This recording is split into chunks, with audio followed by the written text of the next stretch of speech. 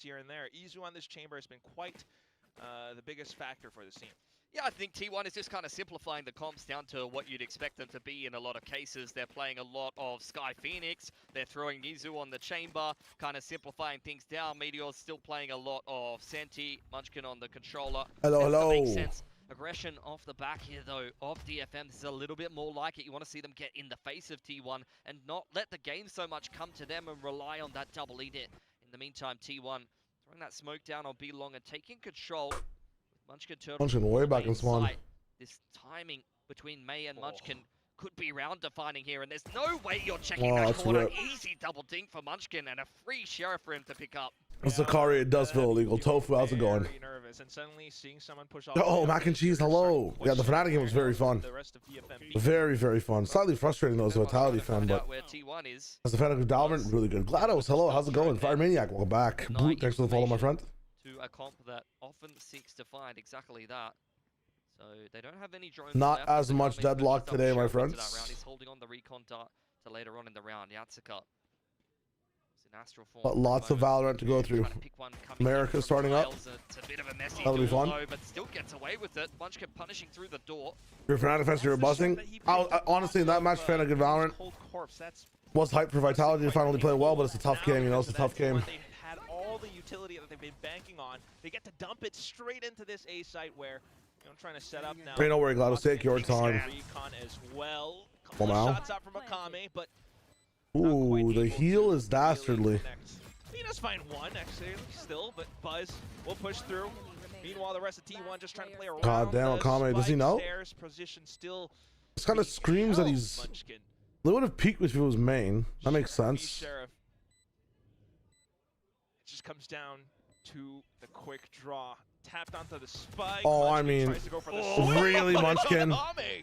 Comes up with the goods instead. Quad kill under spelt in the Celtic, hello. He was a standout on Pearl the last time that DFM Comet, played welcome, my friend. he was on that Senti roll, and the thing that they said about I got no skin in this game, so I'm happy to just be a spectator and watch. And it turns out, doesn't matter what agent you put him on, he can still shoot. He's been one of the more flexible players coming in from the Japanese scene, and overall here in VCT Pacific, having played that info ENIT role in just the last stage.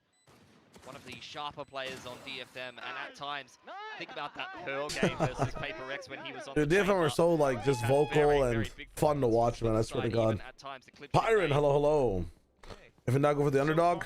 DFM are a very clear underdog here, but dude, T1 just troll some of their games sometimes. I swear to God. 3 pistols for DFM though. They won both pistols against Full Sense and had 0 success on the map after that, so you definitely won't get carried away just yet. 3-9 first half defense side. They started it off against Full Sense. It's an ideal. Buzz sliding in. Oh my God, May. Through the smoke. That is unbelievable. Refracting back away. That's a lucker dog right there, man. Lucker dog. I've never thought I'd hear the term lucker dog in my life on a broadcast. Wait, that's so sick. I used to say lucker dog so much. Way back in the day, way when playing League of Legends. It's definitely a player that I want to keep. That's kind of sick. I feel like good call. Yeah, Fnatic game was really fun to watch. Yesterday was just like cool Valorant, you know. Frustrating to watch Heretics make these choices and suffer the consequences. Back onto an info again here on Pearl, put him in a position where maybe his performance is going to take a dip. DFM definitely not hoping so. So much of it. Yeah, it's got the controller as well. What is brother saying? What is going on at the play comms, man? The dancers on this stage. That's funny. You know, the whole team is kind of influenced by the vibes, but at the same time, launching off to a possible potential bonus. Everyone's still on the SMGs though. All picked up by May. Attempt at a pick there from Izu. Immediately rendezvous back away. The scan from the guiding light does confirm that there's someone over here. They actually scanned Yatsuka. Oh, Pyra, hello. Is it Pyra or Pyra? Let me know. Oh my God, what a pred angle for Munchkin. A little bit too much there. Munchkin actually I said yesterday I didn't like Pearl too much, but I'm beginning to enjoy it more a little bit when people are starting to make some cooler plays, getting more proactive. Even yesterday's Pearl was nice. Damn, that judge kind of completely solved from DFM. Dude, yesterday I actually watched a lot of lineup tutorials for Tejo Stun. Some of the stuff we can do on Fracture with Tejo is insane. I like the way they're aggressing together. T1 though still. There's like an A main default stun bounce that like just wins you a duel every time post plant. Like it's almost like another post plant molly. It's kind of insane. Like I want Fracture too. I swear to God. My hair's getting so long and my facial hair is getting so long. I'm gonna do a complete I gotta get a haircut at some point. Yo, Kenny. What up, my little dog? Hope you're having a good one. Just gonna give his position away. The stun already tossed out. Stax is prepared for the hit. Now more smokes. Just blocking off May's vision. May would love one more kill here, and he'll get himself convergent paths coming into the first gun round. Slipping through the smoke does nicely to actually take a gun away from Stax. But Rakano, how's it going? 5 and 2 or Rakano, my bad. He's looking very switched on for T1 today. I'm awake, so I'm having A1, whatever that means. Hey, you have a home here if you want a big chill and watch some Valo. But on the grind, the grind, yes, but not the grind I need to be on, you know? I gotta be even better. Streaming's one thing. I gotta tap into some content as well, such as the story of my life. Today they look much better organized, and I'm hoping that's going to continue across the rest of What is fun? I appreciate the compliment. Let's go. Hair makes you look like Fivehead. My hair makes you look like the coach from Haikyuu or the guy from that one show who like eats the air as food. I forget his name. Was red hair? Hockey Bonma? No, that's not his name. I forget. Hey, let's go, Cuddy. Thank you so much. Car, welcome to the stream. Thank you so much for the follow. It's Buzz in high gear. Main defense op, not going to find much. Relocate to heaven. We have smokes. Yeah, we have many. A lot of stars already put down. Why do we only have 1 star left? Going forward now. Whoa! What is going on? Just snaps a shot mid-slide anyway. That smoke goes up so late. You know there's an op here. You can't do that. That op is also so far back. Guys, you're facing a way late. You should just do the one-way smoke. Going up, T1. They felt like they've been read, and I think when you're playing double info ENIT with multiple drones in play, it's kind of fucked up. Well aware that you've lost the majority of the max. I'll look at the chat in a sec. Just letting this round timeout. Now, but with only 35 seconds and none of the killjoy utility dealt with in the middle of the map. I mean, yeah, dude, you're gonna be running into a molly. You're gonna be running into the turret and molly as well. Asher can suck, pull the site as well. All this timing as well. T1. Munchkin wants to take a nano shower. Respects. I get sweaty too. I mean, this retake's gonna be insane too. Tejo salvos on retake. He has both. He has one. They have conversion pads as well. This early, they're gonna use it. Yeah, that's why. If you're wondering why, like they, you know, you have so much info B. Why did anybody rotate A really fast? What's the issue? Well, you want to just stay B for the double pump fake retake, you know, or the pump fake attack side. But you have so much. Oh, May saw him, by the way. Gonna eat it, but he still has the shots. Just the cosmetic stuff. Why are we slow peeking into it, bro? Off of contact. Onto the spike now. I mean, this is bad. This is really bad. Izu marks it. Oh, Kame just gives him a good old drive-by. Yatsuka pushes up. Itsu, next onto the triple. And your Bluetooth DFM device has disconnected. Strong lead so far. That is a very rare whiff from Izu.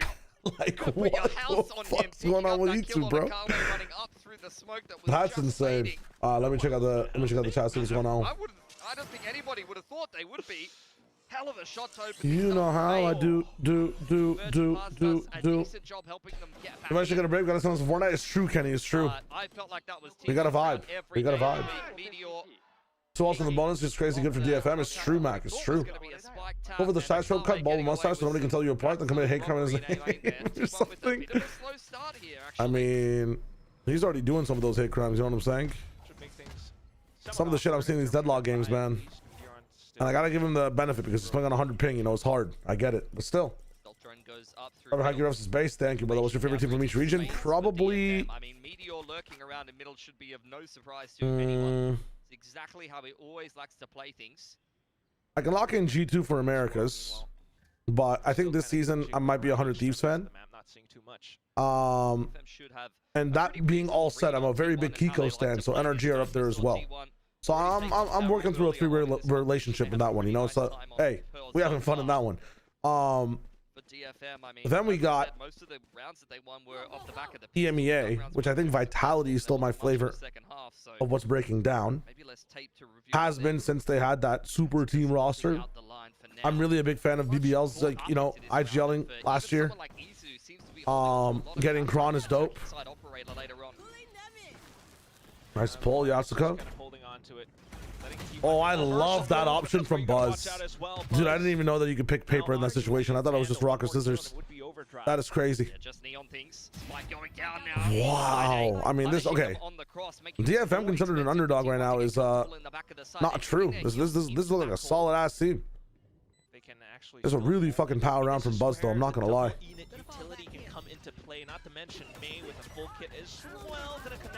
Well, hold up now. A little bit awkward, but still. Hold up now. He misses the jump. Hold up now. Hold up now. Make a move, but Buzz tries to maybe they are underdogs. Maybe if we go one by one, the aura builds up every single time. Could potentially just beam through the smokes. A mega buzz round. Actual mega buzz round. Remember who you are, Buzz. Remember who you are. Khalid, hello, hello, hello. Yeah, Buzz is back on his BS. You saw him getting away with some crazy T1 used to be my favorite team in APAC, but that's stopped. It was Nongshim before. And I think I might stay Nongshim for now. It'd be fun to support other teams though. But Nongshim comes front of mind from last split. Very, very fun team to watch. He fucking funny. Stresses out because he didn't want to miss the defuse. That's funny as hell. Considering the fact that was like a half buy the T1 had, so. Yeah, I think I'd have to lock into. Oh, you know what? I might sign up for Global. I'm actually a big Global fan this year.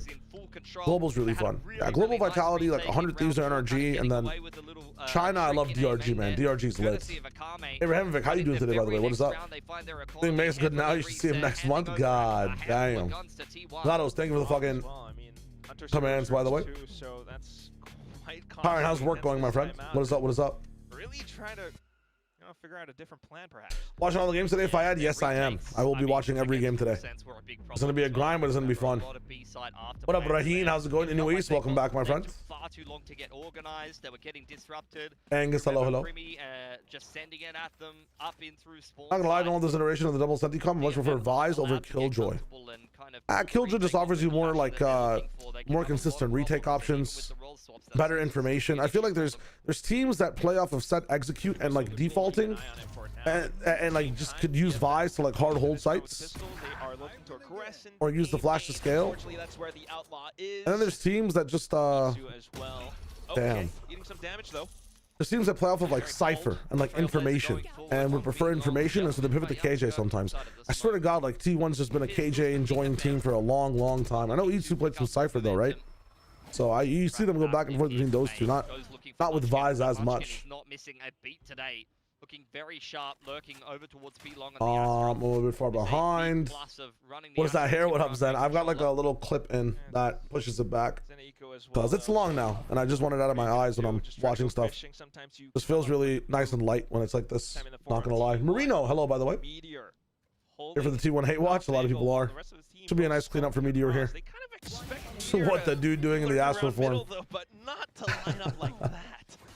First 2 kills for Meteor, and they come quite easily to him, at least in that round. So hopefully that's. That's KRX. So they were playing GLaDOS. You're chilling, man. No worries. No worries. Anti-eco for T1. And what a turn this game has taken. You felt no, like PRX is crazy. They're just asking me for my favorite teams. PRX, I think, are one of the best teams, if not the best team in the region. But they're not my favorite team by any means. They've shit on G2 too much when I was there watching live, crying because my team was losing. So they can't be my favorite team, you know? They just can't be my favorite team. You have double DFM for VFL or you cook? I don't think so. I mean, they have a chance. They have a chance here. I'm not going to lie, the way they're playing. Ainsley, hello, I've been good, my friend. Oh, nice try for the shot.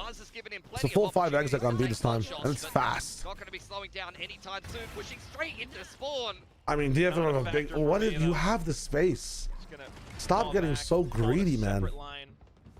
Also, where's the rest of your team? Guys, you heard the recall.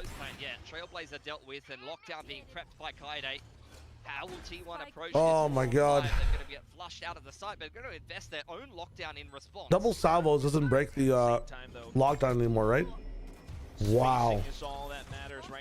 I mean, you're fucked over here. Dude, the 180 turnarounds are crazy. You just save.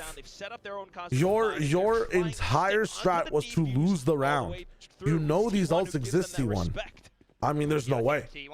There's actually no way. A bit of a difference maker in that B side after you can't have that happen, man. You have to fight spawn or something. That's just disgusting. That's gotta be the most disgusting run I've seen in a long time. I'm not gonna lie. Man, you'd be surprised that, like, I mean, dude, they lose their own KJ ult as well. It's one thing to do that. Why not just put the KJ ult behind the Astro Wall to at least time out the Astro Wall? Because it takes time to walk over to the site. What are we doing, bro? What are we doing? How's my sleep? Little sleep, but fun times. Looking fresh. I'm in for a long day, yeah. Well, in the upcoming round, T1 just trying to suss things out across. T1 is a fraud. Yeah, Hawk, I mean, dude, I swear to God. Sorry, I might have missed a few messages here and there, but I'm big chilling. Let's go. Yo, Rekner, how'd you find the stream, by the way? Big question. I've always wanted to know. I can't believe they put the KJ ult in this corner after getting Astro ulted. Maybe it was before the Astro ult, but you can't hold on to it, man. You know what? It's understandable if it's before the Astro ult, but again, just save it for after the Astro ult so they can't defuse. No smokes now available on T1 is going to make it much harder to navigate useless dog. That's painful despite juking the drone as well. Meteor's going to try to. Honestly, I think it's better for them to smoke B and like pop flash like pop flash here, so all the op angles are gone. Have like one embedded player scale up while everybody else goes on the other side of the map. Completely open here. DFM very much trusting their retake. Well, okay, they're going for full retake. What tools do they have? The entire Waylay package. Double Teho salvos. 1 star. And they can recall this star and have 2 stars here and save this star for retake. So they have 3 stars here. I mean, this is disgusting. This alarm bot will tell them a lot as well. Yeah. I mean, the good thing about T1 in this round is they've put the flood entirely in spawn and they know about it too. Because of this KJ and this alarm bot. I can't draw circles early. My bad. Bit dynamic from T1. First shot whiffs. Ooh. Oh, that's horrible. DFM has a lot more initiative. They try to sneak through, but they only get 1 kill of value. It feels like T1's just slightly sleeping, man, in some of these rounds. Yeah, they look a bit lethargic. I mean, the shot is just not there. Akame is shooting better. I mean, T1 there are in some of the best positions possible. 2 different off angles. Like, bro, even them at half their prime are hitting those shots. That is a very sleepy T1 round. Position's amazing. If you're the coach, like, you can't, you're probably tilting like crazy right now. Like, wake up, guys. At this point, I'm calling a timeout. I'm calling a timeout. You need a speech here. You need a speech. In my opinion, we gotta wake these guys up. Could have potentially lost 2 picks, but without either of those shots connecting, Buzz and Izun both not able to actually pick these players. Wondering about LFN from Godfathers. Ah, I see. Oh, Drew, morning. How's it going? I'm gonna Uber your coffee energy drink. You look tired. I mean, I'm up at 3 a.m. watching, or I guess 4 a.m. watching APAC. I'm gonna be tired for the first little bit, but I'll get there. I'll get there. I don't even want vibes, man. I just want, like, oh my God, DFM are eating T1's timings, and they're just shooting better. Chaos as DFM puts up a good fight around the smokes. It's been picked up. Meteor. There's no way. What a sneaky boy. He just pinched the spike for free. 2v3 is doable, but look at the ult. Oh no, there's no KJ alive. I was about to look at all the info. At least you have this line, right? Or I guess like this line. Okay, now you don't. Now your line has changed to this new line. Concerned, a little more nervous that someone might be flanking them. But if there's anybody that can navigate a mid-round like this, it is Meteor. He's a master. I mean, if Astra is just able to clear this, oh no, the call is A. They're actually full playing for A here. It's not gonna be easy though, Pilly. There's so much KJ utility. I mean, okay. 30 seconds. We're pivoting to B. All right, let's go. Alarm bot's taking a nap. They smoked today is funny as hell. Control here. DFM. T1 do look like Gen G, dude. I saw Munchkin playing, and I'm like, Barely well for them. But all is it Meteor or my bad? These players on T1 actually I'm like, hit some shots. Nice open plant. next to Spammable, and Meteor has both nanos as well as an alarm bot to work with Izu now making his way over to a DeForce in hand. He's whiffed a couple of op shots so far this game. Cannot afford to miss this time. Because it's Meteor on the Sentinel as well. I mean, kind of signals. We're slightly sleeping at 4:30. I'm slightly sleepy at 4:30. I slept at like maybe 12:40. Woke up at 3:25. So, you know, casual 2.5 hours of sleep. It's not bad. You'll watch. You will literally watch me falling asleep during game. Yeah, I guarantee you. Oh my God. Izu, please, man. You are a win condition for the team. I know you guys win the round, but damn. That costs time, and the spike will go off. I think they have to play a 1-2 situation there. The difference between T1 hitting shots when DFM are completing the retake and not. Oh, Gojo Saturo, how's it going, my friend? We're doing good. We're having a chill vibe. We're big chilling, having a good time. Coming back in on that, to DFM rather, coming back in on that retake. Good morning, Anchi. How you doing? It's a successful retake where they're able to scale in together. But when they get disrupted, when the op on the line hits a shot, Meteor pokes out backhauls. My next haircut's gonna be wild, man. My hair is actually so long. It's crazy. We're keeping everything long, by the way. I'm just grooming up my beard and shortening up the sides a little bit, letting the hair at the top flow. Let it flow. Those attack sided, right? It depends on like just what's going on in the day. I swear to God, as what's been developed so far. But you can't afford to just run down B a lot on Pearl. Yeah. I think the longer the rotations, the more attack sided a map gets sometimes. I think the way the sites are designed, some of the chokes. This time trying to hold up main a different position. Wants to catch someone unsuspecting. Good for defense, but this is like a 7-5 attack map. Past the open line. Buzz has been so good at finding that opener in backhauls. It's a big position to be grasping control of. Hunter's Fury and conversion pass. Holy there shit, it is, man. coming in from May. Kaide's found Buzz on transition. Izu's Observers? still on the line, forced to rendezvous away, and now Meteor will It's take so his place. sleepy. One pulse at the Hunter's Fury, but Where's the ult going, bro? Suddenly this game's devolved a little bit. Just trying to play quick to Stun? the spike plant as well. Stun? Not sure if Stun? these shots will actually connect Izu. Attack. Attack. Now. Nice. Kami to push up after the stun. It's just Meteor towards the back of sight, but he's still quite the menace. Why? Oh, why? Seth's trying to bait him out. He knows he's low. All he needs is one shot. Oh, but attention away onto the spike. Meteor just insane from Meteor. Horribly played from DFM. Red Bull clutch. I mean, this is the class of Meteor.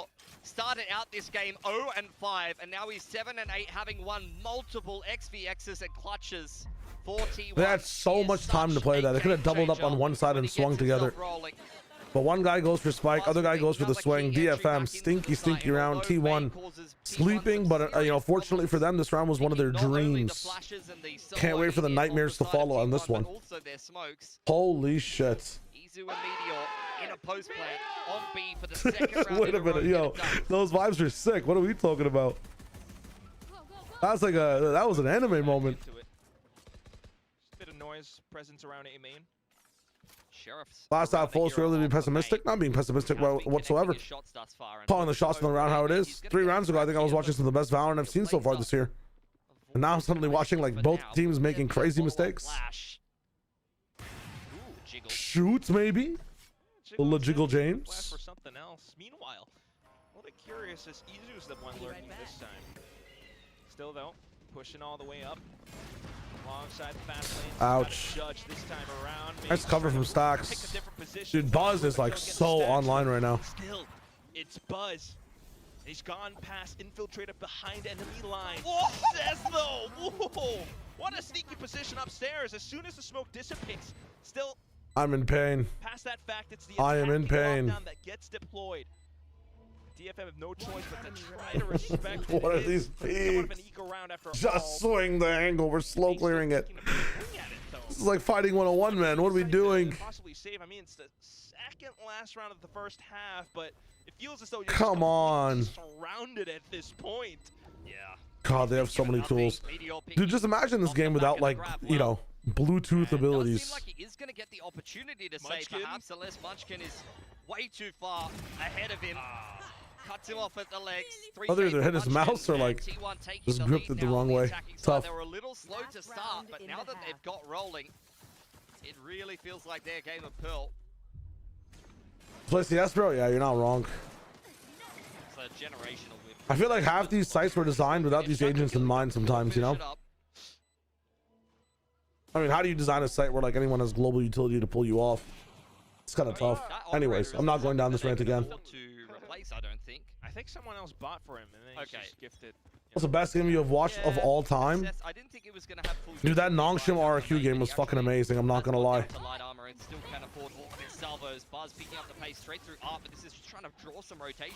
I still think the best like map ever Valorant is Fnatic versus Loud. Doesn't get an opportunity to pick T1. All these early moves though have already kind of displaced DFM. I mean, that really like right now, that really activated my neurons for like wanting to watch. Like that was when like I was still, you know, not unfortunately, but I was working Fortnite and I was really trying to get into the Valorant scene. And after that game, I was like, bro, like I will give everything up for this. I swear to God. 3 split for DFM. When do they start rotating? The Icebox, yeah, not even T1 G2. I just don't remember most of T1 G2 for some reason. I don't know why. I know it is like de facto one of the best series of all time. I mean, it's two of my favorite teams playing, like at that time at least. But for me, like, you know, if anybody ever asked me about, oh, look at this one way from E2, op versus op. As soon as it falls, nice try. Let's see their answer to this. What? Why are we? He got detained. For sure. Yeah, that's a beautiful salvo to follow up. Oh, the salvo was up a little bit early or a little bit too late. They have no answer for this KJ at all. That's all 5 people alive while it's defused, by the way. They have no answer for this KJ. Why are we spamming that through smoke at least? Smoke yourselves off and spam. No, it's one of your only options. I would say timeout. We're at halftime. I'm so confused about T1 in this one, man. Some rounds they have legitimately no answer for. That's usually Boom Ascension Finals. Also crazy. I have to watch live. I watched a little bit of VODs from that one when I was doing some research on Boom. Blue. Took a shout. I think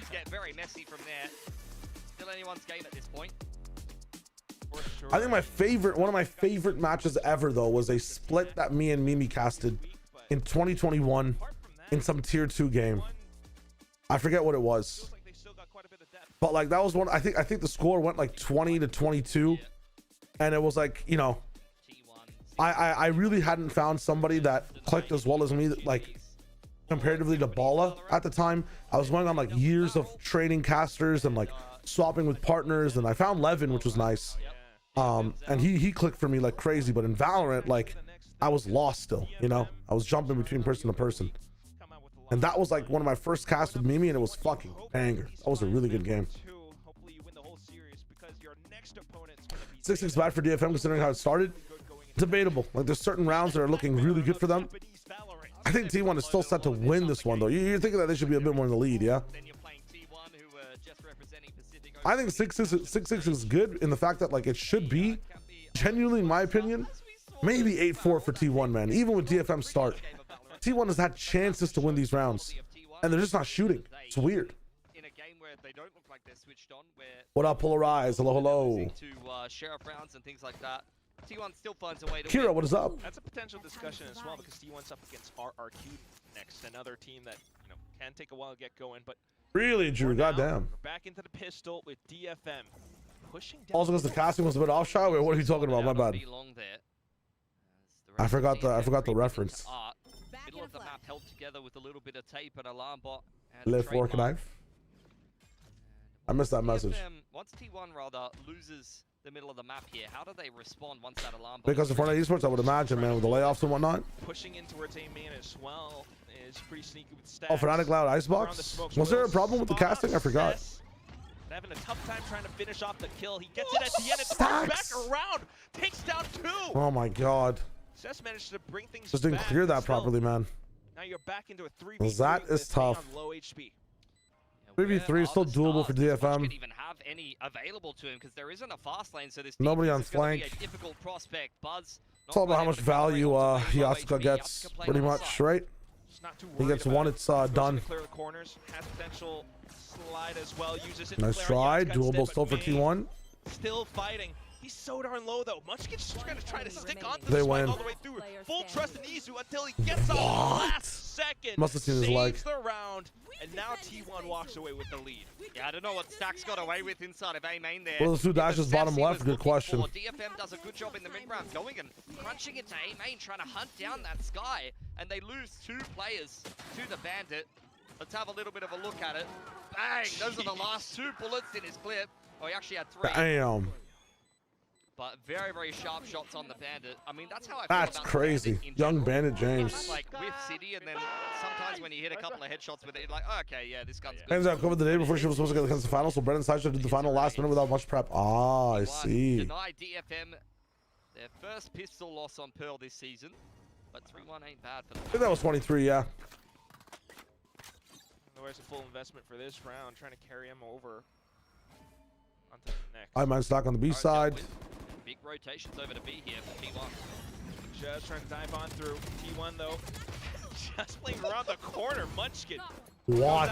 Yeah, but sure, it bro. was. Buds is having a fucking palace of a day, man. Free farm against pistols. Looks like you're running around at a kid's birthday with a pool noodle, just whacking them.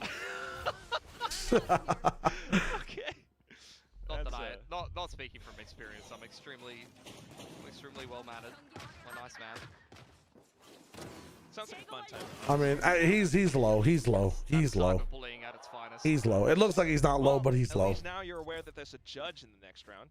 I was in Meritix yesterday. Nobody tell him. Not sure Keep that him really happy. helps you when it's in the hands of Nobody the tell team in him. this meta, you know, it's just like, well, I'm in for pain, potentially, and in A-main is exactly where that pain will be inflicted. Big Relay Bolt straight on the face of DFM. That is Denied. disgusting. Bro took Any one space speck over of at A-main. damage and traded half of May's life. Actually, two-thirds of May's life. One. Holy shit. Feel like pushing A main is not enough. Now we must push B main. Yatsuka's AFK over in this part of the map though. Bro, activity from T1 here is insane. Oh my god. Meteor gets him on the fadeaway. That's a big pick for DFM. Not gonna expect the second player, maybe. Keyboard. I mean, you have to assume someone's ferrying the KJ in, right? May be able to walk away with another. I think this position is still very net positive for T1, even though a trade is usually good for The rest of T1 just the attacking side, and it is 5v4. I mean, buzz on doors, have somebody deep B main, so you double stack A. This is pretty good so far. Drone goes through A main, guarding light will confirm. The trick here is, oh god, you missed the tag. Looking to stick around. May low on HP. What the? Where's this guy? Where's the peak? Reload. Why is the peak 2 seconds delayed? What is kind of? Okay, wrap it up. More Wrap it up kills now. going down as That's what I meant last half. Like, these DFM situations were- out from these ingresses, but still, T1 make it It's a tough. bonus, by the way. Shots from Izu taking down players, and it's just says Still left. winnable for C's, but I'll be so 20 disappointed if he seconds to wins. go. He's sweating bullets. Munchkin Actually, I'll be very is impressed on the flank. because, He hasn't put the let's be spike honest, down yet. It's getting a it'd be little kind of bit nuts sweaty. to be able to 180 this. Zinger could be Hello? problematic in this kind of an angle. Hello? but when your Somebody, opponent's hello? not looking at you, Come that on. should be free. Last little couple of bursts. It was anything but clean. What's up, But it sound was effect? good Gemini enough Aura, for hello, Munchkin hello. to get it done. 9 up for T1, and they're going to win a bonus. Oh, you're starting to feel not so great about Look, this there's build. logic behind the roster move. Yeah, Yeah. absolutely. Like, if your player says he wants to leave your team after the stage, that player leaves now. There is no 2 weeks in esports, bro. You're either for the cause or against the cause, man. Like, ironically, I wonder if he was trying to communicate something different, but he just doesn't speak English good enough. That's the only thought in my head. The only lingering thought in my head is I wonder if he meant to say that. Or if, That's a 6 stun. This judge. Comeback wanted to leave, yeah. Basically communicated that, like, yeah, you know. Well, the original thing was both Comeback and the team had a different approach to how they play Valorant. What is that, Salvo? I mean, now that Yoru's gone, you are the don't care guy. There's no free. What is that, Salvo? Yoru TP. Trademark dealt with by. I do not understand that salvo whatsoever. Work the map. Deal with some of this Sentinel utility wherever they can. Bit of a trap set up. There was a difference in approach, but after the conversations about difference in approach, I think Comeback came to the conclusion that, hey, because of these differences in approach, I would like to leave the team after stage 1. And as soon as you say that, it's like, oh my god, I mean, how do you work with this player in the next 4 matches? Possibly not. You know, Especially around the unfortunately, stairs position as well. you have to get him out of here. Clear out middle, which allows for Manny to get a little bit further up front. He's got a Bucky of all things. Unfortunately, the shot doesn't quite connect. Yeah, it should be the fast lane and the guarding light straight back in. But Cosmic invested by DFM. I know an orc can just pull a player off whenever they. Actually, we'll talk about it. We talked about it a lot yesterday. You guys discussed it in the chat a little bit. I'm gonna focus on the game. Hang out towards the back end of spawn as well. Pop flash into like 3 smokes. T1 are just setting Can up. anybody tap here? No, it's a pretty good fucking wall. I'm not gonna lie. That connects. And then for the rest of DFM to continue to hold. Spike being tapped now. Dude, these waylay changes. All the way through. He held it. To peek off. And they managed to find the kills, but still. Defuse connected. Not quite. It's DFM that serves up the thrifty. The Lacaster James. Right at the end of the round. I don't know how close that defuse was. But DFM, the Cosmic investment has helped literally pinch around 0.03, I T1. think. They had no business winning. Koshmaris? Talk about Koshmaris? I don't think Koshmaris is temporary, no. Koshmaris is here to stay. Backing up main nicely. Although he might have had a rocky entrance, Beautiful flicks from Kaide there. he just had like 1 day of prep for this, so we'll see what happens. Is beautiful to watch. It shouldn't be even, but it is. Wow, we're already starting fast dash in. How is Buzz not getting punished? There we go. Oh, you're dead. Oh. Straight through it to exactly where T1 are hiding. Cosmetic's done though. What is that? Tries to hold. It's Izu instead that fans out. Jesus, there's Izu. They're waking up. Now into a 3-on-2.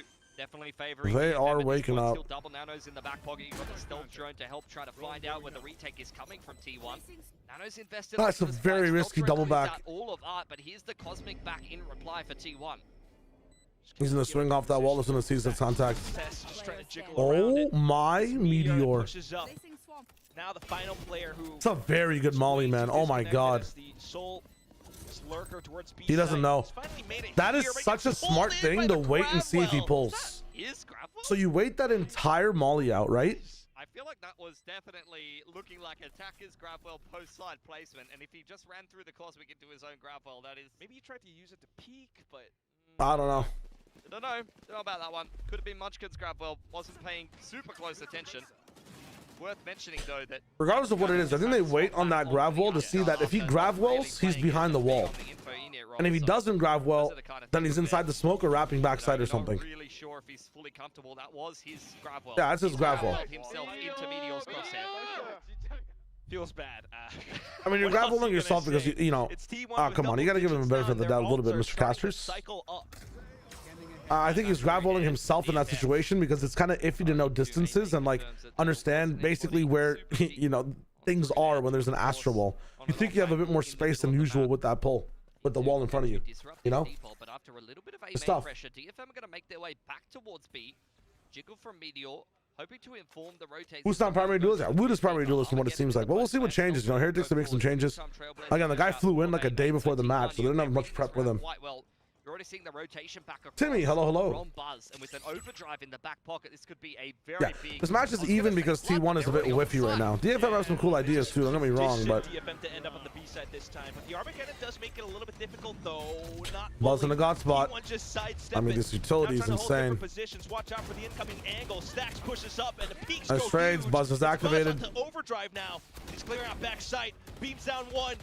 Continues to slide back and forth, and Meteor provides assistance. It's Buzz. Dude, VFL is eating with Buzz today. And T1 not slowing down. The aim diff is now getting prevalent each and every round. They're just a bit more talented than the DFM players across the board.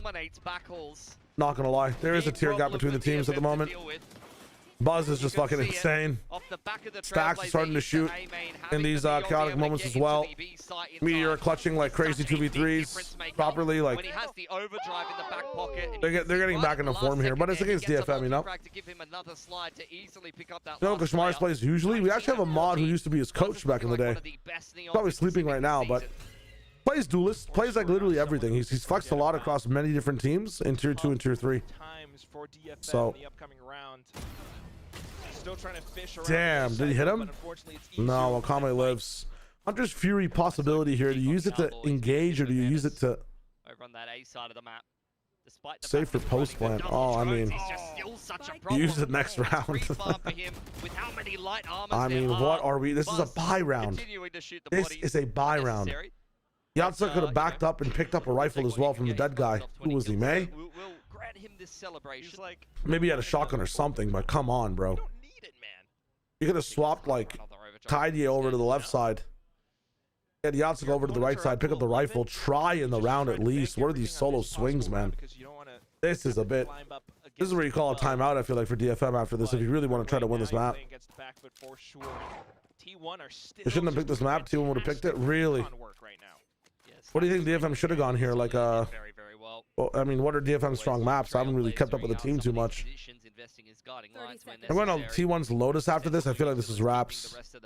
Fast little 2-1. I think Lotus might be like a 13-4 depending on pistols. Creeping up street with 20 seconds on the clock. I think DFM are just trying to save these Vandals, but as T1 generally just recency bias. You generally don't remember the mediocre rookies after the stage, or what are we talking about? Sorry. And that's where they might get corralled into Let me back up. An unwanted corner. Munchkin starting to push up alongside as well. Kashmara's done a bad game. KRX had a very good game in his first one. Meteor crashes Damn. into them. Meteor crashes into them was a good call. Last 2 kills as well. He was 1 off. I think there's like different tiers of rookies as well, right? And what they're, I think KRX is like a once-in-a-generation talent, and Kashmara's is good. Don't get me wrong. This was meant to be, but you also have to look into like what these guys are joining into. Imagine if how do I explain this? Imagine if Timotino joined Team Heretics instead of Kashmaris. He would not have the same level of success that he would have in 100 Thieves, because the system with Vora and NBS and the assistant coach and genuinely everything is set up for Timotino to succeed. Like, it's very meticulously crafted. KRX was practicing with Na'Vi, by the way. Angel wanted this player, had a plan for this player. It wasn't a last-minute pivot based on what's going on. You can't blame the player for that. You know, obviously we have higher expectations because this guy's coming in as a sub for Team Heretics, but nice shot, good trade. All right, now we have a long rotation. We got 2 here, now we got 1 here. It's not bad, but that can work for them though. well, pushing in a spawn is nice. Can we get okay, dude, go with your teammate. Go with your teammate, man. If E2 gets his kill, and now we're playing scared. Why? Just stick together as a team, bro. This is probably a save anyways. Joined up with Cess, they're feeling a little bit more comfortable about their prospects. T1 have wasted a lot of time clearing out the map. Stairs is not being watched. Oh, now it is. A rookies, like, you can't compare all rookies to all other rookies, man. Rookies are one of the most volatile groups of players. They're always joining under different circumstances, you know? Like, you should look at prepped rookies versus subbed rookies. You should look at, you know, sub rookies in a system and outside a system. So like Doma versus like, you know, Kushmaris. It's the whole thing. Or subs in general, maybe not even rookies, just subs. You're on top of the calling, you know that you've got a, you know, 3 or 4 on 2. Awful. Hello, bro. Spinning again. Good to be back. Thank you, my brother. Love your support. Seems like TMV should have guaranteed this. Hello, Trians. Huge day for the program. Plastic, you're not wrong. Not wrong. I think Heretics will improve once meta becomes double initiator. The system seems to not benefit duelists. I think Heretics will improve just given more time, man. The entire boat's been rocked a little bit because of what they were trying to do with comeback. No matter what happens, you can't fix that in a week. Let them breathe. They tried their best with what they had, substituting Kashmaris as to how comeback would play. Comeback's probably already a better player, but wait a minute, what's that? And then it's T1 playing against the back foot. Oh, I mean, yeah, wait a minute. In this current meta, APAC's not playing on the patch until week 4. Oh, I'm so confused. I mean, I have so much to say about May's Waylay then, bro. May could have been playing Waylay so much better. So many missed saturates, bro. May, you literally, May just went from like a A-, B+ performance to like a C- performance on Waylay right now. Dude, I thought he was fucking up the saturates and being delayed in his utility usage because of the new patch.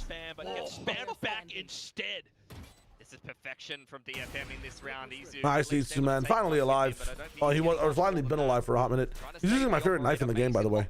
A knife that gains like scarlet gems on it as you get more kills. My favorite skin line, bro. The Phantom looks so nice too. I thought it was patched. No, so EMEA week 2, the patch started. Americas. Itsu's AFK in his spawn, I guess. Oh, they keep the attack off for May. Interesting. America starts with it week 1. APAC doesn't get till week 4, and China never gets it at all because their competition's over next week. China's last week is next week. Don't even ask me about that. Ashland, May can only do so much though when he is the win condition. I know, but there's some moments right now where I'm like, you know, I was kind of discounting what's happening with the team, even though because May's doing well. Like DFM didn't have the worst showing of all time, but some of this Waylay stuff, bro, is just not up to par with where I need it to be. He looks like he's playing new patch Waylay instead of old patch Waylay. It's kind of fucked. Solo Waylay just sucks, to be honest. Depends on the system, man. I think solo Waylay in 100 Thieves, solo Waylay. I don't even think they run solo Waylay, but if they, I have to remember the comps. Solo Waylay on Thieves and solo Waylay on NRG looks so good, man. I think America has some amazing solo Waylays. But again, those systems are like literally juiced and, you know, spiced, prepared so meticulously. Perspective back towards DFM then, like, how do you play around? China was an entire league split minus playoffs on a previous patch. Yes, and they also have a different format entirely of how many games they're playing per week. So it's hard to quantify like what VOD review means. You know, each team sometimes they have 2 super weeks basically. China's playing with 2 super weeks. There's teams playing 2 matches a week. That's not the same as every other region, man. It's so confusing. It's very confusing, this system. Outside of A main will confirm that there is somebody there. Nobody uses Spice. Not we all. Do not we all. Up on the line. There's the pullback. It's a good time. Beautiful team play from DFM. That nice, very cool. It's not going to pull anyone back though, because he took us to look at the lay of the land before he dies. I think Sky flashes forward here, and that's really good info as to how many players there are. If you flash forward and you see nothing, you can assume KJ's still in the vicinity, but she's solo. If you flash forward and see something, you assume there's at least 2 people, and the duelist is prepping to hit. You probably want to do this at 1 minute. He just peeks. He raw peeks it. That's so much info. Now we get, is there an op defensively? No. Maybe you get Buzz into a better angle here. He goes back sight. Buzz is jiggling middle with a judge right now. What is the value of this? Buzz needs to go, man. What is he? They've got 3 players over here. He does not have overdrive. And now Buzz is getting closer. Oh, they're playing for Astro Wall. But at the same time, Buzz trying to sneak all the way back lines. He turns away the worst possible second. DFM. This is the only reason the game is online, by the way. T1's getting like golden gravy rounds handed to them, and they say, nah, I don't want to taste good food. Get that shit out of my dinner table. Don't want it. I don't want gravy with the mash. I don't want the best tasting dessert of all time handed to me, crafted to me, fed to me. But we'll play another round. It's crazy, man. The Consume giving a freebie to Kaide. Just able to break that up line. Angle from Stacks here. Kaide gets a kill, he would have gotten more points towards the alt there. But I think people are so low on 100 Thieves, even though they played the highest number of matches in kickoff and only lost to NRG and G2 essentially. Because 100 Thieves have a track record of looking good, but then falling over the moment things look kind of nice. They've also like been heralded through by some big names in the past and like consistent names, and those names have switched up, so it's harder to be positive on 100 Thieves when Asana is not the main man of the conversation and not the main man carrying. It's harder for generic fans to be like, oh yeah, I love Timotino and there's a European coach that I definitely follow and understand the nuances of how a coach IGL system works. 100 Thieves being like what, one of 5 teams that has a very good one. Fucking must look like he's a part of the team. I think the issue with 100 Thieves right now is that it's a G2 issue. The reason people aren't subscribing to 100 Thieves is the same reason that people don't like G2, is that to appreciate the team, you have to really understand the game and the nuance around the sport itself and how people improve and how you build strats, how you build up a team. That story's fun. But so are, like, you know, picture cards for players like you have in the K-pop industry, and you know, fan cam moments and likability in interviews and tenured names and the year 5 of Valorant. Like when you replace people a little bit, when Sean Garris is not front facing, when 100 Thieves don't make it international, nobody cares. Nobody cares about the people doing well back home if you're not, like, you know, a mega org. And 100 Thieves unfortunately have lost their mega org status a little bit with some of their inconsistencies over time. So I think they're doing some of the craziest and best stuff right now. Match point, by the way, 5v5. Meteor with ults. Fast lane, Buzz is skipping it. Brothers, can we play for lockdown? Can we play for lockdown, motherfuckers? So far, so good. The kills they have not planted the spike. They have not planted the spike. Meteor has died. The pick still coming up. What in the blood are we doing? For the Japanese team. Continuing to pick their Imagine if Bunchkin was alive and had one more smoke. I mean, I've never seen a worse round in my life. I have, definitely, but somehow Team are going to win this. Full frontal collision. Outside the stairs. Saxon. Izu fire back, though, and then it's a jumping Yatsuka just to try to save it. 10 seconds, and the spike is not down. It's all in or nothing. And Izu tries to pick the best possible timing, but Yatsuka taps off the spike, finds the kill, completes a Red Bull clutch, and gives DFM one more round for potential overtime. T1 are going to be kicking themselves. They invest the Seekers and the Lockdown and still don't come away with the round. The Red Bull only is you win more. Depends on how you win as well, though, Flo, you know? But that's my take on it. Great, you've got the Lockdown down. Unfortunately, your Astra is dead, so you can't smoke off A main. So that's where DFM crazy. Go, well, if I just sit in A main here and just hold all the angles, we're still in a pretty good position. No freaking way. It's not one of the worst rounds. Well there. Great patience from Yatsuka. This is not. It's a crazy round. It's a crazy chaos. Disorganized, but not bad round. Hello. Bluetooth device. Are you working? We gotta move. I like the idea of having the exclamation mark on your page, on your face, but understanding how salvos work a little bit more. Okay. It's a little bit of a slower one with the drone. Defensively, we have Itsu ult, but I'm not sure if he's here. No, he's all the way back in mid. Hi, OT. OT match point. All eyes on, I guess. But I don't even know. 2 kills and it would be an overdrive. Man, Akame. Starts to make his move. Oh. May makes it a stop. Stop missing. Meteor, you have to find this left angle. They're still trying to hold. Kaide comes up huge with 1. Continues to play around the corner. Spots out towards the top and he's running up ammo. Still connects the headshot. Kaide, the beast. Up to 3 and pushes DFM up to overtime. I can't believe it. What a run back into OT. What the hell DFM. is Munchkin doing, bro? When they were down 7-12, just walking off of heaven. But some really great attacking sided rounds from them. What is going on? Didn't get a chance to show much of them against Full Sense just the other day. Their defense really let them down in the first half. But I think you such a different round if Buzz gets that kill, by the way. Kaide walking in the round just saying, what the baba. They didn't want to let the comp go. They said, let's just getting eat Ursan. Wild. One of the same ideas that we feel like have been quite successful for us. Now as we head into OT, 2-1 on the attacking side. It's like they have let this game slip through their fingers a little. After a message been unpinned. DFM, they get themselves a map win here on Pearl. They're going to start to feel a little bit better about things. Confident to clear out A main this time. Not seeing too much though. It's drones on both ends of the map. That's a good dodge in the Trailblazer for a moment. Hand in hand with Kaide. Play inside of the smoke. Just trying to listen if the back-to-back is nuts here. DFM have the momentum, but again, how much is the momentum worth? Continuing to clear and check most of on a lower numeral, you know what I mean? Like the gap I think is still here for T1. Does momentum catch up the aim gap? Does momentum catch up the movement gap, the positioning gap? They're not going to have a lurk. We'll see, because T1 also are like, you know, rolling a D6, seeing how they play the round. Confirms it. Is it gonna be good? Is it gonna be bad? But it's not enough. The open line has been broken apart. Slow, vulnerable, still get the kill type shit because of the flash. Ban flashes. Ban all utility and ban the guns as well. I want Valorant to be a debate type game. How do we get in for this one?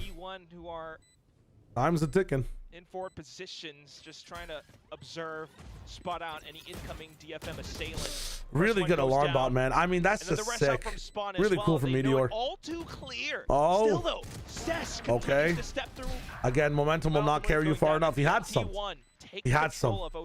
Yeah, the entries into the B site were just way too. The positions were really good there in the post. I'm not gonna lie. DFM in decent positions to be political esports. Hit, but it gets folded. Dude, imagine casting a debate. Oh my god. I've casted Among Us. I've casted like a game of Werewolf. Inside his teammates fast lane. trying to catch one of the defenders. Casting a debate though would be fucking insane. Exactly what happens. He went for the strawman argument, and his opponent didn't read it. Oh my god! Did you guys see that evidence? And this time DFM doesn't play around it well enough. That cross-examination was insane. Now they just got to play that strength on the defense. Guiding Light confirming, well, not too much, but I think hearing the drone here for the defense, you're going to be well aware that this could be an ace play. It's just a double drone into the A execute. Oh, casting peak would be so much fun. Oh, cover, nice recall. Whoa, I'm back to when I was a child, man. Holy shit, that's a long ass, long ass recall. Yeah, do have salvos in the back pocket that could help them in the post plant. Nano's deployed onto the spike with at least a 1-star placed on that spike. Trailblazer going forward and confirming there's no one on the site for DFM. They are playing Pizza bugs. I've done some crazy gigs, man. COVID was a wild time. I mean, 4-1, you have 2 guys in main as well. This is tough. He's gonna body block him again. They got half. Time. And now it's DFM trying to make a move. They just oh my god, all their ammunition into a general spot. Jesus, we go again. The Armageddon at the end chases Munchkin away. Let's go again. Strike back. Got into the A side a little too cleanly. T1 giving them a lot of space to work with, and with the comp that you're running on DFM, those post plants are pretty not the cleanest rebuttal I've seen. Very hands off. Well aware that the Neon Sky comp wants to dive back into art there and punishing in kind. He's perjured himself. DFM have perjured themselves. The second time I do not believe what this man is saying. Playing the post plant accordingly. Credit to T1, a nice body block to get them to half. Whose map pick is this? This is DFM's map pick somehow. Somehow, timeout. I love that fucking woman so much. Please. They come up with, they're going to go back onto the defense. God tier SFX inside. That's going to last. Up on the inside Pacific, man, I swear to God. Surely that's okay. I haven't seen an Odin yet. I wouldn't mind, honestly, towards this A side. Haven't been playing much of those kind of spam battles. I thought T1 had that. I did too, but like, bro, when there's so many smokes on site in the post plant, it's so rough. It's so rough. I'm very surprised that up till this point in the game, we only have one form of like util denial, an interceptor. You know, technically, we how many denial abilities do we have when it comes to like space and utility? We have Cove. I guess Sage Wall kind of counts. We have a lot of space denial, yeah. But like direct denial of utility, I guess it's just interceptor and then Sage Wall, Cove, Deadlock for space. T1 is going to fake the B control with a little bit of Sky utility early on. Turret goes into middle. What's the M and DFM for? Majestic. The consumed Trailblazer, dodging that out and posting on the info line. So all of this aggro that's being attempted there by the Sky is read fairly well by DFM. I mean, they can see there's no one towards B, and the stealth drone confirms someone's in the middle of the map. So DFM, they doesn't DFM just mean don't fuck with me? I always thought this team's name meant don't fuck with me. What is DFM? Imagine it means some shit like detonation focus me or something. That'd be crazy. Just a bunch of fucking words. Just trying to investigate. Problem is, I like don't fuck with me. That's kind of nice. With this operator in that first half against players like don't fuck me. DFM's just like a please guys, please don't roll us. Because he doesn't have armor though. Oh, shot goes wide. Oh my god, it's cinematic. Anime fight. B hop back sight. Don't have slide. What is Stacks doing, bro? You ain't Neon, bro. You do not have sprint. We do not care. Okay, we've gained advantage of lane though. This should be a done and dusted round for T1, unless DFM has that sauce. I'm seeing that sauce. The Odin's online. The Odin and his Ravens now clearing out the site. Oh, I kind of like it. And his Ravens. Wait. Godlike call alert. Godlike call. That's insane. Because the oh, cinema, man. That's got to win casting line of the year. Hopping around, what? Buzz, he just has the off angle alongside Izu. Oh, Odin or guys, not, no. matter. T1 guys, the PayPal, I heard the PayPal noise. I heard the Cash App noise come in. I heard the Apple Pay.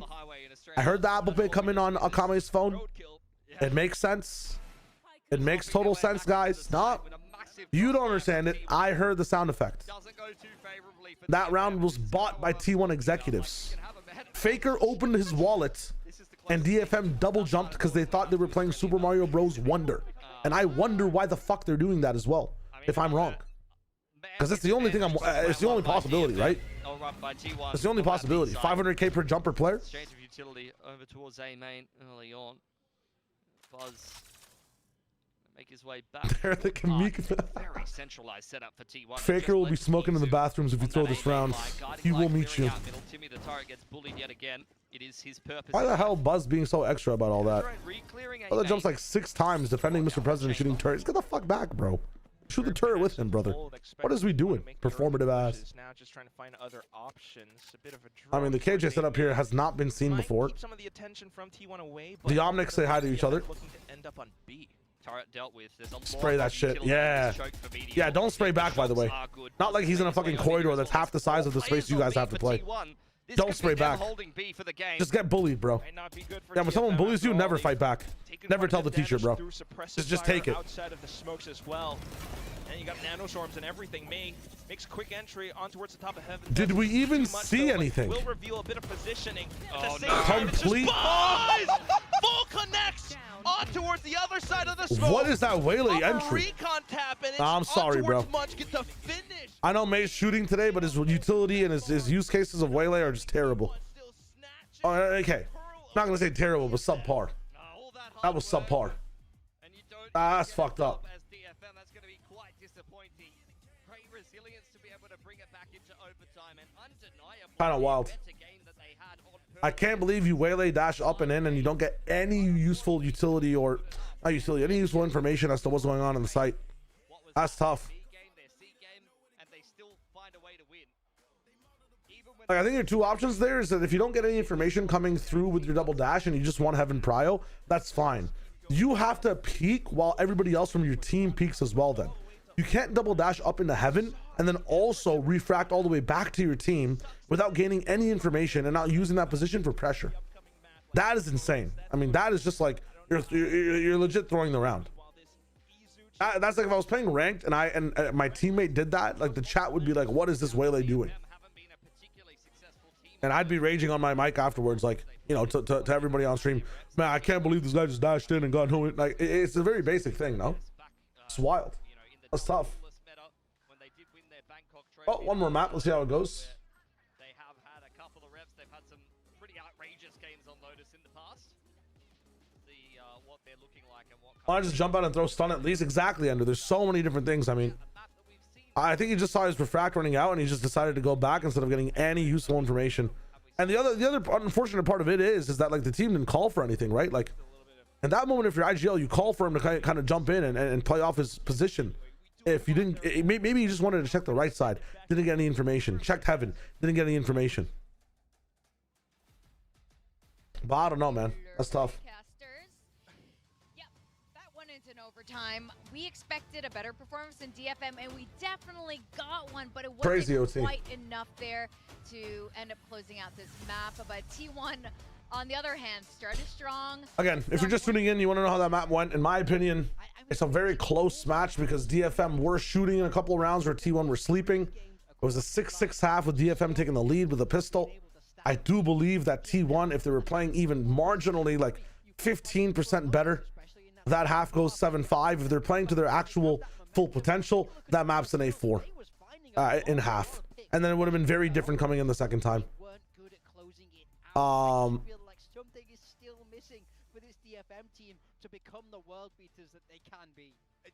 Very close from them, though. I'm not going to lie. T1 also just doing some weird shit on defense after the fact. This match could have been like a, what is this? Like a 13-7 almost. 1, 2, 3, 4, 5, 6, 7. Yeah, would have been a 13-7 as well. But again, T1 fell asleep a little bit. Maybe he just takes a map. Maybe it's just first game jitters. We'll see what's up. Well, first map jitters. And I will say, I like these roles a lot more for sure. You saw Akame have some big pop off. Why do we have Lep Dead? What is Lep Dead? I don't even know what that is. From that Dude, Avast is the GOAT. I wish Avast was like a 30K viewer streamer or something. I wish all he could do with his life is stream because he's so funny. It's all just not quite enough. We can praise them all we want. We can say they're making improvements, but it doesn't. Oh, actually, I agree. I think both these teams have a lot to iron out. That's right. I mean, that's really all. Shaw and Drew's gonna hang out, make some content. That should be funny, man. That should be funny. Silver Sock, welcome to the stream, my friend. Thank you so much for the follow. Appreciate it. What you ultimately need at the end of the day here. So DFM's gonna need to find a way to kind of reset themselves for Lotus, and we will get into this later, but we haven't seen these two teams play Lotus against each other. I show my takeaway that you just takes off. I'll hire Avast as a streamer. Miles, let's get it twisted. Let's get it started. Let's viewbot all the way to the top. Think we should give Avast the key to the city? Hell no. I said I want him to be a streamer, not a political pundit. Hell no. Keep this man away from politics, bro. We're gonna have human meat on the menus, lab grown, of course, in the next 10 days if he's, you know, in a Mamdani position. Hell no. Keep Avast away from the office. Into that Armageddon, they ended up missiling that Kobe as well. I think this is a really nice, well thought out, scripted round. From a top team, I'd definitely pick Pearl against T1. I think they still have some very good post-plant positions on attack, man. I honestly would not. I feel like, yes, although there's gaps, I feel like these gaps are because of their inconsistencies with their aim and their inconsistencies on their peaks. Their positions are a little bit lethal, though. Wouldn't you agree, Pratu? I was impressed in T1's position just as much as I was impressed in DFM's shooting. Like, they were hitting some crazy 180s, bro. Kaide and Akame were kind of frying in the first half. But again, the only reason the series was close is because T1 was sleeping a little bit. And then utilize their positions as well. I feel like it's a lot easier to fix T1's errors and gaps here than DFM's, in my opinion. Arteta's ball. Tennis balls are green. If tennis balls were yellow, you would know. There wouldn't be a debate. But because there's a debate between yellow and green, it actually pushes the green agenda. Guang. Because a lot of people on in their color hemisphere don't see many shades of green. And it kind of auto transfers to yellow. So the fact that some people are, and it's actually an argument, it's green. When something's yellow, everybody agrees it's yellow. When something's green, half the people agree that it's green, the other half agree that it's yellow. It's kind of how it goes. Especially from his days on Gen G, as being a more fragging IGL. I studied what's it called? I studied communication, which came with an entire course on like media arts inside university. I've actually done classes on this. So this is an educated answer. Playing two sentinels, not having the right positions, is not understanding how the comp works. I think they had some of the right positions, though. I'm not gonna lie. I also think that T1 are just coming in after this from a very fixable spot on Pearl. Do they fix it? I don't know. I've just seen KRX play the worst Pearl on the planet and then come in and play one of the best Pearls on the planet. So if they can do it, I hope T1 can also make adjustments from a easier spot. But I understand where you're coming from too, Pratu. You're not wrong. I just don't believe in you. That's all it is. You could be right. You could be right. I just don't subscribe, which is unfortunate. I want to. Our beliefs are different, but they're not wrong. I don't think either ones are wrong. Yes, exactly. I mean, that's why it was such a big deal when Munchkin, he was with Gen G when they won that first trophy and then kept going to win that Masters trophy. I think Munchkin really helped redefine the roles within a team and that how important it is indeed for an IGL to be able to frag, and Munchkin's really one of the best at it. Now, as we go into Lotus, in my opinion, like after all these talks about T1, I still think they're a fucking shite team. Don't get me wrong. I think they have one of the best players in the world on their team, but I think they're a garbage, not a garbage team. I just think they were because of their inconsistencies, I have them a bit lower on the bracket in terms of, as an entire team. Like Pratu, half the stuff he's saying is correct most of the time for T1 on most maps. I think for this specific performance, though, it's a little bit different. It leans a little bit away from it. But yeah, T1 have some crazy problems, man. Crazy problems. Also, the Team Heretics roster change. I talked about it a lot on both these streams. I'll say it one more time. If a player doesn't want to play for you, he's got to go. I don't care if it's 10 minutes before the match. I don't care if it's, 1 week before the match, 2 days before the match. I respect the decision of releasing a player if they say some things along the lines of, in a very serious conversation, they want to leave the team. You betrayed the project, and you might have the best reasons to do so. It's nothing personal. You just have to make the right business call there then, We're a squad, man. We're a squad. We make the wrong team. We make the wrong decisions together. We make the right decisions together. When things go wrong, we are all in the common sense of goal of wanting to improve. If one of those guys there is thinking about leaving afterwards, bruh, I don't care. I just don't subscribe onto what's going on. Who's the best player? Buzz, Meteor? No, I'm talking about Itsu. I think Itsu's the best player. We like the way that you were playing it, and we think that we could do the same. And For context, I've IGL'd a lot of teams, and I've managed like one team in the past. So I might have more personal a personal tie into this, but the way that I operate my teams and the way I operated my teams in the past, yeah, being on the same page, your goal is the biggest thing when it comes to like just basic tryouts, you know. I am worried. Roger was digging up nuclear waste without having anti-strat equipment. I mean, yeah, everyone's suffering, man. Everyone's suffering. Now, for me, Itsu is like a fucking top tier player. If you have like a top 10 across the world, I think Itsu makes it into the list right now, even with the way T1 are playing. That'd be really cool, by the way. I think by the time I catch up on China, which will probably be week 4 of this VCT, might do a top 10 players list. Top 10 players list before playoffs will be nice too. So I'd love to see them strip it back, simplify. Oh dear God. Right now, the best player. Oh, hold on, what is this? We got an ISO. KRX ISO on Lotus. So at T1, continuing to go. What the hell going on? You know, they obviously were playing double over on Haven, but so far, they've widely just been keeping the buzz. So this is lots of pressure on Buzz here. Big performance on the KJ, and that's exactly the kind of performance that you need to be having as you're Itsu can just shoot into this ISO, because it's been globally very hit or miss for a lot. Low key though. I mean, ISO, you have to be hitting those shots. I do worry though, because I do wish that Itsu was on Cypher here instead of Killjoy. Is Cypher that bad at stopping Neon right now? Is this trip that garbage? I haven't played too much Cypher in ranked since the change, or played against him because no one's picking him anymore. So I'm excited. Brady, you really use the Terraria stream? I mean, I have a lot of questions of how everyone's. Terraria is a fun game. Terraria is a fun game. So all I have are questions for this. Maybe Pilsky and Quack have the answers. Over to you guys. I think right now, Kushal, I don't have enough information on T1 for all time, you know? I'm just a 2025, 2026 Andy. I just got here. I'm a little guy. ISO Lotus used to be a thing. I forget which teams ran it in the past, but we did. Its contingency is really good at scaling C and A. This was pre fucking, you know, the change where you can slow it down. It's really good for diffusing as well. Like T1's currently on a 6-match win streak in VCT Pacific. I was about to say specific, bro. God damn. All right, we'll keep it up. Their group has a bunch of fucking free matchups, I feel like. See what happens. Gamble, yeah, if anybody wants to pop in Gamble, here we go. Hello, Showers Wager. Did I miss a banger map? Let's hear Fiona. Mid banger. You know, you missed a good map. I think that was still a good map. Some crazy shit going on, some chaos. If you like watching VCT, it's not a bad map.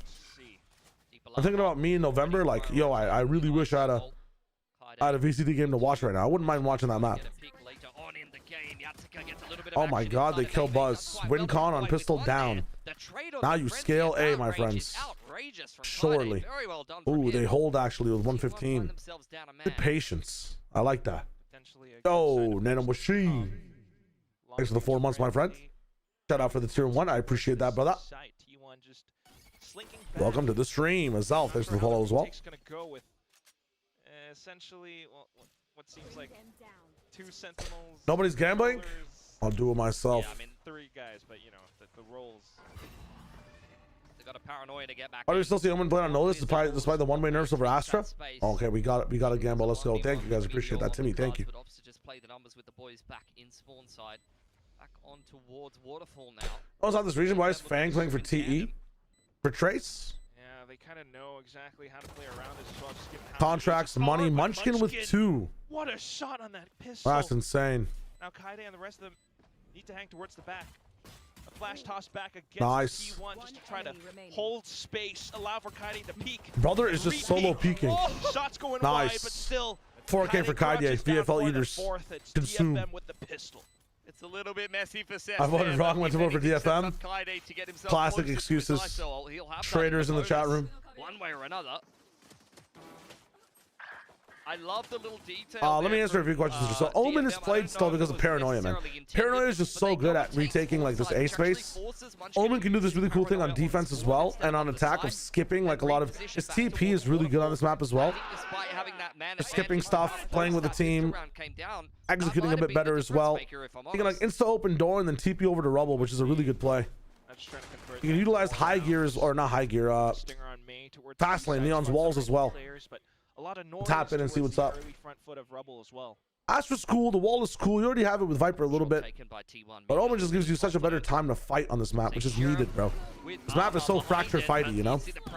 Nice for May, good Prowler. To punish him in an open position like that. I mean, you got to back the man when he's feeling confident. Casters and co-streamers picked up VFL. Oh, wow. Will the new VCT format mean multiple streams for open tourneys like Nerd Street back in the day? I think so. Next year, listen, I have 3 years of experience watching open qualifier streams, and then 5 years of experience just watching Fortnite's open qualifier system. I'm gonna do some crazy things on stream when it comes to red zoning these games. It's going to be very, very fun next year. If there are streams for these games. Nice try for patience there. Whoa. The damage is insane from Stacks. Izu managing to sneak away with a stinger as well could be. Oh, is my hair looking kind of crazy? I have it like pushed back in a clip. It's gonna be like this for a while. We gotta get used to it. How did T1 OT go on Pearl? DFM was so ass on it? Yeah, in T1 we're sleeping. Ass versus sleep, who would win? Sleep wins every time. Nice pick for Izu. This one's getting expensive. Sometimes his gun feels so broken. That will be pilfered by Izu. Gonna see if he can continue to make this one more expensive for DFM. He's got the turret to try to watch us back as well, but the timing. Astra can give you post spine, and if you need to top over to places like Rebel, just pick up Astra Star and Neon can run through. Neon needs to be somewhere else. You have to be very careful while 3 crafting and not just fall into very specific things and keep remembering about the general. You gotta pick what supports the general. Like, yes, Astra can pull on post plant. Omen can get you there in moments you never would. Omen can disrespect half the compositions and characters available in this game. Omen can really utilize the territory on the map as well. Lotus is a pretty small map too. I feel like Astra tends to do much better on larger maps, or maps that are more execute heavy to sight. When it comes to space control and maps that are execute heavy to spaces, Omen is just better, man. Omen is just better. Astra doesn't do too much with fighting for space past like recalling and stuff. But when it's instantaneous space fights, like on Lotus, like on, I don't even know, like Ascent, like Omen is just better. Ooh. Did they do anything to give him more information for that? I don't think so. They Prowler. It's a nice scaling tool. Thing is, T1 got a very quick response to this one. Oh my god. They forced the last round. I didn't even get to notice that. Still towards the back, a drop though, and it's T1 just able to. Oh, never mind. This is bonus. I got these teams switched around. The vision that they have, but Yatska trying to make it competitive. God damn. But the Sheriff goes down at the very end. So there's just things with colors that throw me off because T1 is red.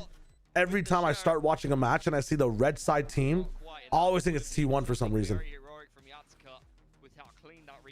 But that was clean from Team 1. Lots of things put down for DFM there. I don't mind them using that ISO ult on the bonus. Bolsters the bonus a little bit, and you get to use this ISO ult, what, 3 rounds in? They'll probably build like 2 more the way Kaidi is playing right now.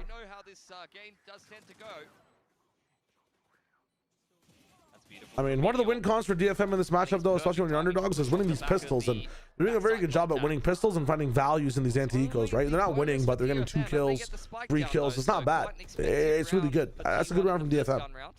I like the ideas. Here we go. Paranoia comes in already. Gets you the space, gets you the time.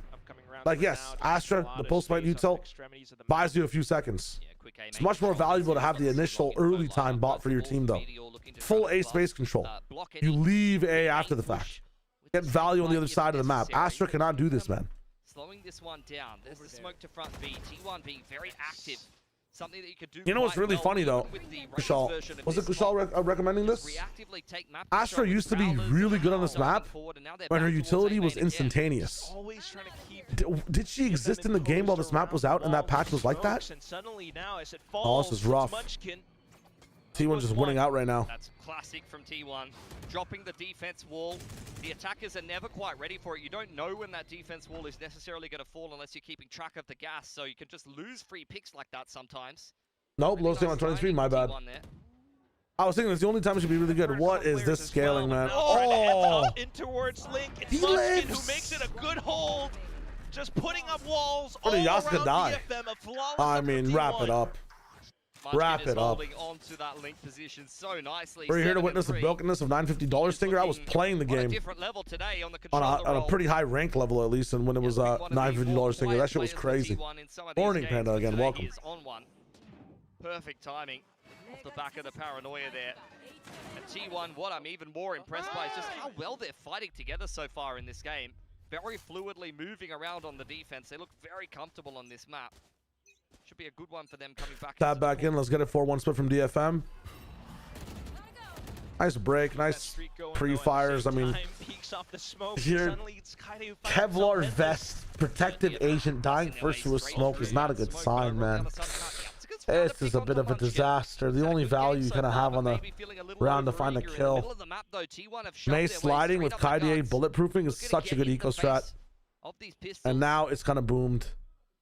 And now with the B push as well, I mean, T1 are playing kind of dangerous, giving them these fights, but when T1 are playing like this and they're shooting, it's like, yeah, you understand the answers. Like, But Cess makes it a good try. oh, Serve shots, but then the stun out from Buzz to aggress back, corral him into a corner. Disgusting game. This agent is playing a different game with all the tools available in Valorant, man. I feel like it's one of the most power scaled kits in the entire game. Could be worth its weight in gold. Dark cover fades. Neither of them are looking at him. That was winnable, bro. That was a 4-bullet winnable situation. There were even 2 players on his screen in the middle of nowhere. Cannot blame the man for not being ready to calibrate the aim in time. NT. Fnatic invented the default comp on Lotus 23 ran it with Astra when Omen was mega OP. I don't remember exactly what they were doing with it though. Much more competitive Well, than they probably again, should have been. You have to look at specific theory versus general theory. If you're playing for specific moments and there's a team that can, you know, really abuse the system of the map to get those specific moments, like Fnatic, of course, like what Shaw's saying, what we're saying about Astra is amazing. But a lot of the times you just have to look at what generally makes more sense, and that is Omen. That is just de facto Omen, you know. It's easier to rock for many people. It doesn't take a team like Fnatic to pilot. It doesn't take the roles that Fnatic has. Any team can do it. I'm not saying that, again, Astra is useless on the map or is a bad pick. I'm just saying that Omen is generally the better pick.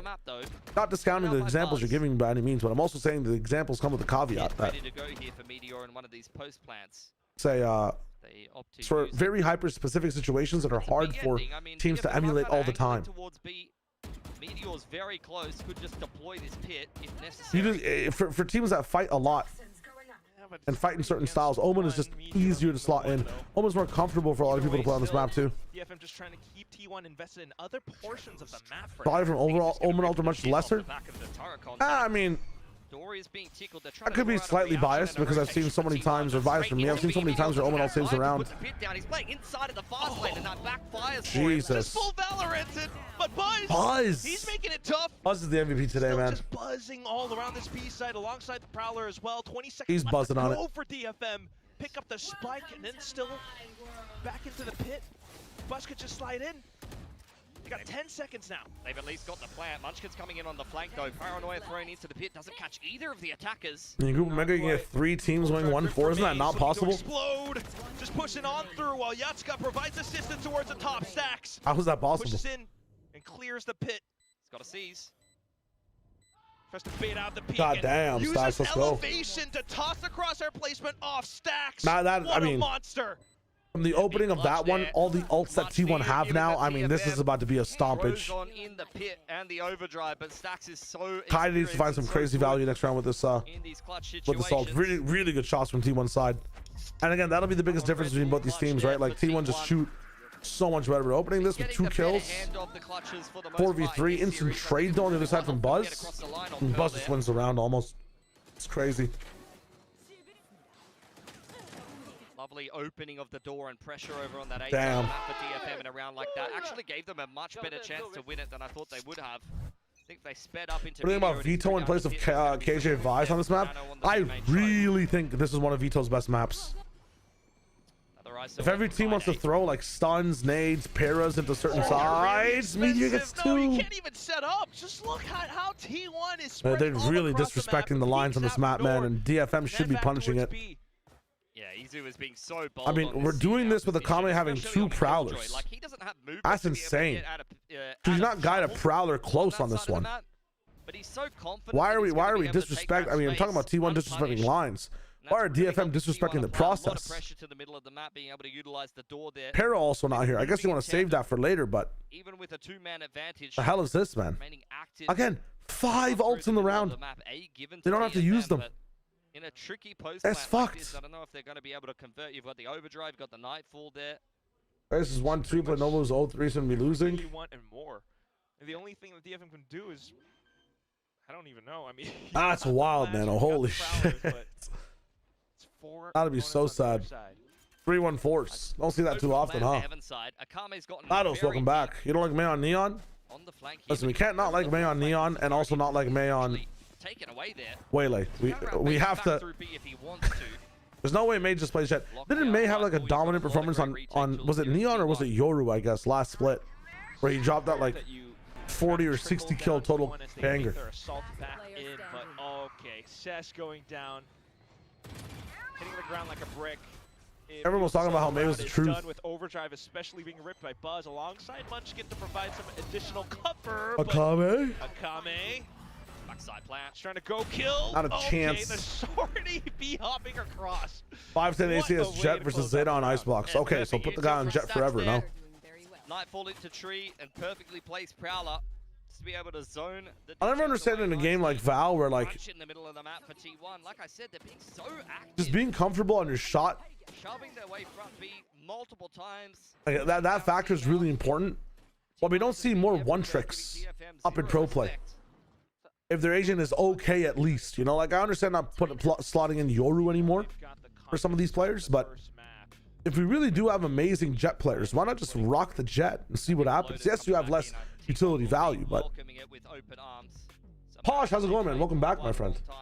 I don't know you also hit up the Valorant scene. I thought it was just a deadlock thing. How's my VFL doing? It's doing honestly, I don't know. We should check. No, thanks to the follow. I will say though, the player's performance thus far. How do I remember you, bro? I remember hopefully almost everyone. It's like half the job is having a good relationship with your chatters. No. Most of my players have not played this week yet, so I gotta wait. I mean, Rien's is selling my bread, but honestly, sometimes the bakery, you know, bakery doesn't make money. It's okay. Everyone else is doing okay. No one's really played so far. Seven's giving me some crazy value, but nobody else has really played. I gotta wait for tomorrow and the day after. DRX is playing next though. We got free ink. It's gonna be fun. Not seeing too much there. Post timeout, they're trying to gain a little bit more control, trying to go a little bit quicker. We're gonna crunch the seaside with the door open. That'd be sick from DFM. I love that. Prowler in, TP across, open door and crunch C. You push these guys back, Duelist can come out. Wow. From Yatsuko on the jump spot. Plucks Buzz out of the air. That's a nice shot, and that's a nice strat from DFM as well. Please don't lose this round. Hold to 45. Ooh, T1 responds. Meteor denied. I'm liking that fucking onus from T1 to own that position though. Not wait for them to hit that site. 3v5. You definitely double back with the space. There's no way you hit C. Oh, they hold the balls. Yatsuka's getting more space up A, but he goes down for free to Stacks. I think off the back of that, now you can see. Nice. I mean, that's crazy patience from DFM. Back there. At least now, though, just giving DFM a little bit of respect because they have a 4v3. What's Tim's ult called? Isn't that like TB-Bo 1 or something? Okay. Kill contract off of it just to try to play around the positioning, but May just sneaks through and gets gunned down by Munchkin. He's taking down Kyrie as well in an instant. 3v4 turned into a 3v1. Why? Cess is not but a guardian of all things. Does he have the headshots necessary? No, just the one. T1 just absolutely disregard whatever DFM have done and come up with 6 rounds so far. They placed down the lockdown, and it's just the biggest. Just Ghost fan, hello. I'm so sorry you had to tune into this. Just waiting for DFM. I mean, off the back of that. Izu that's the round that would tilt TMV, bro. That's where you just tune out of the game. Successful game on the like cool things back and forth, you know, a duel of fates, clashes of swords between both teams. Just continuing to dominate. Why do we ult there on ISO? Wait for them to get to the fucking spike. Ah, it's disgusting. What's the economy like? That's disgusting, man. Sonia, hello, how's it going? Put these buys together on the light armor. Op comes out for Buzz now. It's Sliggy live today. Long line. It's been a big point. Thought their guns are broken. No, I feel like keeping it under control. their guns are online. It's just some of the decisions. ISO ulting just gives the enemy team a straight advantage of getting a free 1v1. Like, why are we doing that? It's the brains. No Sliggy, no FNS. Oh shit. The big guys are. Well, I think Sliggy's definitely doing some partnership thing right now. We're in Riot HQ. There's no way. Maximum safety. 0 risk speed taken. 0 liberties. So much respect given to a team like T1 when you see 3 pieces of utility just to clear an open door on A here with the smoke. Clear it up. Again, the proactivity from T1 on this map is fucking amazing. I love teams that actually do something, even when holding further back lines. Like, you know, proccing this door, going for a prowler. Just continuing to invest in a game having the turret, but having a proactive angle for to play off the turret as well. Look, we're further back on C now, but now you can afford to quiet down on defense. Right now, you don't take the proactive position. Tapping up a little bit at 50 seconds, 45 is very smart from T1. Munchkin still has the paranoia. 3-man position on A. T1s are in the right positions. What do they have to defend with? Push alongside it for now. They clear your corners, brothers. But that one corner. And Stacks walks away with it. Scott Munchkin's positioning sometimes needs to be adjusted, man. Down, and DFM will do it. Still though, Izu catches them on a timing. Bruh. Turns things back into a 2v2. Buzz needs a gun. The corner, has one. Trying to make things tough. Where could DFM I like this double up. There's so much noise, so much to look and clear. Suddenly, he slinks forward, and it's Izu to continue to find it was a fun time, guys. It was a fun time. Do not stop. Oh, so he's at a wedding. I'll be going to one soon as well. 11 and 3 on the kill. We're going to a wedding, I think in like 2 weeks. One of my really good friends from high school. Put your money on Meteor finally getting married, bro. He's been with the same girl for so long. One that he's very famous for. I think a lot of respect being given to Izu in this regard to let him play that Sentinel role. Although you have seen more and more Viper from Meteor as time has gone on. And in the last iteration of T1, you did see him a lot. Sliggy can't handle the FNS chatters. Once someone asks him if the breach stun should also have a recon. What are these? Where are these people spawning in from, bro? I don't believe people like this exist. But then I remember a chatter I used to have. Hope he's having a blessed life. Who really advocated for Gecko on Corrode over Yoru. Shout out Burry. And things got so heated with him that he unfollowed the stream and left. And we found out he was an FNS chatter the entire time. FNS spawns in some of the weirdest people, man, when it comes to takes on the game. Wait, Sonia, you have to tell me who this chatter is. If it's the same guy, we need to have an intervention. There's no way. Orb goes up. You've got the snake bite. Got a nano swarm in position. No way. Not going to be easy to break this C choke. Munchkin's over here with the paranoia. It's always FNS, man. I guess the Brown boys might not have it popping. Kaide just fucking interrupted. I mean, there's no way you don't have a protocol for mollies, right? Brother, would you not just fucking bounce that shit with May to see if mollies are there? I guess you can't because of the smoke and shit. Do you have flashes in the comp? You don't have flashes in the comp. I'm seeing some compositional issues now for this team on the side of DFM. Saying Neon no flash. Lamau. Oh. You're letting him do that to you. At least the dunk is blocked by a comment. Peek it, bro. Meteor, just peek it. Still inside, just keeping the pit up. Oh! The other 3 from T1 just continuing. Officer, my hands are up. Buzz finding the stun. Akame says they managed to get a Time. couple kills, but still 10 seconds. Time. The spike's not down.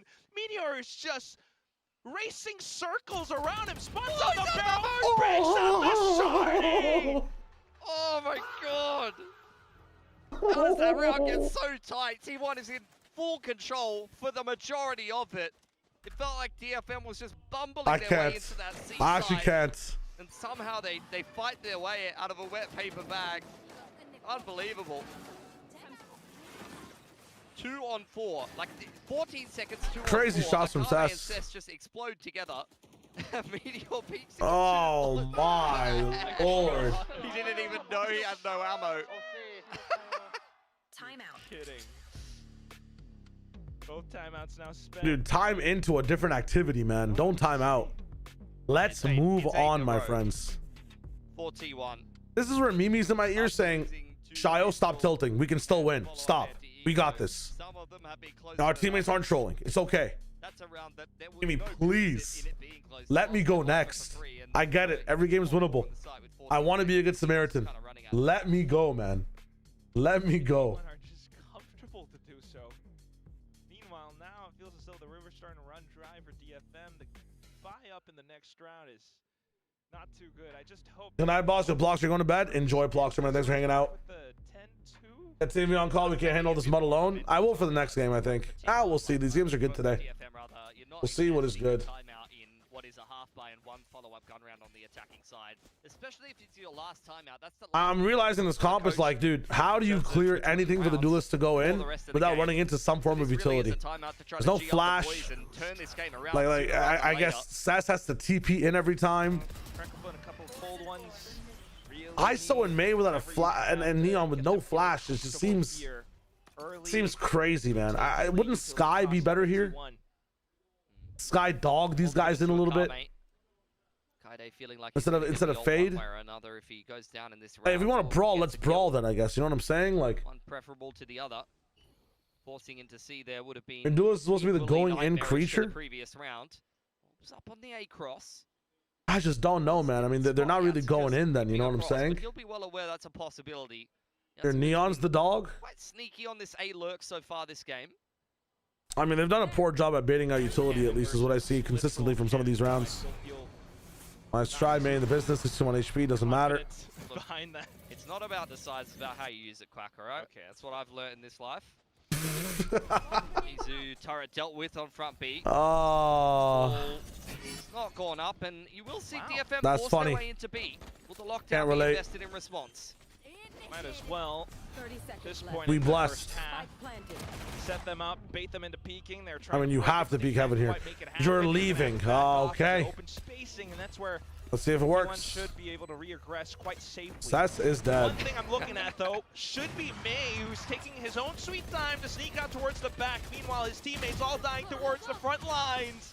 It's T1, and they already have full Jesus. control over B site. Their Buzz is just styling on them. Lovely stuff from T1. They throw down the lockdown yet again as a bit of a bait. The Rock of Phoenix instead of an ISO. I just feel like ISO against this KJ is having a really tough time finding value with the shield.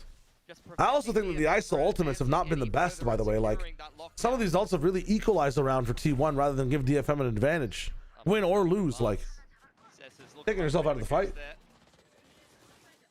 I'm down to turn on Pokemon Champions. Omen ult to stay outside now. Let me just get hit for fun. We gotta use Omen ult for the important rounds, you know? It's 8-2, guys. Well, Omen ult on 9-2. That'll be fun. We're 0 for 2 in terms of the ISO ults. That'll be a good time.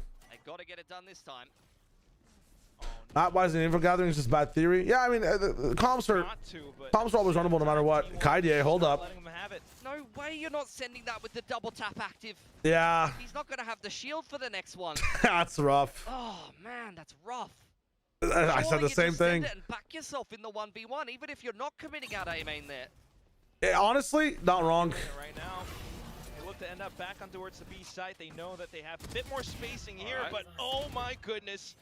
At least Sess is here to pick it up. And then the kill You know what? contract, mid-rounding This is a towards pretty C. good use of this, I'm not gonna lie. Surely Kaide. Oh! one from Izu, the team to play The trade around is it there, still, though. The trade is there, guys. That's what I mean. So trying to keep things The in trade is contest, there. to try Imagine to end up having with a fucking 3-9. shield versus That goes down. Overdrive. Oh, by the way. Nightfall in response there for DFM, trying to push T1 back on Mount. Proud of the zone that player back Oh, into how are we side gonna of the lose this season. now, DFM? Show me. DFM Show me the way. waterfall. Buzz just had the Dude, Buzz moving like Michael Jackson, man. Ooh, so just a bit of timing, and then the Prowler from All right, Sax to get well, himself Kamui dies back into first. the site. Overdrive gone now, but he's got the firing Oh. power just to try to play around the corner. Papa lies. Sax unfortunately goes down. Papa which means lies. is the Munchkin only one dies. left. He's got a good idea of where his opponents got are, it. though. Yeah, that's right. Pops into the smoke, and there lies Joshua, hello, hello. to bring up a third for DFM. 9-3, winnable. And that will be The most devious third half in round and a Valorant. half, and the first gun round for DFM. But it really doesn't fill you with too much confidence when Maze just said, I'm done fragging. I'm just going to run through Link and we'll see what happens. Yes. Seth, please trade me. 5 kills for May here. We won a round that isn't pistol. This is I the didn't second even time we've seen realize. a I proper did not superstar go even completely realize. missing on Lotus in Hold Pacific. up. The first one was Danby. That was Let's look at the awesome. files. Back Oh, doesn't no. feel like May is in the server right now either. Oh no, guys. Have to run an ad break for this. I'm not gonna lie. I feel that, but We need an ad break for this. This is at least crazy. 3-9, La Pistol you can James hope to only. once again pick up We'll the be right pistol, back in maybe 1 minute for those who are not subscribed, but you could build up subscribe off of that. to dodge the ads or watch on YouTube. Either way. It's T1 on the attacking now, and Oh, almost broke the stream. Izu is this heated up alongside basically the entire Everything team. that shot up terrace. Yeah. I mean, that What the looks hell easy. is that, This bro? kinda looks like, why are you peeking me, bro? What the hell is that? It's a killjoy. Yeah. He's a little bit too easy for him right now. Dogs should be used on Neil whenever 14-5. possible. They had gaps on that ender all the That's a time. 9-round streak on the defense Yo, there for T1. Zen. They're looking very comfortable, very Proud that dodge over 9 months. Lotus Mad and respects, my friend. Thank you, thank you, thank you. 0 for 3 in terms of the ISO ultimates. Raze will be a good shot over Neon the way these guys are playing. I don't see them really utilizing Neon as well from May. Did not find much success. Thank you, Zen, for the 9 months. Again, that's a lot of support. Shout outs. Gonna get some Pode? From Pode, what the hell? Gonna get some food, man. This is painful. I read painful and food the same way. Enjoy your food, my friend. Definitely I had a nice little shawarma plate last night. It was like yay big. Stage 1. It comes with fries, the chicken, the garlic and tahini sauce. On the pistol. I added some salt and pepper to that shit. Some chimichurri flakes. Mix that shit up. A little bit of hot sauce. Watch Zootopia 2. Dude, Zootopia 2 is a good movie, man. 8 out of 10 for me. Not gonna lie. It's no Puss in Boots Last Wish. That movie's a 10. But it does get pretty deep in there. And the animation and jokes are hilarious. Zootopia kind of goated, I'm not gonna lie. I mean, I cannot believe that hasn't gone well for Izu. He's caught Yatsuka with his pants Itsu sacrifices himself to give a 10% damage buff to all his teammates. Buzz sacrifices himself to just let Meteor get 3 kills right here. Watch. There's one. It was Stacks, by the way, not Meteor. Sess is dead. Nice, easy. Meteor 3K, predicted. As well. Now you get a real No, look the other way. All around Link. Okay, I lied. Want to push past it. I do not have a read on this round. It's got the double tab activated as well. Kaide He dodges it all. alongside May, the duelists. If I dodge it all, slip and fall. We're not out of this 1v2 in B main. Drop High smoke. and it's Munchkin to play sneaky. 30 seconds left. DFM do not move a muscle. 30 seconds. Oh, It's your oh. play, Munchkin. What do you got? He sees both. He Bit of saw a both off the jump spot. peak. Tries to triangulate No up, but way. he takes down the first. 15 HP. Kaide has to reload. Sneaks back in. Munchkin down to 2 Plant, bullets. motherfucker, plant. 10 seconds. Kaide, where you Kaide going? wants He has none a of plant. this Get smoke. back in there. But he's got to come back in. There's still a chance for Munchkin to actually get the spike down. Kaide, He doesn't have it. what's your play? He's trying to bank on the fact that he's going to run out How of his Munchkin high. losing a round to DFM air, bro? Sneak away with a round, but still going down to kills at the end. How is he losing a round to air, man? You breathe that shit every day. You need that shit to function. Oh my god. How you not? Someone buy this guy a stopwatch for Christmas. How are you gonna lose a round to air, bro? I think that's how the kids say these days. But even when you lose 2 picks as T1, like they still find a way to get Oh. back. Still, Munchkin almost brings a 1v3 together. Very messy exchange. Missed the plant. As we would say. Dude, May's moving so fast that Munchkin thought he was fighting the after image of 2 players. I think that's what it was. Well, That was a reverse flash type situation. If you know, you know. If you don't, well, I can't really explain it to you. It's a bit too complicated. You're dead. Oh, and by you, I mean May. What the fuck is Neon? Suddenly you got control over B site. DFM might have you surrounded, but do they actually have the shots? It was me, Barry. I slid into your face with a shotgun. 12 HP while T1 You're dead. Haircut. Okay, he's got a little off the sides. Not bad. One more kill. The rest of the team gonna get absolutely connected on by the paranoia. Barber's gonna fucking these guys up if they stick this, so help me God. Says onto the spike, trying to stick it through. Stick, motherfucker. Bit of support coming out from Yatska. Stick. And it's once again Munchkin in a clutch meanwhile, I'm a kid in the forest, bro. Safest ever, but ultimately the weapons will come out on top. Good patience, but similar to the pistol, the anti-eco is very troublesome for DFM. But I've only learned one word in English, and they find me in the grasslands. Another pistol, another anti-eco. Time for some gun rounds, boys, or this series is going to be done, Ski. I'm actually losing it, man. I'm losing it. This game's making me lose it. It's actually making me lose it, bro. Armor broken, and with the spike going down, a little bit of extra money and a whole lot of ult orbs as they move through the rest of this half. Definitely a lot Leave the bag that keeps falling off the fridge. potential for them to come back. Just trying to farm up onto a first one, possibly around C. You're a golden retriever at the park.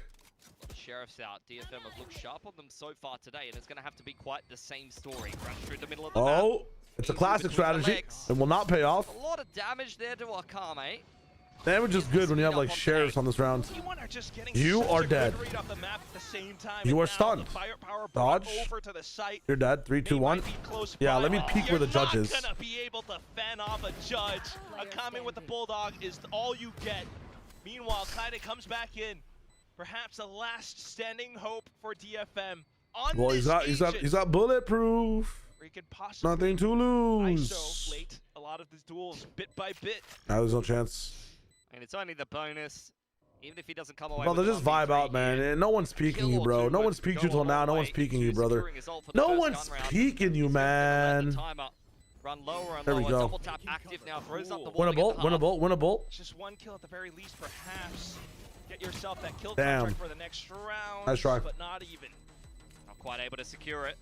T1 win their first gun round. Not Coughing baby versus coughing baby. Losses, but yeah. Secured nonetheless. I say this is like coughing baby with a fade versus coughing baby with like a. I don't even know. Very active towards C some other haircut, bro. Coughing baby with mohawk. Fuck it. But T1, after seeing all of that movement, they just speed up onto Cess. Quite happy. Me and my friends trying to solve a crossword in this 5-letter word for something that falls off trees and starts with S. I found the caption for the clip. Somebody clip the play. I will caption it. Teamwork. Let's do some teamwork. Hopefully able to put up good hold. Dealing with early recon players outside of C Mound. They spot that many and they call. I'm zoning out of the game. DM me when DFM wins. You're gonna be like in a ship like Chris Pratt when he was put under and like it was crawling through space. The passenger, brother. You're gonna be like Fry from Futurama, bro. This team is you're gonna be sleeping forever, bro. You're not waking up. You're not waking up. I'll post it right now. Give me the clip. I'll post it right now. Find the right timing around the doors. They have to make it a go now. Meanwhile, Yatska and Cess trying to delay as much as possible, but Munchkin has stuck what the fuck? Them. Shrouded step. Did they not hear it? And then it's kind was that a shrouded step or was that a fucking ultimate? Instant, it's a shrouded step. T1 are quick. How has Munchkin gotten away with that? That is outrageous. Sneaks into the back of the site. Really, Evan? That's sick. He deserves it. Dude, Faker should get an entire country named after him. I don't even care, bro. Two of the better performers for DFM gonna have to come up with something special. Special would be the key word. I just it's the double Mako TP? Yeah. All the angles being covered. Meteor makes the first move, just trying to buy more time away from yes. Spike and saving on the 10-5. Pressure of the entire scoreline. And there's so much time left. My heart hurts watching that round go on a save.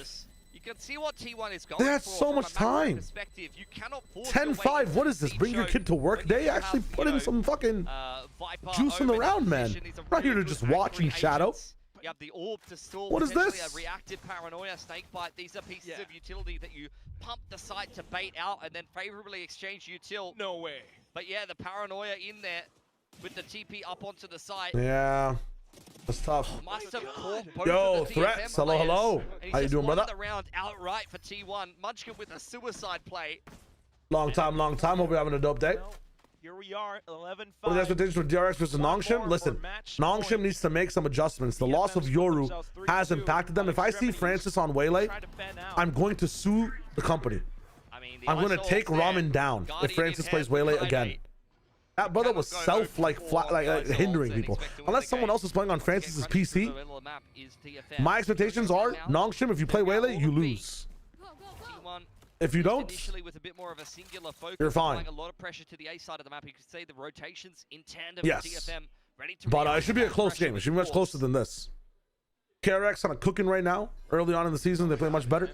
I didn't get to watch their secret game. Was it against Team Secret? I forget who they were playing. I didn't get to watch it, but I heard it was nice. Well, this is my first time watching KRX this season, so we'll see what happens. May slide, right foot up, left foot slide. And then DFM gets hit by the Drake allegations. I mean, it's tough. It's tough to be a Toronto rapper in the business. 12-5. Maybe you wish you went for that retake. Isn't it better with guns? Now what do you do in this 2v3? Save again? Motherfuckers? Well, in the middle of the map, Izu has taken the pole position. Ready for the rotation from Yatsuka. There's the night. Nongshim with no Yoru Rose emoji? Threats, you're not wrong. I think they can find a way, though. Half the time, Francis was sleeping anyways. The nano to zone from Izu over on Waterfall side. It's falling apart at the end hour. DFM just ping-ponging off each other to perfection. Someone go wake Kira up. Blunder, perhaps, even. I'm sensing some throws coming in from T1 here. I don't know why. But I'm looking at 5 ultimates online.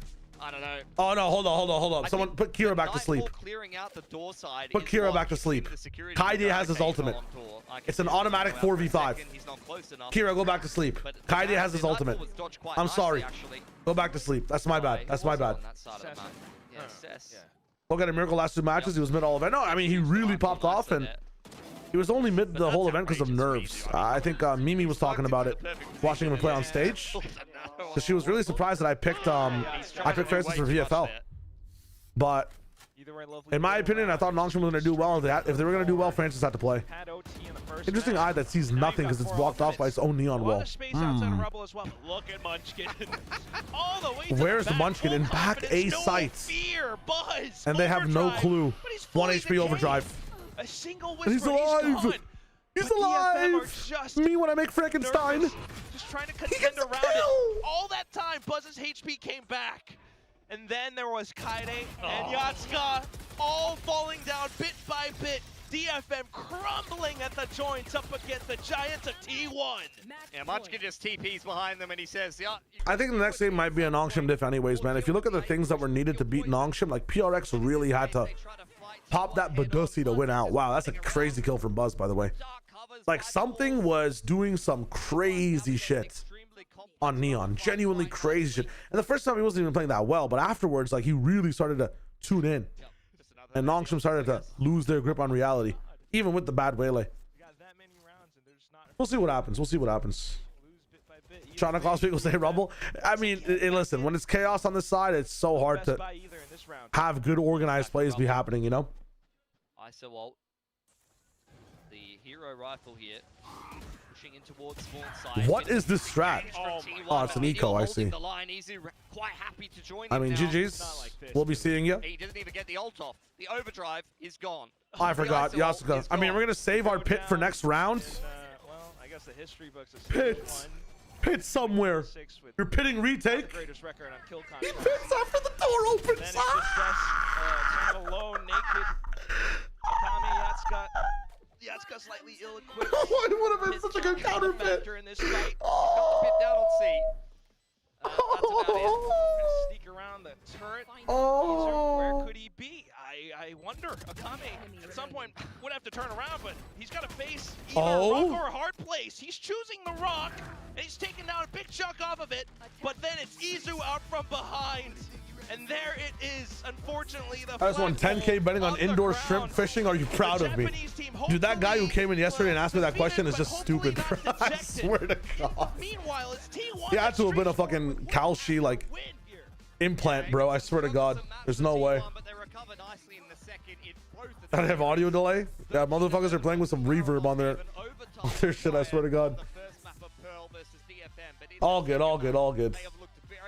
What if loadout suddenly turns out to be decent again? And all the people picking loud players with the advantage of being double loud, double G2.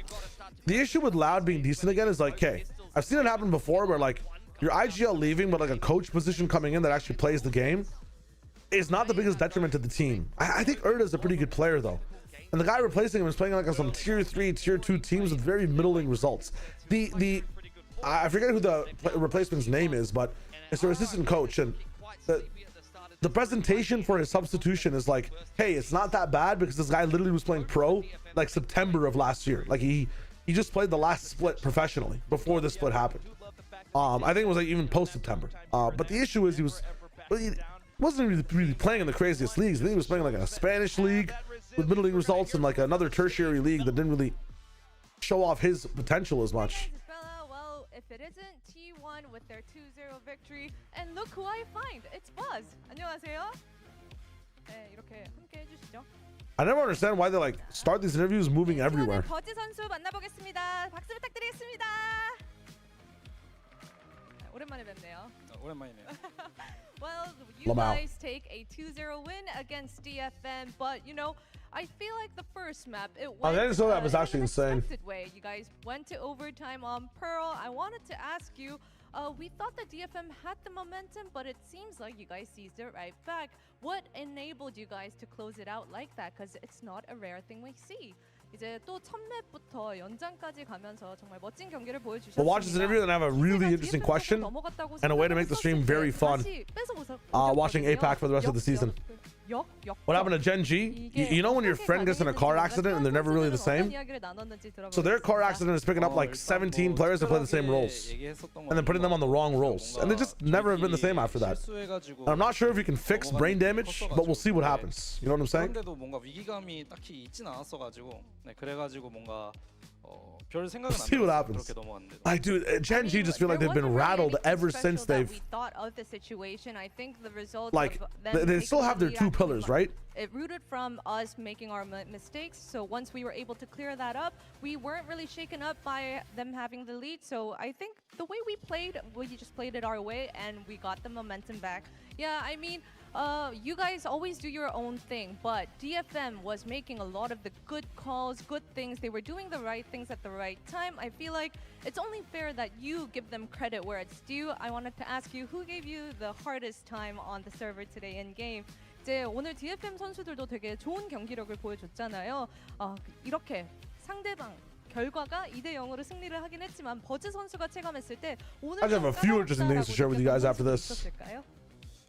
앞서 말한 것처럼 저희가 What was the person giving him the hardest time? Probably a Kame, right? From the position that he was playing? 그래서 그런지 저는 뭔가 게임할 때 되게 편했고 뭔가 뭐 불편했거나 그랬던 선수는 없었던 것 같습니다. 그래도 오늘 좀 인정을 날려주고 싶은 선수도 없었던 건가요? 다. 그냥 저희 팀이 제일 잘했습니다. 좋습니다.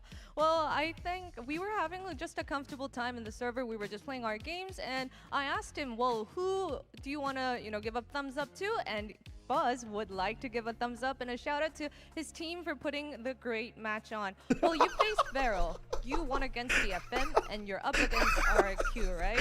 Well, Pacific OG, what are your expectations for the next match? What are you thinking?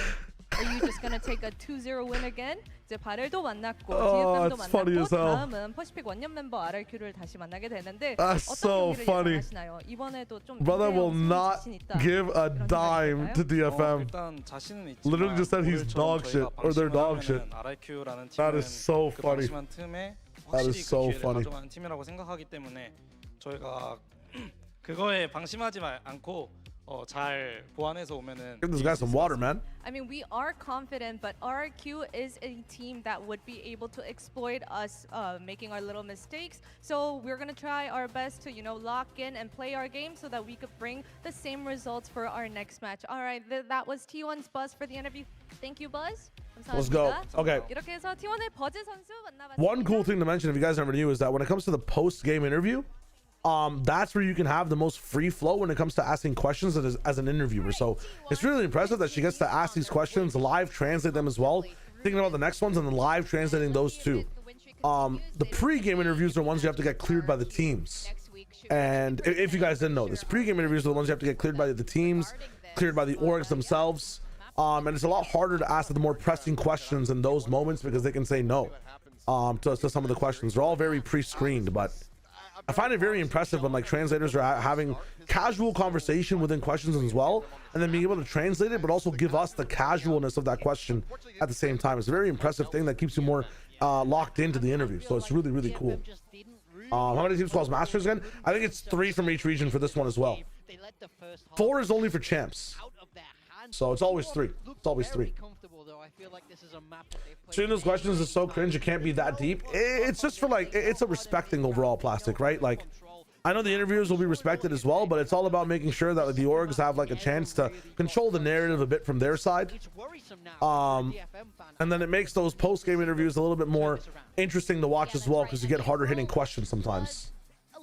You do have situations that I kind of don't like though, where teams want to, or interviewers want to ask harder hitting questions, don't get to beforehand, and then fall into this pattern of a team's just won. You deny giving them flowers to talk about some of the more controversial things that might have happened in the game, they threw a lead and locked in, or they, there might have been some rumors about something happening, and you asked about that instead of focusing on the match. You're trying to get your cake and eat an extra half of it too. So. Oh, calling for Pacific is going to be a tough time. Second thing I want to say, let's just have this fun time to make these matches amazing to watch for the rest of the week.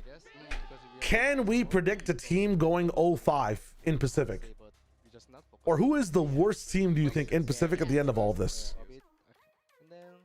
I'm doing VFL checks. I'll be doing VFL checks before EMEA, I think. Team Secret 05, DFM. Team Secret won 2 matches last year, though. So I don't hate you, Timmy. I'm just asking. I'm reading the chat. DFM did it once. They can do it again. Worst team will be Gen G. Not a bad shout, honestly. Have you seen their group? Let me remind myself. I knew one of these groups is. Yeah, I mean, low key. I think Team Secret have a better chance than Gen G. I'm not gonna lie. I think Team Secret have this as long as they're facing Gen G in week 4 and 5. But, I mean, going into Lotus, was it really they're facing Gen G week 5. I mean, Team Secret is not going. Honestly, that's a banger match. That week 5, the last match, one of the last matches of Pacific, the second last match is Team Secret versus Gen G. I'm hyped. I'm taking Team Secret. I'm locked in. They had Envy last year. New meta. I think now we just testing something. So I think this is not our best agent. Team Secret Spank 3 can definitely work. Team 3 or Team 3 week 3 week 4. Be the ones to play the ISO. Were you kind of happy to see that? I mean, you guys know ISO so well. That's so yesterday. I think DFM picked ISO because of I think the T1 gonna use the chamber on the Lotus. So that's why I think they picked ISO. But you tricked them. I thought you guys were gonna play chamber. We thought. Yeah, getting ISO into KJ is just rough. But yeah, I think that's interesting. So you were still gonna evolve your Lotus a little bit more. Gosh, and it's facts now. You guys are asking me who the 3 teams from APAC are going to be so far. I mean, how do you feel going into that next game? Because RRQ have historically been very good at prep and. I think it's going to be tendencies of the teams that they play against. Do you feel like you guys have some stuff up your sleeve that you can pull out versus RRQ? I don't know who from Omega it's going to be, man. It might not be anybody from Omega. I'm not going to lie. Loves playing against Team RRQ because they're more. It might be a PRX DRX global situation, I think, this time. I mean, you can never count out T1. I just feel like T1 are gonna have some of the worst practice coming into he doesn't like playoffs. the PRX style. And a lot of these guys from Group Alpha are going to be so I think hardened, it's gonna right? be pretty good match against RQ. Yeah, I'm looking for it. Do you ever see Munchkin like work, like the Work? inner his mind? If he likes breaking down what RRQ does he talk to you about it with you guys, or he goes to his own private corner? I think like- he's overconfidence himself. Ah. Yeah, he always say, I never lose. I'm not gonna lose it. I'm not gonna lose it. Everyone is That's so funny. bad. I'm better than everyone. His mindset is really. Really? KRX over The winner's Nongshim? mindset. Yeah, I mean, as of right now, I'm putting them over Nongshim. I want to see what Well, that's Nongshim right. fixed, but I Wins feel a like lot. Nongshim have fallen a bit really off love their that. high Is that his horse pep off that talk? first match. With you. I mean, this next game will answer it. For me, I have DRX a little bit ahead of them. Just unlucky. Nice try. we have next time, so fighting. Yeah. Man, I want to. Let's see what happens. How was Young's debut? If you could redo Masters, what would you redo? I don't want to hate some mics on Pacific. The mixing, the mics are okay. The mixing is a bit different from the other regions. Preparing for more performance. I think it's because the arena is just so much bigger, you know? Aim or Yeah, aim. It has to be a certain way. I guess. really? Yeah, for the team, yeah. They're also not the main, they're not the main language Like micro stop. Yeah. in their arena too, right? From what I know, so they can't even Yeah. How many aces? If you go pump to the Masters, echo the right how many way. aces are you Two, gonna get? at least two. At least two? Yeah. Nice. Okay, because For You all each wanna go with the chamber? you got the Interesting. one Yeah. versus Liquid. You know how long ago it was that you got your last one on a global stage? Yeah, it's okay. 2022, I think. Come on, he got so many kills in Santiago. No, he did. That's why I want to see I more. did. That's why I want I it. did. That's why I'm glad he's saying, okay, double the aces. Yeah. So, both in the game against Varo, you had that Haven that was really close, and you had the Pearl against DFM today. So, we're seeing these really, really close maps from you guys. Do you guys feel like you have a lot of improvement left that you can show this stage? Actually, I couldn't understand what you're saying. What percent of your firepower are you showing right now? Yeah. Like our how team, much more? our team, or myself? Your team. Our team? Yeah. I think they're pretty doing well. I think Munchkin stepping up a bit, really. Yeah. I guess so. Yeah. But Oh, yeah. if your peak is 100%, where do you think you are now? I think now we're 17. 70? 70. Yeah. Okay. Okay. Not bad, you? not bad. Me? Yourself? Today 30. 30? 30? Yeah. Today 30? Oh damn. Oh, Yeah. I'm sorry. No, it's fine. That sucks. Yeah. And you know, the next match is gonna be Nongshim versus KRX. I know. Who do you think's gonna win? What's your pred? And score. We Yeah. screened every team in Pacific a bit. Yeah. Scrimbucks? Say it. Yeah, come on, just Say say it. it. I picked Nongshim. Oh. 2-0 Damn. or 2-1? 2-1. 2-1. 100%. Okay. Ah, Because the Dambi and Francis really popping up right now. really? Really? I guess. Francis, even with his change. Yeah, change the agent, I guess. Yeah. Maybe change. To Wele, you think Yeah. he's still popping off? Yeah, I think he's improving right now. Oh, Interesting. Interesting. Okay, well, we heard the prediction here, and yeah. Are you happen. usually right in your prediction? Yeah. Oh, damn. Instantaneously, We're gonna yeah. fact check this. All right, Stacks. Well, thank you so much. Congratulations on your win today. The Sun versus G, You Master have, in finals. I will go bald and send four Shy Wager map wins $67. so I'm far. expecting a Good payment score. soon. Congrats. Thank Thanks you. for joining us. Thank you so much. All right, see you Thank next week. you. See you next week. All right. We had a little bit I of mean, a let's do debate this from every on stage, though. So I think, you know, who honestly, was gonna be. It was between I think Global and PRX are two teams that make it through. I don't think anyone from Omega makes it through, including T1. ended up having a tiebreaker. And I think he had a- we'll see if it's DRX or Nongshim. in that map I mean, this match will decide it, right? If Nongshim, whoever wins this match, makes it to fucking London. Let's just say that. Then let's move over to Americas. Americas, the three teams making it. I think NRG guaranteed, especially with their group. They're coming in first seed. I feel like I want to say, I really want to say it's NRG, 100 Thieves, and Yeah, I have to agree. I feel like his killjoy. I think it's NRG, 100 Thieves, and G2. as well. Personally. I think having a swap. I don't know what Zekin is going to be playing in this stage. Chamber plays so differently. You want to be aggressive. That's where I want to go with this one. Killjoy, you got to play around your 100 Thieves, holy cope. I feel like he's able to swap Just wait. so Just wait. seamlessly. Izu is such Let me a cope. Swiss Army Let me knife cope. team. I really feel like you can put him on anything. He really is. and It's not even on cryo though. I just love the Timo stuff. And like again, 100 Thieves are the orgs where a bunch of teams are. I mean, hold up. I was about to say a bunch of teams are selling some of their strats on certain maps. he is so Their reliable power on map that corrode is down gone. I gotta watch him play. It's tough to call. I think NRG G2 are still a very good shout. They're so ahead of the rest of the region. My biggest questions are, I feel like Americas is going to be the closest we've ever seen, even though people are saying it's a, 3-team region, 4-team region. My biggest questions for Americas is Crew a God Squad. If Crew comes in, we saw some of the stuff from Fnatic and Mentality with Harbor yesterday. It looked like it was fucking, it owned Breeze. The double walls owned Breeze like crazy. If Crew comes in and pop off like crazy, it'd be nuts. If Sentinels look good with their changes, I know they're playing with Victor right now, but if Jonah P comes in and is looking saucy with John back on IGL, they could be their classic, where the average 4th place, 3rd place team in the region, which would be crazy. Furia, how long can they survive? You know what I'm saying? At their top spot. Hey Finster, I got you. Enjoy the official stream, my friend. There's many questions, man. There's many questions. I forgot that China was going on right now. I'm down to shoot in China right now and see what's up. I got like 10 minutes. I'm down.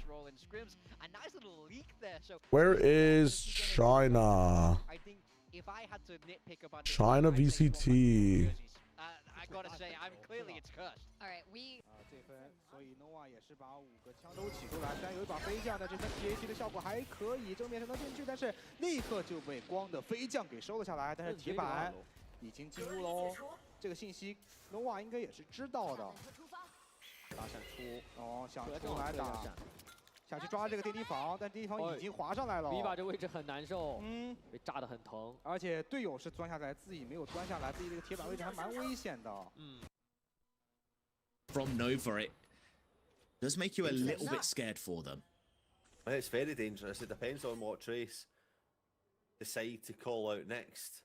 They've managed to rescue. Yo, Roman, hello. Sorry, I missed your message before. Yo, Pockies, thank you, my brother. But with them posting, NRG dropping strong for them in any way, stage 1. We have to see Kamal. And that's a big thing I talked about on VOD Fathers as well. Having a good day, Roman. I didn't get to watch the Wolfie video that he just released about champions, but I do tune in with Wolfie Click whenever I can. Don't really need to worry about B main just about yet, as you've not seen anyone cross down by A main. But as time ticks on, you will start to have that pressure. And then I see Swag Zorn, it literally looks like Shy Wager from a distance. I'm not gonna lie. And now as they take onto screens, Kai will push out, and it's a double kill that's converted, and all of a sudden, dude, the broadcast quality, man, feels like it's coming from a very far away place like China or Eastern Asia. It's crazy. Forced by. Almost played to perfection. Only one member has gone down. The utility has been absolutely great. Viva really showcasing I haven't heard these casters before. What they can do when given the opportunity. And now it's a Phantom and a Spectre against a slew of different weaponry, but you would not want to lose. Hot take, none of the teams that made Santiago will make London. Someone turns this guy's oven off, he's going to burn his house down. And that is there's no way. A detriment to them. That Phantom given away. And a Thrifty, I don't even know, is it a Thrifty? Does it really count since it was 2 Stingers bought? Yes. Hard Ron Split. A regular round at this rate for both. I think Hard Ron Split does not have as much value on defense and stuff because Raze exists a lot, right? From them, but it's an excellent answer back for Trace. I think Raze just counter a lot of what Harbor wants to do. Going and start to get their confidence up early in the match. They shut that one down as early as possible. Force Nova onto Nico, and it's basically like you've just. It's not happening here though, but the pistol round. 2 outlaws being invested. Which player returned to Team 1 without the open quad? There's so many pros in Europe playing in force up that you have that demi out playing in the open qual system. They're gonna be crazy. In your hands. But for now, it's just a stalemate. Bustio's not really playing Valorant as much. He's playing a lot of Deadlock. Going to be that first initial aggressor. Reggie, we making montages out here with the double outlaw. Some 360 no scopes about to get hit, especially when you got Kai with one of those weapons, and Jalala with the other one. We very much see some silly shenanigans going on here, but so that's a dope name. Just playing it smart, giving us an insight into how they would like to play this map. A little bit slower. Just like somebody said Fang is playing on TE. What are we talking about? I do not see Fang here. Breaks it down. Why would AG sell Fang anyways? He's like mid throughout the rest of this 44 seconds. Question marks. God tier on all gamers, no? But Nova somehow just have the feel that it's all just fake pressure, so we'll start to just double focus up on Oh, ramp. And Fang it's a app. I thought we said Fang gear. seen the My egg bad. before the smoke went up, and we'll find that first kill, but it'll allow Trace to get on sites here, start to set themselves up for this plant. Narrowly. That's on me. That's on me. That's on me. It's going to get Too many similar down. names. It's not in the best position for them. With 3 No members faith in on site, they are KRX right feeling now. A little bit crunched for space, but Viva. There we go. We got some money in the bank. timing Let's go, Evan. Just quite not there, but backing away to a safe. So there, that's my bad. No, it's not your bad. I read it wrong. Well, I should understand what. Should understand what you meant. They found the kill, but it's only a sheriff to pick up. 5 versus 3 now, but the Show me this post plan. You got numbers. Bad weapons, but numbers. Azir, you need to be with the team. I know you. I mean, there's no time for this. But as Abo swings out, picking up that triple kill with the spec. That's enough of this. Back to the desk. Way more exposure to playing the Neon, has put up very solid stats for it. So Freeing being the one that actually lands on that pick instead of being the one that plays a Phoenix really caught me off guard, but he showed why they decided to make that decision, because he was just... That is as much as I can handle. What I think is funny is that they're clearly styling his Neon around the down B style of Neon, which is going in and making kind of space for Hyunmin to go behind him and be the one to really pick up those frags. He's all about breaking those lines, so I think it's funny to see how much of a... Oh no, it's RB. Oh, it's RB, but it's Mako. Bro puts his own Viper one, got 3. He just doesn't lose. But it's Mako. Come on, Mako. RB versus Mako? Yo, he's on top. About this. He's on the Vandal right now, but he only has That's to funny. lose a couple of rounds before he starts to get... The most sitcom 1v1 I've ever seen. Before he, he loses respect for his opponent a little bit. But I don't know how much respect he's going to be able to lose for Mako, though, on the other side. But Damn. Exactly, as ex-teammates, I feel like... Oh yeah, wait. I can do some catfishing, right? I feel like if you're gonna agree to anyone making the request, it'd be Mako. I mean, could very well have been the case, but right now Mako looking good in the setup here. So. Okay, let's try this out. Animated characters introduced in 1942. I don't even know what the fucking word means. Anthropomorphic birds. Characters created by Bob Clampett. Shout out. Fictional canaries. World War II veterans. Film characters. Looney Tunes characters. Male characters. A male bird. I mean, Daffy Duck.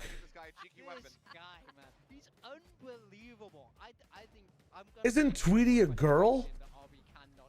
I thought of Tweety immediately, but I thought Tweety was a girl. Isn't Tweety Bird a girl? Am I tripping balls? Oh, you're awful. I mean, it was Mako who won, so I'm quite okay with that too. But with that skirmish result, we have I'm tripping balls. 1780 neologisms, 1787 in the Russian Empire, deception, eponyms, hoaxes, propaganda. Propaganda techniques from Russia. Oh, hold up. Haven, Fracture, Lotus, by the way. I mean, we're about to see Fracture Banger no matter what from Nongshim. This is about to be cinema. Cinema. Let's go, let's go, let's go. 22 seconds. I mean, I don't know. Burial. I'm gonna type in burial for this one. Potemkin Village. Bro, I don't even know, man. It usually means the game plan didn't go according to plan the first time. So we will have to wait and see as we send it down to the stage. We're going to have Nongshim facing against KRX for the first time this... All right, let's just tap in with the stream. We see Chamber on Haven from either one of these teams. Again, I'm not too privy with DRX's comps, or sorry, KRX's comps.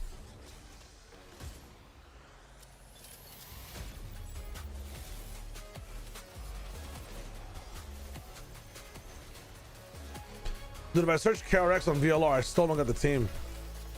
Why?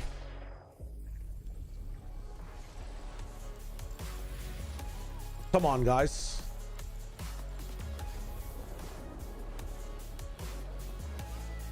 I played Chamber on Pearl. Their Fracture comp is the, the Breach Tejo Waylay.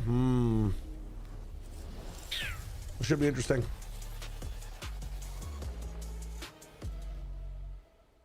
I refuse to call them KRX. I could be like, I'll be inclusive. I'll lock in. The noodles will not be denied. Smoke in my vision so hazy. Never mind, Pacific has more aura than that. Holy shit. It's like I'm getting ready to drop an Apex. It's wild. I think Apex Legends loading screen and like getting into the game section is probably the most hyped I've been. Oh man, the red and black looks so nice. Red Force facing off against KRX today. We just saw Nongshim basically do a repeat of the grand finals in Santiago, except with a different result, with a much longer match last week. So we're already seeing a little bit of adjustments coming in from this team. But to be fair, they didn't have a lot of time since Santiago to adjust to the new meta. But now it's week 2. We're expecting a little bit more from the squad. Yeah, it's been a quick turnaround for these guys, and they've had to make sweeping changes across the board. This team loved that. I'm not sure what the rules are for jerseys, but I still think, man, there's so much potential for teams to do cool shit. Okay, they need more time, but now they've had that little bit more. They have a tough opponent across from them, Like, and they I would really love jerseys that have like specific coloring for every player, but the same design across the board. You know, almost like Power Rangers. I would love jerseys with the IGL has like inverse colors, kind of like the what's that position called in volleyball? Not Leorio, the libero. It'd be so cool, man. You could buy the G2 jersey or the G2 IGL jersey, you know, like. A coach that I always do trust when it comes down to developing new talent. So while yes, it always does look silly, it always has us scratching our heads when we see these roster swaps. Typically, at least by the end of the year, it ends up working out in their favor. But they need to jumpstart the engine and have that happen. Let's go. They need to show us that, yes, How about like for each role it's customized as well? I mean, there's so many potential things you could do. The Masters London as well as the Champion Shanghai. Now, the pick might be DRX, but they're at KRX now. Termi has great scouting. Generally, the players who do Was he shirts versus skins? KRX, or formerly known as I think DRX, skins would have a definitive advantage, and I play so much better without a shirt on. Really good, Lock that shit in. Hyunmin, for example, he was absolutely fantastic. He became a fan favorite in the last Champions event. So I have high hopes for Young to eventually settle in.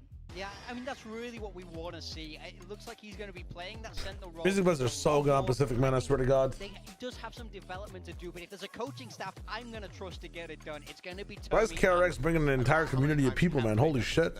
Okay, no, they have the same amount. Actually, Nongshim have more? Them into something else, put them on a different role, allow them to learn and understand under the coaching staff's tutelage how to really perfectly pilot that. It's been done time and time again. Yeah. Yes, but Young doesn't come from a duelist background, does he? He's played a bit, quite a bit. Does he? Okay, well, prior to this, he seemed to be playing a little bit more controller role there, but we'll see if he fits in. Now, we got to talk about predictions, I guess. You all picked Nongshim. Yeah. Stacks picked Nongshim. It was close, though, for me. It kind of pained me to go for this one, just because, even with the name change, always in my heart. Yes. But I think that Nongshim just come into this with a lot more key advantages. All right, we're gonna run a quick ad, so we're gonna pre-roll in the actual game. We will be right back, guys. Sorry, I forgot to rock this shit down. I think question mark might be the viewer, or there's just there's a problem. I saw that too. It's kind of weird. Be right back.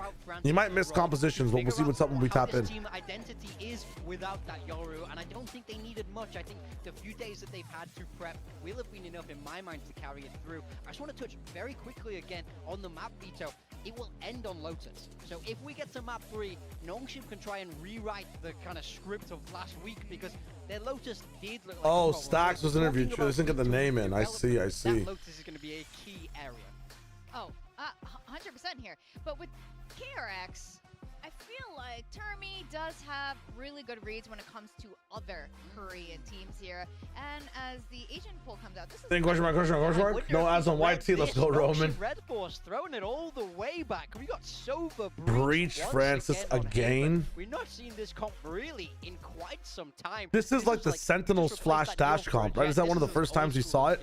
I thought Sen was really good with his composition on Haven. This was like their bread and butter. The fault line, send Dambi in. That's going to be the game strategy widely here for Nongshim. Breach on Haven, yeah, I mean, it's very, very old, but I think Sentinels were the best in the world in this comp. I'll die on that hill. Is he going to be that player to slow things down?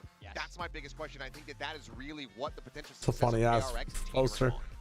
Well, yes, absolutely. And it was Young's very first time playing on this stage. And we've heard from other rookie players that they were surprised hearing the white noise in the headset and having that experience of hearing the crowd. So I think this is something that he needs to adjust to. And well, now it's week 2. Hopefully he's adjusted enough. Yeah, I mean, it's his chance, like you say, Achilles. He has to find his footing now because the best Neon in the world is running at him. All right. Well, so we got he's gonna have to face him today as we send it back Young to Cypher. This Neon Phoenix, I feel like half the world is adapted onto their Haven as well. KRX versus Nongshin, that's going to be a big clash for sure. I mean, Young definitely has... No TMV call today. I mean, these matches have been pretty interesting. There's lots to talk about with you guys, so when they're banger matches, it's a bit easier to just talk to the chat, and then TMV call there for like some of the more silly haha matches, you know?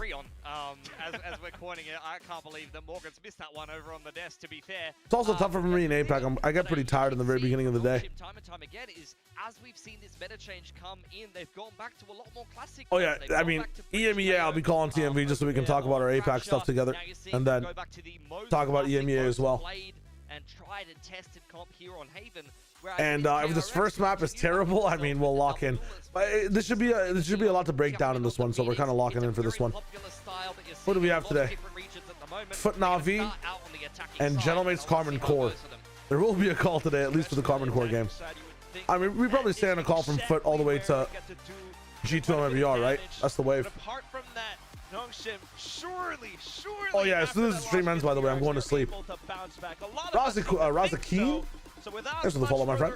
Let's get things started here on this map pick of Haven. Oh, I'm definitely calling for Foot. It'll be a fun time. I'm going straight to bed. Young means dragon in Korean. Dragon D's nuts. All over Nongshim. More like it. Let's go. Let's keep it moving. Let's keep it moving. Particular for KRX, which makes it very interesting, as mentioned by the desk, that they picked it into this series. But first, we'll see Nongshim's pick of Haven. 4-1 split. You gotta look like Izzy from Eternal Fire. I look like Izzy. I look like Rose. They played each other. Rose had a bad time. It's my fault. The world is crazy, man. The world is crazy. Many times. So they're gonna know how to kind of play around it. Now shoving their way through the middle of the map. Smokes into the links. Flash goes out. We need to be pushed. Straight into a link there. Should be hard to plant the spike here with Breach, right? And that's why these guys push. Stun them back in. But job's done. You get Breach off the angle so you can't aftershock. I like this from KRX. Knowing your win con. Okay. Let's know how to shoot the rifle though. Or shoot the pistol at least. You're dead. Still backing into the fight though. And the aftershock connects the kill, confirms it against Mako. Gummin trying to hold out from B. Will put up the strongest line as Young out from the backside. I'm liking the game plan there from KRX a lot. Yeah, a lot. The center of the team on this Phoenix at the moment. You saw it over there on Pearl. Is their star duelist and their main fragger. Breach value. Really is just trying to I mean, they really got rocked on the flood, man. In the middle of the pack, and once he can go crazy in those post plants, that's where KRX get a lot more That's tough. The A-Link fight didn't go well for them at all. Yikes. Yeonmin exploding in the middle of the map. Hand in hand with Young cleaning up Nongshim on the retake. That's a great start to their opponent's map pick. Timeout. I'm mad. Has anybody ever timed out after pistol round in existence for Valorant? A fat finger or something? Ooh, nice try. Zombie's movement, even in a flash, being fucked up. Haven't seen that happen this entire year so far. I know it's a flash, but damn. Early on, though, even though it doesn't work out, this is exactly the kind of thing you Is this them testing on using the waylay? I mean, Breach is really good. That got me dizzy, kind of. I'm not gonna. Swinging out with Bane off the back of the camera. That's what you want to see from the rookie. KRX one of the few teams I see. That C-long trap that you just saw Nongshim run. That's exactly what I not forcing up every rifle on Haven, at least. I feel like on this map, everybody forces up guns the whole way through. Especially against a team like Nongshim, where anything could happen. He will get himself to run it back, heading into the bonus for KRX. And X-Ross spotted out on the flank. A flawless first Masters winner curse is real. Leon, I feel like that's a bit of an unfair thing to say for Nongshim though, right? Like, this is less of a curse more than just like, more so just a patch that kind of fucked the team. Exact same thing on Pearl just the other day. It's tough, man. It's tough. I think early. That being said, if the team was truly great, like, you'd see them adjust off that patch. I understand. I understand. There's always going to be a patch up after the first Masters. Everybody's dealing with it. They should be there too. You're not wrong, actually. I'm arguing against myself when I'm giving you the point. You're not wrong. Yeah, that's the thing, because once you start to think about maybe focusing attention on the C. Oh, is that an attacking smoke? Somewhere else. Wait, that's kind of a crazy strat. Suddenly it's an open B site, running back already popped. Cage aggression. It's complete disengage. Will secure the plant though. That's a crazy jump peak. Trying to use the death camp to be able to get some information. The next Austin freeing to do stuff. Yeah, I have freeing as well. Young will have to deal with him. And in the meantime, Nongshim. Breach, yeah, Dirks. We're playing from like a fucking an era that doesn't exist anymore in the game. Playing out from window underneath it as well. They will tuck back in after eating the flash, and then suddenly popping through. Ivy going down because of Hyunmin's tabs, and then X-Frost from Link trying to fight back. Still though, the 1v1, the flashes. Just buy time away from Spike. Buy some health away from the kill. Hyunmin popping. I should have kept him. I should have kept him. KRX have this all written in the strat book. I mean, Hyunmin is putting on a clinic. Really just having another one of those games on the Phoenix. He has taken this meta change in stride. God damn. Nobody else is going to save KRX. This man will do it.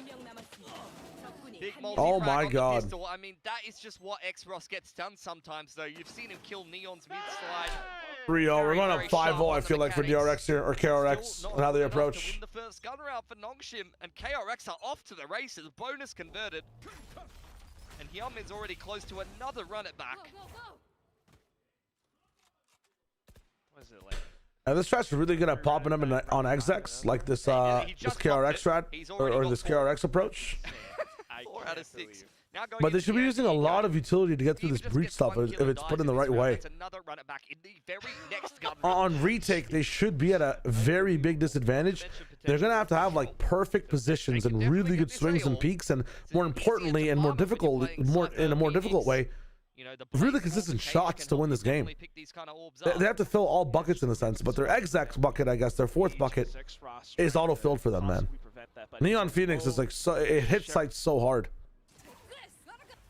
Oh, that is cool. Yikes. Double yikes. Look to strike back as well. They pull what a sick shotgun, man. That Doombringer. You cannot challenge that side smoke, man. What is this? Francis, the shots. X-Frost chiming in. Just Young left. He's been absolutely concussed. Am I just like either an idiot or a curse? Like, shouldn't this be so easy for them to scale with? 2 cages to play with. Dabby spots him out. Just playing with his food, bucky in hand, picking into the aftershock though. Not gonna work. Why are we walling or something to get that sightline? Why isn't Phoenix scaling with Neon? What is KRX doing, bro? Both and so am I. Breach value again. Bleak, hello. Who the hell's Young?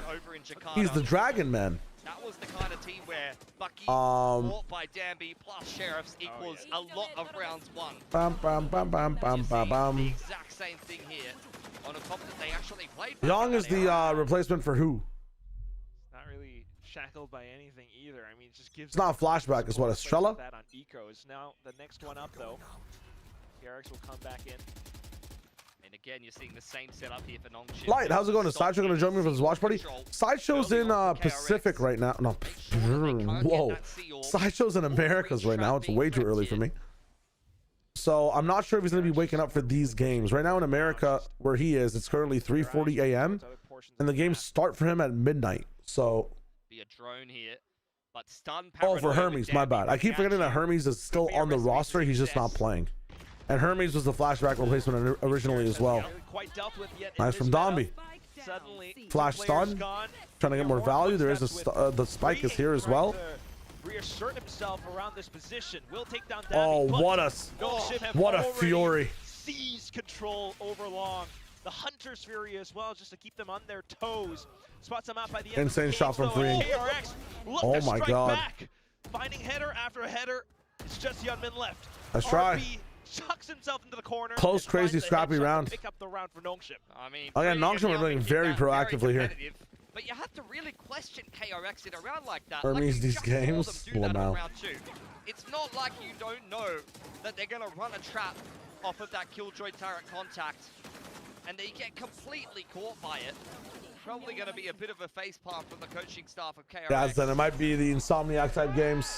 The team now needs to Yeah, Sides are currently busy opening the Strait of Hormuz. Their way through the rest of this attacking side. Let's lock him in the game though again. Plus a gun round, which Seaside here, I mean, it's so risky, I feel like, for KRX to have this type of position. This solo Sova here, like, Ivy starts off very well. freeing denied by Ivy. I mean, if freeing stays here and holds this, not freeing Ivy, sorry. Yeah, nice try. Whoa, whoa, whoa. A little bit of value gained on this eco. A lot of bit of value gained on this eco. Not bad. 3 kills. Nami has a big rifle here. Nice. Good toss. Immediate recovery. It feels like in a matter of minutes. Nogshima straight back on top of them. Damage brought through though. Damn. KRX in that round. It's the second time his fast lane's been challenged, or his scaling has been challenged. Doesn't find his mark on the lurk there.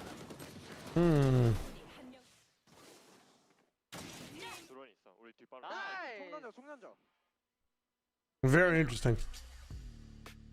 See which one of these teams wants to reply. Will be KRX. Okay. Coaching staff going to get a couple of words in. Definitely have to consider some of these kind of trap plays that Nongshim can run, which you've got to be on top of, because let's be honest, if there's a team that invented breach stun into a duelist running down at you with flashes in support, it is KRX. It would be, except most of their... This feels like a 3-map banger. What were the biggest issues for KRX on Fracture? 5 years ago. He gets all the flashbacks. What were some of the issues for KRX on Fracture? Also, why were they struggling against Team Secret? Coming online in the next round as well. Should be quite an explosive one. See what KRX are able to put together. Decent start on this attacking rotations. Side, interesting. Gun rounds on gun rounds for a Nongshim that has done a decent job of building up their money. Rolling Thunder and the Overdrive can be quite a deadly combo coming back in on one of these retakes, and I'd be getting quite close to the lockdown, but it's just ults on ults for KRX. Not a comp where the ults have huge impact though. The run it back being the most impactful of those. Marco got a big shock dart there, already down to 75. KRX walk their way into lobby. I didn't watch. I mean, it was just rotations. I feel like they have a pretty good matchup in a Nongshim, because Nongshim, like, as much as, you know, they can run fakes, they just kind of go for like slow defaults into insane execs. You can just kind of bunker on a site if you see a piece of util, and then they will hit it. Oh, and as I say that, I mean, everything I say today is just the opposite. They breach up because of that pattern. Bane gets Francis, and they're already on B. Really nice fake here from KRX. Okay, I said Nongshim, by the way. I'm just getting confused as to who's on what side again. Nongshim, red team, so I think the red is Nongshim. Me, a third grader, when I look at the UI.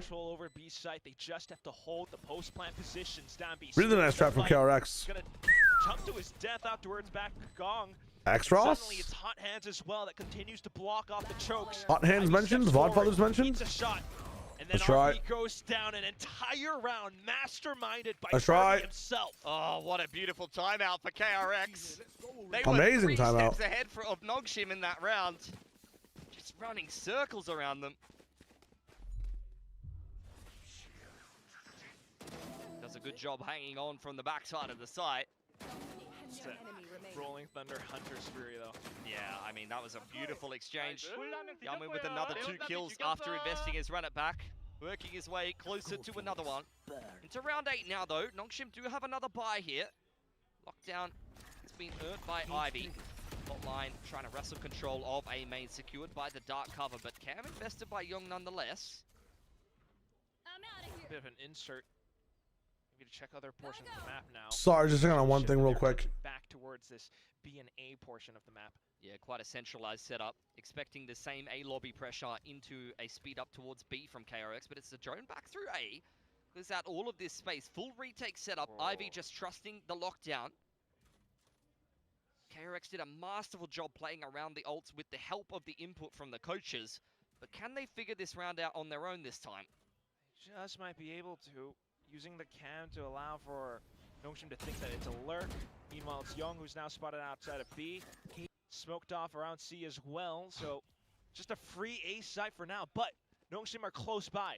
Could there be a fast retake? Just try walk their way in there. All right, cool. Plant going down. Young in the middle of the map. Sorry, I'm tapped back in. That's the Cypher dealt with.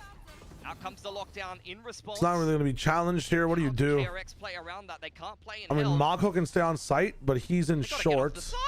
Yo, are they all staying? With the shocks. Shocks plus the little curve of the blaze.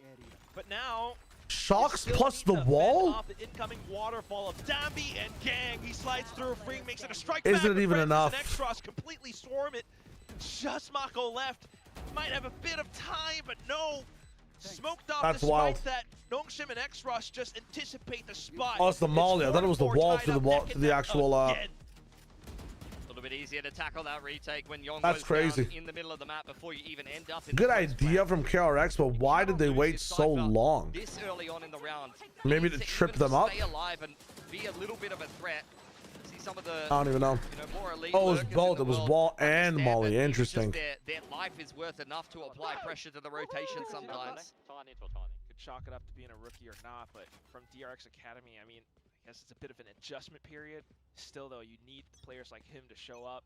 I mean, you back the confidence. I like that he's taking that fight, but it's a double-edged sword, right? You win it, you win the round a lot harder than you would have potentially. What are we looking for out of this breach neon from defense on Nongshim? To navigate around like that. This time they take full Lost pistol. It's 4-4 still. their way through the middle of the map, freeing Actually, was it a pistol? I mean, dude, I gotta refresh my brain, man. I was thinking that each team was the other team at the start of the game.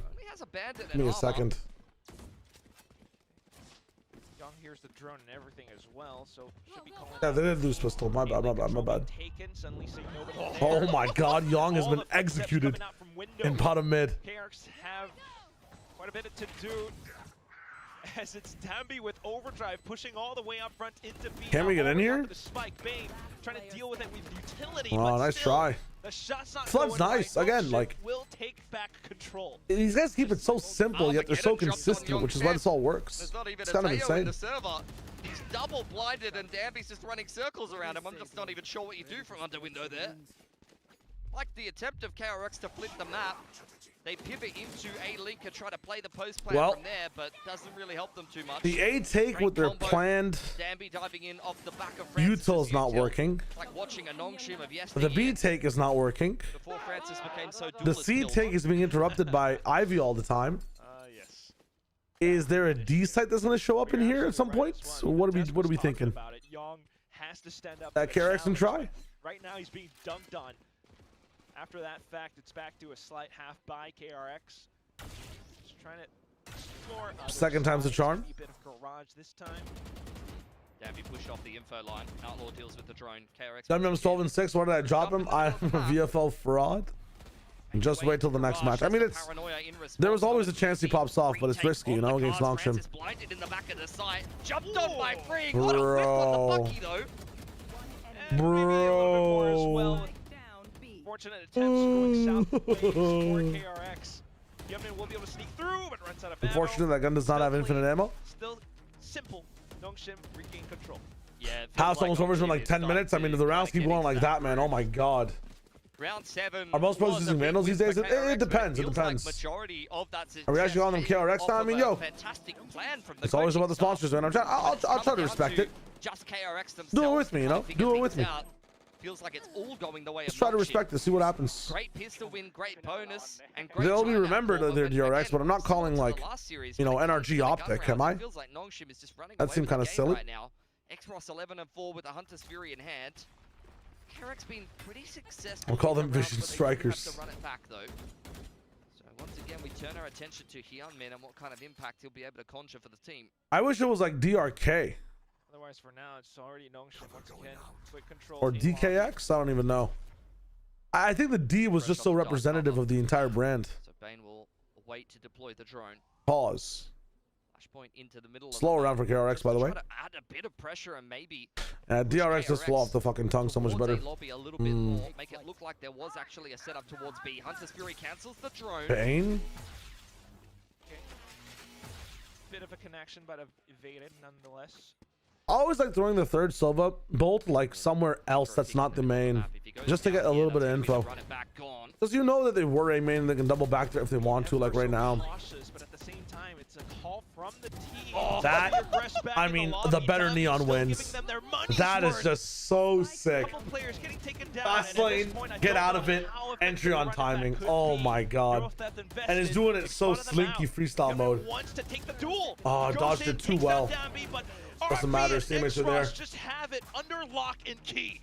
The round is over before KRX can even get their ults off. Just couldn't find a clean enough execution.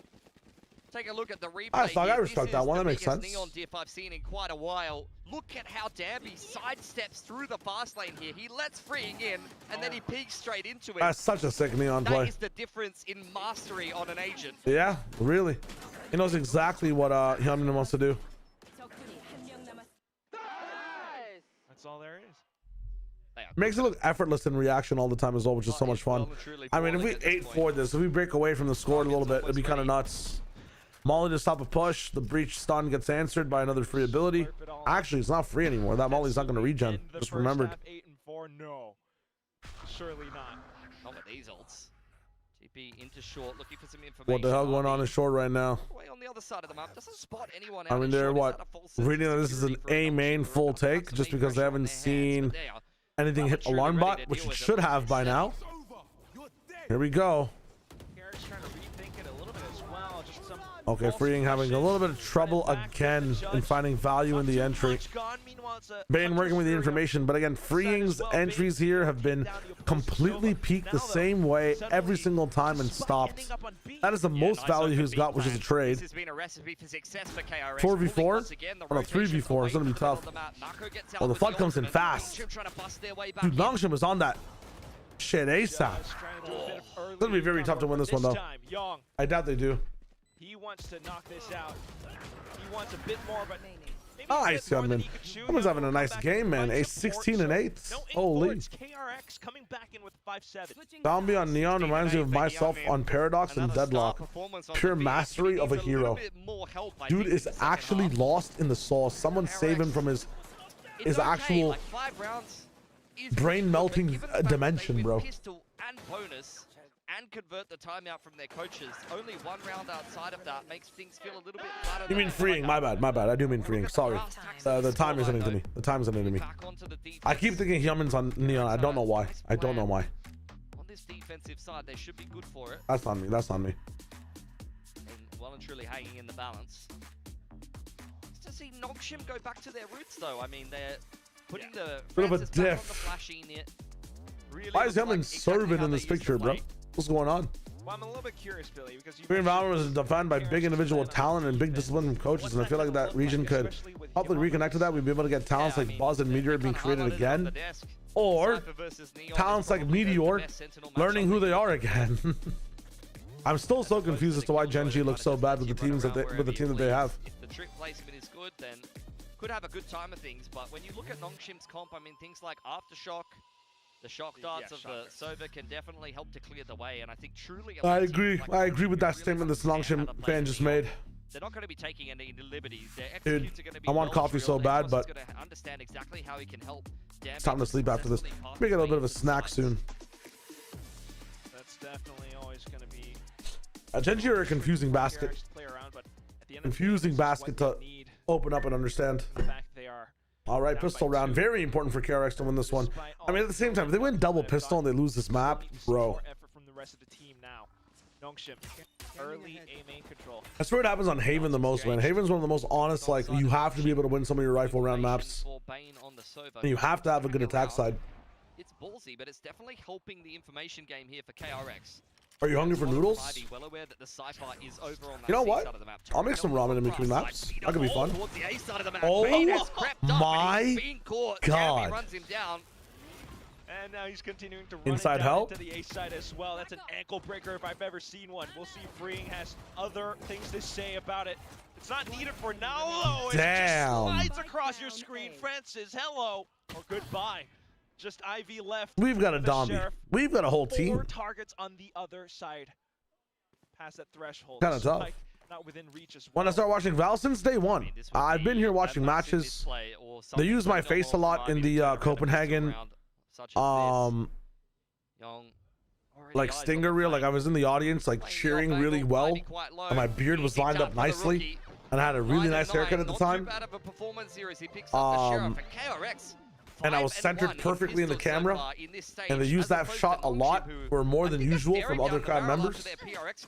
But in terms of actually paying attention, internalizing things, really following the player journey, which I've always had trouble with to do as a caster in general, like it's so volatile in Fortnite, I care more about the play-by-play and the technique of casting. I started to get into that more in 2025. Like I have a lot of ball knowledge on 25 and beyond. Before 25, I sparingly watched what I could because I was also working a different esport entirely, right? So. But Dambi in the fold. Oh my God. Reached down on the left side, shoving their way through the middle of that TP into the smoke as well. Nongshim are out for Immediately the other side. Okay, Yo. still, I mean, they just expect it, man. They just expect it. They're not even planting the spike, bro. Come on, man. That's funny. That's funny. Flawless picked up. Nice anti-eco for KRX. I mean, Nongshim clearly with a cheeky little plan. Doesn't end up working out for them, but you got to credit. Yeah, I just feel like, you know, that peak structure snoggy, we're kind of moving into a place where you just have to be like, it's structure versus adaptation, and a lot of the players I feel like on KRX now really prefer that adaptation over the structure. Plus, you can only be so consistent with calling the correct structure every single time through so many meta changes, you know? Sometimes when things really change, it becomes so difficult. Run into his own molly. You throw your molly down inside that smoke and you can clear it and take that space for yourself. Another stun? One of the coolest compositions or coolest combinations in this match is obviously the breach to neon from Nongshim. And one of the coolest things you can do is like fast lane A and then toss your flash behind the fast lane right before it falls down. So it's almost an undodgeable flash. We'll never see it coming. Nice molly there, by the way, to deny the drone. Minus 400, by the way. I'm not really seeing any like complicated, like not even complicated, but just advanced things, advanced small things from the side of Nongshim. They're keeping things very simple, which I don't think is the best for Breach Neon. I think Breach Neon needs some level of complication with when the flashes come out, or you could just mog over and pee on the enemy team like they did this round. Genuinely long stream piss on KRX. I don't know how he's alive backside. Don't ask me. To take the lead. Nongshim getting out Nongshim right now? I mean, Ashton, tell me that happened again, though. Just really want somebody to run in. Because it didn't. Judge. Nongshim's like, we're good. No, they want to keep all the guns up possible. There's absolutely no reason to go into defense. Goddamn. Otherwise, though. Double puss yuck. Dude, is so funny. That is actually a good call. Plus one. Round that looks a little unlucky for Yeon. Why are the teams playing Phoenix on Haven so often now? Well, he's one of the protocols a lot of teams had on this map was Yoru, and having Yoru, or like some teams, did they run Sky? I don't remember. Flashes are needed on Haven. That's a must-have. And Yoru is one of the best flashes on the map. Now, Sky is a big thing. You can pick 4 flashes, but in general, teams still need their Sova, still need their fades. And don't really like running double innie if it's not like a slam innie like breach or a very big info post by innie like Tejo. The other thing is a lot of these duelist players have put in so much time into Yoru that they're not going to be the ones switching over to an initiator, right? So to find a duelist that can also flash like Yoru, can also basically give you entries, give you rounds like Yoru's ultimate as well, where you can like use an ultimate to gain space and make pressure for your team. Phoenix seems like an amazing character to pick up. Easy to learn if you already know the protocols for Yoru. Not going to be as complicated putting like, you know, Hermes or Yong on, not even Yong, I guess. It's not going to be as complicated putting extra on Phoenix as it is putting extra on like you know, Sky or something, a completely different role as well. So there's lots of transferable skill between Yoru and Phoenix in both compositions and the way these flashes are used on the map, which is why I think there's so much more Phoenix now, and how he's replaced Yoru more so than Sky. Here comes the flash and dash into the kill. Wow. I mean, just like Nongshim here, KRX are understanding some of the patterns. Kind of rough on one side. This wall has a timer. He need to scale faster on the side of Nongshim. That's tough. Closed up, and KRX looked to take back control over this. Is it just me or am I only hitting Shiro and only my right here and no audio in my left? That is one of the things that you expect with the Neon, and Nongshim even do their due diligence, throwing up maybe try tilting your head the other way. But the trip wasn't dealt with. Maybe that would help. Hot hands over the top from a Link, and then you're flooding back in as Hyunmin throwing the blaze wall there. The Coke and the Ramen Dami's crazy. I think this is pretty tame for Dami right now. I'm not gonna lie. I mean, it's just impossible to break that setup into A there for Nongshim. That is just such a sick setup on the yeah, Kashal, it is rough. I mean, it required Team Liquid to do some crazy shit. Bring on Yan, and he's gonna getting diffed by I think a lot of teams are gonna be copying both Dami in a few rounds and predicted by Nongshim, but they're doing the same shit to Dami now. Nongshim, there's lots of anti here by both teams. Clearly. Crazy good setup. But I hope that answers the question as to why Phoenix has picked a lot more on this map now after the Yoru nerfs. Just drone, not seeing too much. Suddenly, RB getting taken down. Smokes would have been lovely, but otherwise now just trying to rely on the fast lane. Players play around it, but fully blind. No way. Dude, Mako has the most aggressive and creative TPs on this character, man. And he opens up the entire round, breaks the four-way fucking setup. I mean, dude. This is very talk about entering a clock tower and taking off just one gear. Love to see that. Even time just stops as a result for Nongshim, and they lose complete momentum in the round. Bane deals with the lurk. Crazy. The paranoia, TP in, curveball follow up from Hyunmin. In the meantime, you see Freeing is just testing. Oh, Kira's been doing a good job. Interim needs to pick one meta vision that enables big set execution with Mako second in. Able to get creative and Hyunmin being enabled as a tip of the spear. I like the vision. I like the vision. But I feel like one vision is not enough for this meta right now. But the level of maps you have in here as well, some that require you to have like absolute patience, like Pearl, and really good retakes. Other maps that require you to be proactive, like Lotus and Fracture. It's like you have to have some crazy stuff in your bag, man. Or something on the second half, but the retakes, I mean, the holds, the setup. Somebody asked me like, what's a non-honest map? If I'm saying Haven is an honest map. Yeah. Probably Fracture is a little bit less honest. That's cute. Lotus as well, because it just depends on kind of a scrappy fights, picking the right side. It's not just about the push pull or understanding it or about defaulting as much. Bring the trophy today. Like another honest map is like Pearl, I think, a little bit, but the Rush B Pearl stuff can be kind of stupid as well. The Rush A, the sites themselves are a bit harder to fight for and hold in general. Find isn't as honest because it's more exec based. Yeah, this is inspiration for you. I think Ascent is a pretty honest map. He's looking like he might be needing a little bit on this game in particular. I must wait a moment. Breaking all the Cypher utility. Flashpoint. As well as a Sova Dart. Shock Dart doesn't find the trip though. Young's been pretty cheeky. All of his trips have been placed in very strange positions. You know, you can even see it here. It's not the standard trips in the middle of the map that get broken for free. It's got deep trips to kind of try to catch the Neon. Jesus, Mako, again and again and again. Feeling a bit more motivated. Ivy dealt with in the middle of the map. I'm not getting any value from ecos like all the way down to one kill or even converting them. It's kind of crazy from Nongshim, no? If Nongshim wants space, they're gonna have to. Maybe I'm just recency biased watching them lose some rounds, so they have gotten it, and that's not the case. Jesus. A little bit of spacing outside of garage now. Freeing for Dami again. Francis gets the trade, and now you have Young playing a really good angle against bad weapons. They know that they have stingers. They know that they have sheriffs. Young immediately moves over to Plat, which is a very good job. Find a sneaky one through long. Not quite though. It's only against the eco, but Young's positioning is very good there. He's playing Looking for improvements for KRX, but honestly, from Fracture, I'm expecting Nongshim to have a super show. Very comfortable. Everybody was talking about how Nongshim would be crazy on a map like Fracture with the way Dami plays, so let's see what's good. Would you rather be a pro player or a pro team coach? Pro player, Pyra, 100%. Now Nongshim, how do they reply? They have the timeout. Why is Drew not being replaced for Sky? Because it's duelists that are in trouble after he's being replaced. Like you mentioned, I would not replace like you know, if not able to find the best lurk timings in the my analogy department is closed right now, but I'm not going to replace one role with another more so than one agent within the role with another agent within the role, you know? And run it back on the retake can be quite difficult to deal with. Freeing one off of the overdrive as well. A lobby control wrestled courtesy of the hot hands and a dark cover. Relay bolt from Freeing. He's to pivot over towards Garage though. Marco hears all of these footsteps. Pressure wound once again. Oh, split's coming in fast. Sight smoke comes in. Para for close.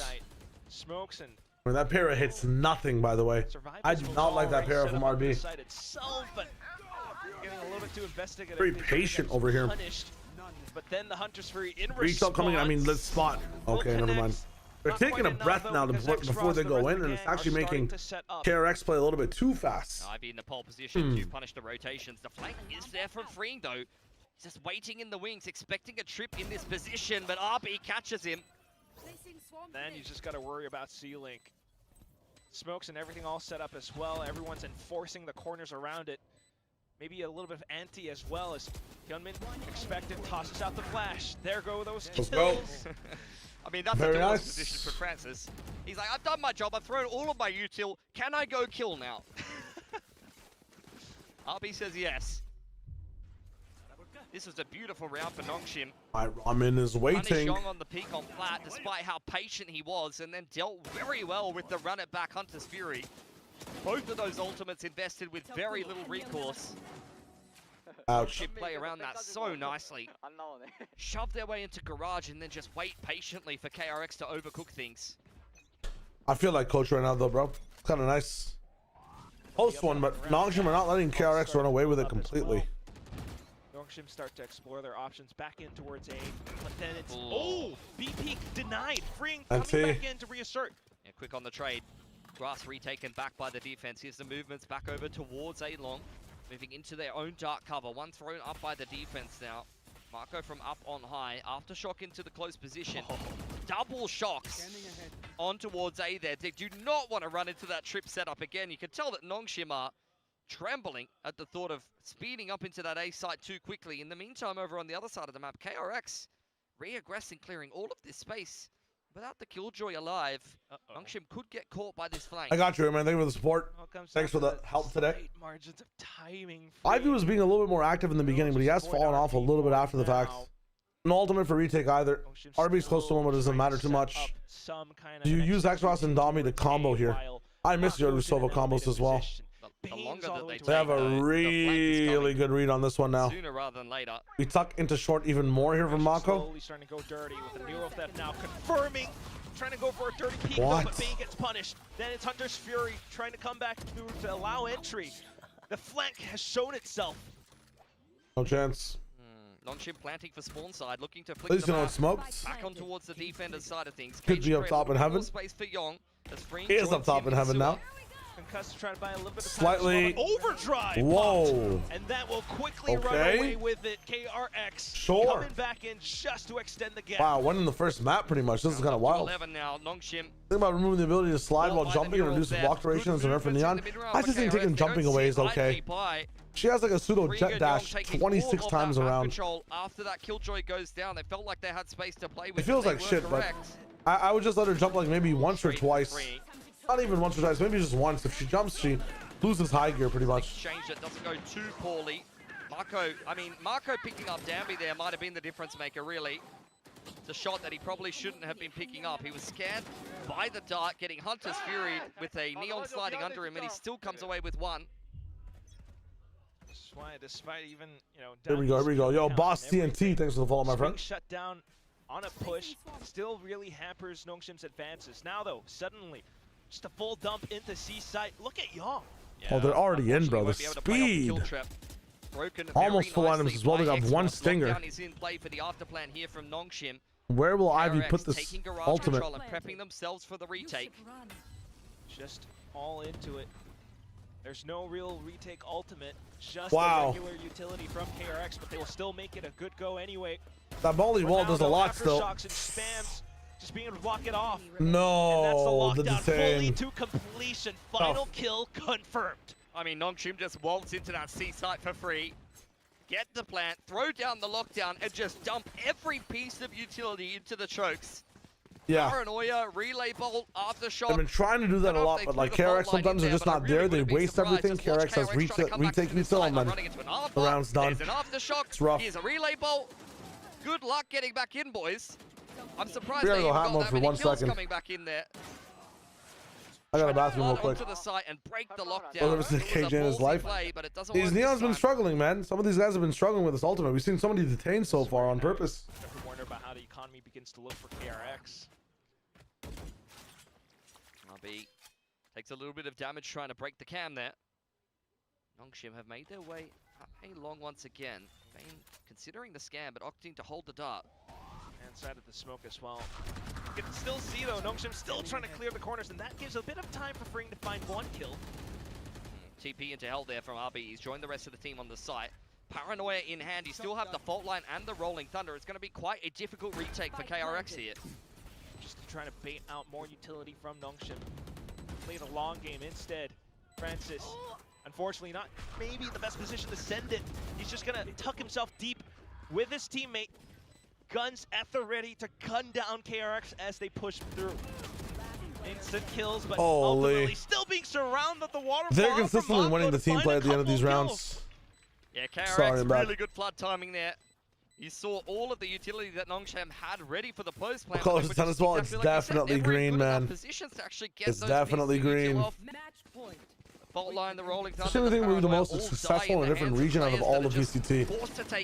Most successful in a different region? Probably KRX. So much pressure applied by the drone. No matter what region you put them in. That's a beautiful floater smoke there from Marco to bait them into a peak. That's Francis is not a bad round as well with a 3K, but bit of a again. slow start for him, but he's starting to get warmed up on the defense. All right, time it I out. can't believe it, but I actually think No man talking. there's a chance that Vic might be right. Termi might have just figured out the other Korean teams. I Maybe mean, a she little bit. predicted Zeta as well. Let's not get carried away. That's a good point. That's a good point. Well, we are here either way with a timeout now being called out by Nongshim. They're not gonna have, you know, the full kit and caboodle for what could be the final round. Ivy in the sleep. James, yo, Weenie Hut Jr. Thanks for follow, my friend. Dabby on a Bucky here. Hello, hello. Not too many olds to play with outside of the Rolling Thunder that they couldn't get. Can see Secret will be competitive in EMEA? No. EMEA has some beasts, man. Even though their gameplay is like smallish. Mechanical prowess on even some of their like lower ranking teams is insane, bro. Imagine 7 against Team Secret. I mean, Pacific would farm those guys, man. I feel like Pacific would farm those guys. Like one of the most potent combinations in this current meta. Not to hate on Timmy. Not to hate on the Team Secret fans. I mean, Team Secret will obviously be winning champs this year. It's true. We've seen quite a few instances already. Other regions, you talked about it. But what's the counter to Fast that? take from Nongshim. Certainly young. Slightly delayed, waiting for Dart though. Yo, flash. Clear flash. Can we get a fast lane flash combination? Can we get somebody else going in first? One off his Hunter's Fury doesn't want to go down in this round before he can have an option. Like, it's such a make or break on Domby if he gets lucky for getting 2 half the time this comp. And this idea, we saw why it stopped working for Sentinels overall as well. How far away these guys are clearing these corners, man. That wall could go down. They could peek the wall a little bit later after hearing no footsteps. There's so many things that could go wrong. And one of them is overheating here really quickly, man. Francis is dead. Although he has nothing. Why? Can't be found. Yunmin with a Spectre. Mako shooting back as well. But now, despite Spike planted, all Nongshim have is just a short. Hot hands. Possibly players flash out of position. No Not tap. deep enough. No, it's Young. Just trying to work Somebody, alongside Yunmin. I mean, they can't really. Jump in bit by bit to try to flush players Good round. out, but they're not Again. biting the bait. Instead, they find the headshots to bring Position's Nongshim good out to an 11th. from KRX. Nongshim have to really dig deep to get some patient off angles at the end of that on one. the ground inside of the A site for so long. How long were Hyunmin and Yong sitting out on A? Like, this is What are they such going to take for teams that are going to be competitive? Picking up an IGL and a coach from maybe a different region. Or from tier 2 in Japan. Hold on for long enough and force KRX Historically, to what tap the spike. region is Team Secret from? What is their like country of origin? 24 rounds to Team separate Secret. these two teams. The KRX ripping another timeout. weaker looking buy for them. EU, right? Yeah. I remember Team Secret. But the man that you'd want to have the rifle in this round Interesting. has it. I thought the org was always from like a non I guess they're like Philippine based right now, but that could give Nongshim some serious problems in this following round. And I'm just that's looking wild. at Francis sitting with this rolling thunder that he just hasn't really been able I've to not heard anything about when exit will be here or not be here. I think I have seen that. No, that was a loud thing saying that they're going to be playing for an extended period of time. It might be Duelist Brain as well, by the way. Like, I'm not sure if Kolosha or whatever his name is going to be playing for the longest time. I don't know. I hope that exit comes back soon though to see the fully realized version of Na'Vi before they have to even. Alright, I hope they get a chance to practice before they have to play playoffs, right? So that's the whole thing. Silkanon might have something to say to Francis that might just turn the tides of things. Well, as mentioned before, it's Hunter's Fury gonna run it back versus a Rolling Thunder. Nongshim one away from pushing this into OT. KRX looking to cause the upset. Hunter's Fury ripped off straight away. Bane, almost removes that Rolling Thunder. Hunter's, sorry, run it back straight through the middle of the map. What the hell is that RIB? And now you're starting off what could be the final round. Going up into the cam double trip site with Omen on it too and garage control. I mean, that is not the wave. Nongshim, that's not the wave. Another one falling down by the dirt, and it's just KRX starting to unleash the hunt. The hounds, the dogs of war are sniffing. Where are these players? There's so many people looking backwards on their own side of the map. By the edge of his feet, I mean, that's wild. Out from behind, KRX continue to dominate on GG's on the map. What a ballsy play to close out the map. That is another coaching staff masterclass. All right, for the reason that I am fading, I'm going to do this really quickly. You guys can watch the post-game interview. You can watch a bit of the desk. I'm going to go make some quick ramen really quick, you know? Insolidation. Insolidation. It might take like 5 minutes. But I'll return for map 2. I think this goes towards the 3-mapper. So give me a sec. If it's you as well, if you have time to make some ramen, hit that shit up. I got this cheesy ramen. I don't know from what country it was. I tried to buy Nongshim ramen, but it was $10. And this other ramen was like $7. So I bought the $7 ramen. I wish I could buy Nongshim, bro. That shit is expensive, man.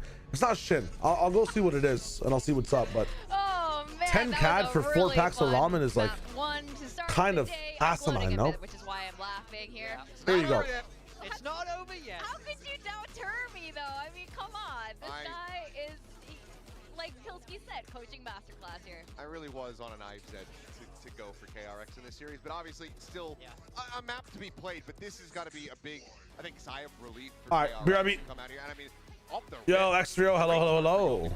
Yes, I feel like running 2 minutes of ads, so we don't have ads when we actually come into the game. Be right back. Can you stop Dambi? And I feel like he was holding his own on these sites. I mean, I think half these highlights when we're watching them, it's $10 for 4 packs of ramen, LJ. It's not. That's just not how it goes. This KRX team. I wish I had some form of 1 pound of the tub of Nongshim.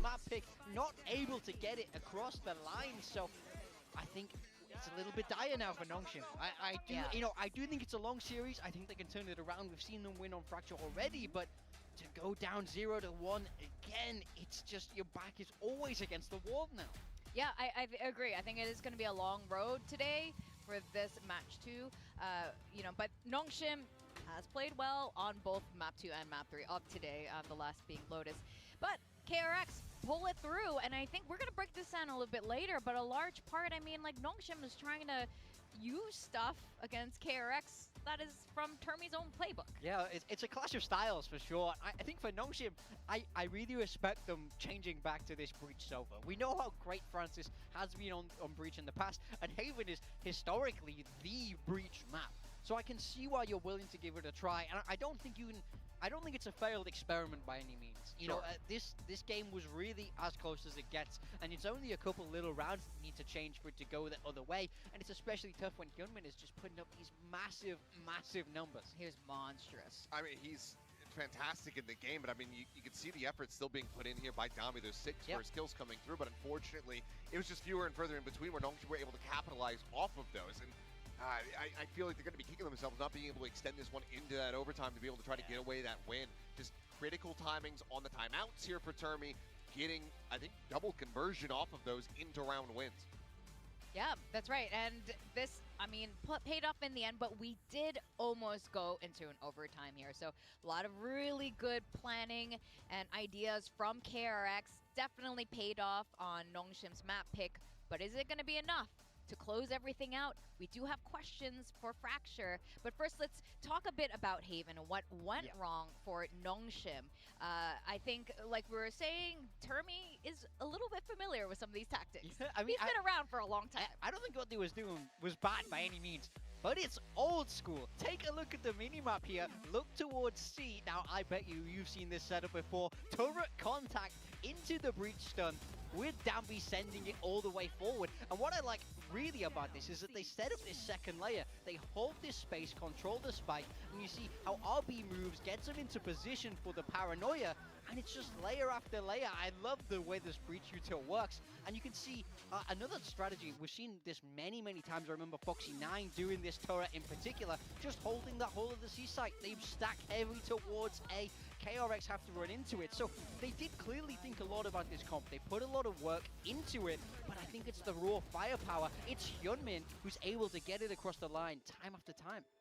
Yeah, I mean, it was a good start in the end, I guess, when it comes down to that first half for Nongshim. A rocky start, have the bonus conversion, but then they managed to go in. They pull off, you know, an effective Thrifty, and then they really start to snowball from there. I thought that was just going to be the map done and dusted from that point, but good on KRX to be able to steady the ship and end up coming up with a win. Yeah, I do like it, because I think if you're having to adapt, you're having to change a lot of things in a short space of time, relying on those things you've used in the past, those kind of older strategies, is a good way to do it, especially those kind of set-piece, turret contact type setups. They're easier run, but KRX were able to dismantle it as the half went on, especially into that second half, because they're embracing this newer meta. They're playing Phoenix, they're playing it with the Neon, where Freeing's making all of his space. He can be the one to trigger those traps, and then Hyunmin just gets to run in and get all the kills. Termi is like, you dare use your spells against me, Potter. Speaking of the new meta with Phoenix, I'm sorry, you kind of look like Harry Potter. I don't know if the chat agree. Like, we might have heard this before. You've got the accent too, oh my god. Oh my god, it's kind of crazy. But you know what's crazy? What's she making? Yum Yum was crazy. Hyunmin was crazy on the Phoenix. Let's take a look at him. We can't get enough of his highlights. We highlight him every week. I am loving this man on the Phoenix. It was great last week, and it's looking great now. I feel like this agent suits him down to the ground. I want to see this even more. Yeah, I mean, it was a little bit of a rougher go of it for Freeing on the Neon, but it didn't really matter because Hyunmin, any slack that was there, he was absolutely picking it up. So, you know, even throughout the beginnings of this map where, like, Baka was on Struggle Street, Hyunmin was there to just kind of be the guiding light for the team. So this is another massive performance for him on this Phoenix. He continues to show that when it comes down to playing Duelist, he is still one of the best that we have in the region, that he is incredibly flexible.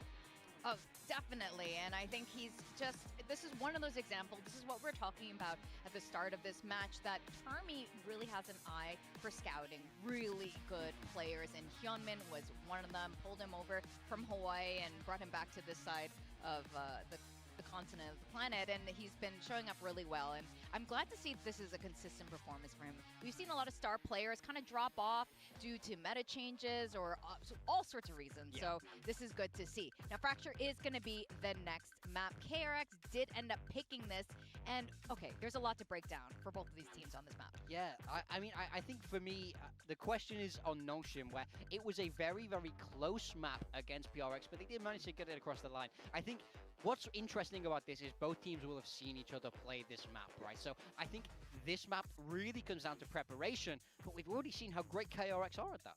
Yeah, I mean, the tenacity as well to not let that map slip away from them to start things off. But we know that Nongshim, you know, they can dig deep. I don't think they're one of these teams that's going to have, you know, a close performance, fail to make it into overtime, and then kind of crumble on that second map. But this is going to come down to being a prep diff, and Termi has often excelled in that regard. So it's looking a bit dicey here for Nongshim, who kind of need to be hoping that they've over-prepared for this map pick rather than investing a ton of time into that Haven where they fall short.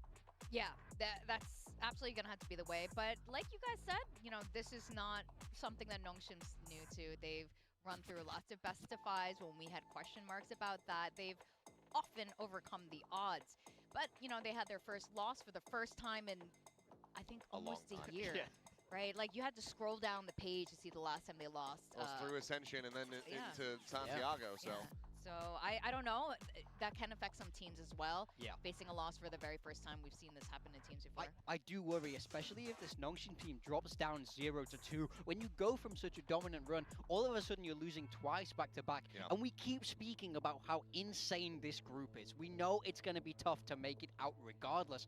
But falling to 0-2, it kind of means you need to start getting those wins on the board fast. But the momentum is against you. And it's only good teams. You know, it's teams that you're going to have to really dig deep to try and beat. So I think Nongshim, I need to see a recovery in this map, or stage 1 could start to look ropey for them. Yeah, this would put them in such a precarious spot. So they need to be able to get this win to have any kind of breathing room, because I mean, we've seen from Global Esports they look incredible.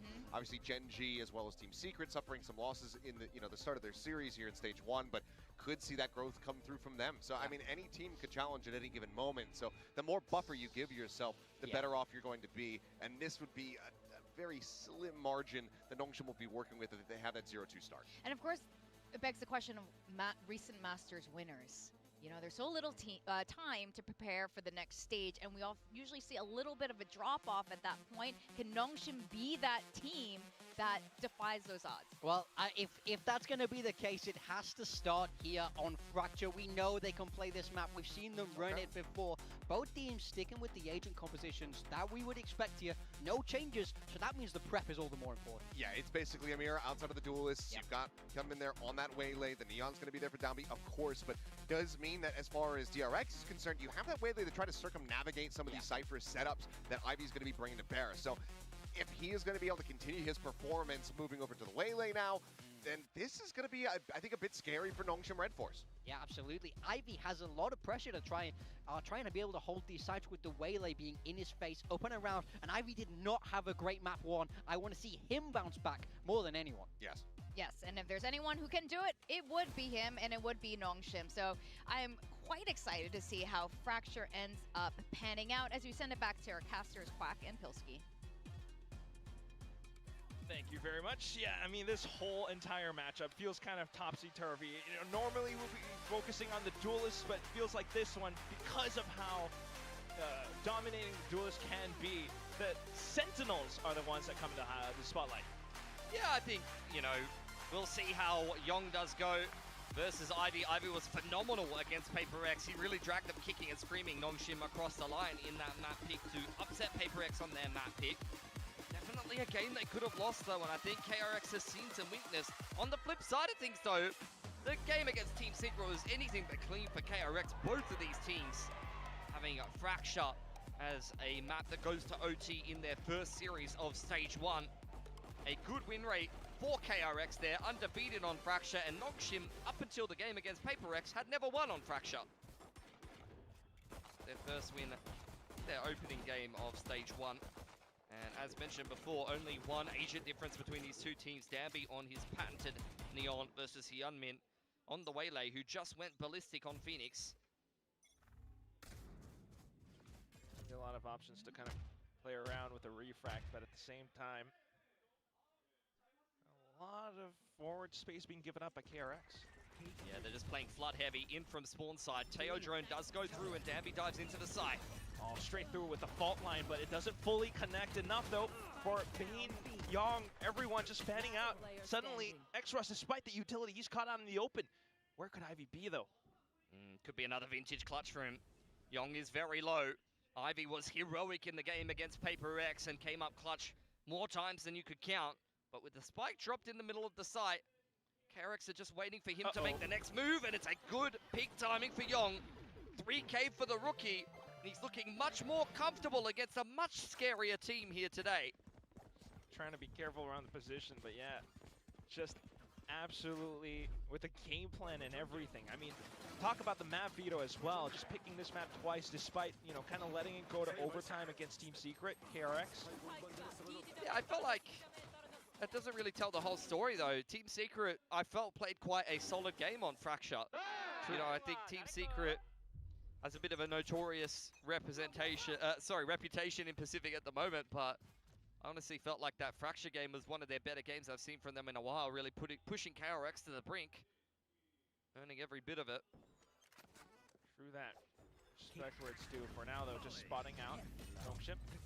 Once again, trying to end up on the B side, but that I missed the the pistols. spread. At that range, that is illegal. What a Hello. disgusting weapon. RB just caught through the smoke as well. I don't think anybody on Nongshim saw their opponent that round. And it's just down to Ivy again. At least he's got himself the judge. He's got himself a bandit. He's got a weapon for every occasion, Quack, but that doesn't mean that he's going to be winning this round. Not too sure about this occasion. Well, maybe he's going to get the spike down at least. I mean, if he gets down on A, we've got a trip. We've got a cam for top side. Can help you read. Bye-bye, Judge. Aw. No, yeah. Put that down. Yeah, throw that in the hole with Boom Esports. Okay. That's funny. Well, Nongshim had that happen last week. Another nice pick for Ivy. Drops Bane. Time. Yeah, Hyunmin can feel the bonk, bonk, bonk, bonk, bonk, bonk, bonk all the way through A main. Bonk, bonk. Look, I'm Australian, I can say it. Bang. Put him on the cross. Nice and easy. Young's got himself a neural theft heading into the bonus round. But decent damage done by Nongshim, especially given the way that round started. We're going to have to watch it again. No, come on, that was one shot. Holy. Done there. Yeah, and then you go, RB gets caught on the cross as well by his former teammate. Alright, so KRX playing the same. Brim Teho. Starting to get a certain sense from Young today. Bullshit, they're both gonna play that shit. Okay. Comfortable playing on the stage. It's just one team has Hyunmin on Whaler, the other team has Neon. Interesting. Today could be the day he steps up. No Vi's on this map is super interesting. The value that Cypher gets on information is huge. Punish Bane for picking up the orb, but pushed away by the fault line. Just to reposition as well. Maybe a little bit more information for KRX, but... Door opening on A main with the courtesy of the salvo is going to tell them around about where the Teo is on the map right now. Another salvo over towards the B side. Yummy. Not too much really trying to play with KRX's rotations, but with the Teo drone coming through the top side of the map and clearing out all of Arcade, that may allow KRX to respond to this A push a little If they see this trip, do they commit or do they go back? On the A site though, for now, first one to receive contact. The trip will buy him a bit more time as he tries to reposition towards the bottom with light speed. Team has arrived and now in position, now ready, but also burnt down. X-Ross being able to fight back. 3v3. That pick from X-Ross is huge. Situation. Hyunmin's still alive on the site. Marco gets caught in A main though, and that could be the kill that. This might just win the round. Uh-oh. Hello. Young just got caught by position of the trip and also That's tough. All right, Nongshim, let's see what we got. Nongshim haven't played this map yet, right? I mean, yeah, absolutely classic, isn't it? I thought that Nongshim were about to get bonus there, though. Bane does a good job running onto the site, draws enough aggro away from Hyunmin to get himself another kill. Freeing didn't see him dive up into the caterpillar across the side of the site. KRX game. My bad. Unfortunate timing for Young. Patience in the mid round yet again. The best friend of Nongshim so far in this series. Ivy pushed away on the cage. That was RB also playing really well on that map. Also arcade hits on that map from what I remember. Uh-oh. He's just trying to delay as much as possible. The cage is all being set up, but with Nongshim hovering around, you can never feel too safe. Relay bolt, and it absolutely connects. Young trying to tuck himself in the corner with some support from Mako. This is a crazy bunkering down. I've never seen a stop from arcades like this hard. KRX to overcook things here a little bit. RB now what do? Huge stop from KRX. Really good round. X-Ross saving him again. X-Ross MVP. Ivy to find a double to end it all. Everyone died in 4 seconds. This is just such an awkward exchange of utility. Neither one of the teams wanting to be the one to make the next move and potentially make the wrong one. And everyone just goes down in an instant before the spike even gets on the site. Pito, how are you doing, by the way? Yeah, Francis and Bane, the fast lane across spawn side creates passage for Nongshim to dive in there. Oh, that's unlucky for Hyunmin. He probably should have just got that round done for Top Gen and Ivy. What a transfer to close it out. Ridiculous. The mechanics and the positioning to boot, but for now, back towards KRX trying to go for some early presence. Bring on the off angle towards Dish.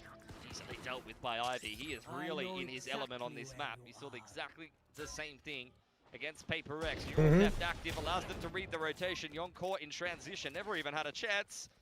Poor boy, he's so young. I think RB just understands exactly how Neons want to play on this map, so he's able to stem properly, smoke properly for the team, but also pay attention to the smokes, pay attention to the lurks, and know his positioning and how much it matters. Now it's Nongshim. Later on. Okay, getting caught. Not gonna get the spike down, but do give him a rifle here. But still, with the spike down now, more normalcy across the B side, while KRX just maybe thinks to save the Vandal, or Mako trying to fish for whatever he can find. Yeah, I mean, Bane's already got his ult, so he's... My pred for GE Team Secret is a 13-4, 13-2. As mentioned, Mako, 1 kill. For Team Secret. Or 2 kills here would get him to lose. Yeah, GE, you're smashing that game, my friend. Really want to give up the ult to RP. Over here, I'm gonna say cheese. And I added some butter, some, again, chimichurri flakes. I don't know why I like them so much. Some panko, some pepper, and a little bit of hot sauce. I cooked downstairs, man. I actually cooked. Another nice round. I don't know what brand it is. It's like, I think Okito or something. It just says cheese ramen on the packet. Such a tense situation as well, but this next round's about to get messy, though. I'll tell you what. For sure. Rolling Thunder, Armageddon, and Nongshim close to a lot of ultimates that they don't have going into the round. Those are sometimes the hardest situations to deal with because Otogi, yeah, it might be Otogi, yeah. Player on the other team is going to get a kill. Rip tier 2, yeah, they have like a, you know, Rip tier 2 long, live tier 2. You see, for example, I love the changes, man. I love the changes next year. That can completely change your game plan. That's where you just need to be. There's so much more sense to invest. Has had some real dirty trips this game, man. Has been in the practice server with KRX's coaching staff. Subregions in EMEA. Hold up, give me 1 second. Let me just see what Hammond does. You have so many options, man, with ults. Oh my god. If you want to do something, surely use an ult here, but okay, so this is showing to Nongshim that since these guys have ults, they're stunning and whatnot. They really want to play retake here. Possibly back up towards tower. Oh, Young. Straight into the cage. Dabby couldn't go up any further. There was a trip above his head. He was waiting for someone to break it. Oh, Young! No! What? I was just praising you! Well, it's utility for utility. Now the molly being spent just to possibly buy a bit more time or delay. But you still got to worry about both north and south side. Ivy, the flank now being spotted out. Bane wants to dispatch of him. Finally does so with the help of Mako. Francis has ripped the Rolling Thunder without a whole lot to show for it and caught in the back by Hyunmin. Goddamn. Convergent pass secured and 3 up for KRX. Strange round. Take a minute. Focus on your breathing. Helps with your aim. Someone all being boxed in towards the B site, but still being able to fight their way out of it. Nice start. Let's just skip that next part. Great. Thanks, replays guy. It's a lot to clear out Ivy on bottom side there, but good moves in the mid round from KRX. Feels like similar to over on the Phoenix, at least on this defense, Hyunmin's exactly where he wants to be. I feel like everybody else is in the thick of things, and he is just able to take these rounds at his own pace and get the multi-crack. EMEA is Mina, Turkey. Oh my god, Hyunmin. Back, and he wants more. A bit of support for Free. You're not going to be able to do that in week 4, man. It's so silly that we're watching a completely different game in this one. It's crazy Truly. to see how good he's become on this info initiator role. Just piercing through into the site. Oh, Bane trying to slow them down. How was that not a kill for Bane? And then for Ivy to catch Young Rough on one. the rotate again. Just Mako left, and despite the Pretty banger match so far between both teams, though. I don't think he's gonna be able to. Yeah, Mina, Turkey, Europe, and what's the last one?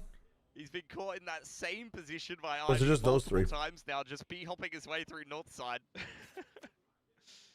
Ivy's Ivy's giving him a couple of Cypher lessons this game. Like, It's just those 3? True. You can't just freely run up on top side like that. Wake up, buddy. Now's a good time. Yeah, APAC is the only region that has 4, right? Americas is Already LATAM, got 1 win in the group stage.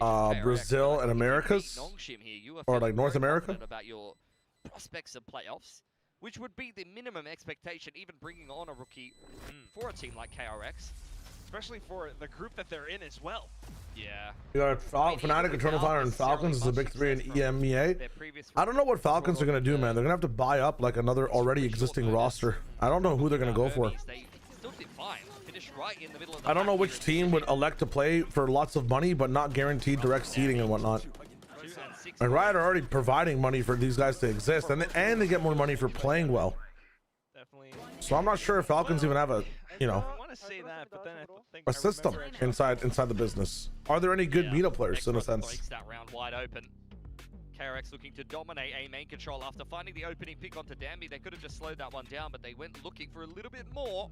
Exit Avez. I think Avez stays on KC no matter what. As I said, the standout over there on Haven. Once again, Ivy is putting on a clinic on I think South Asia will get smoked by other regions. Said it multiple times, but he really did win them that game against PACIFIC.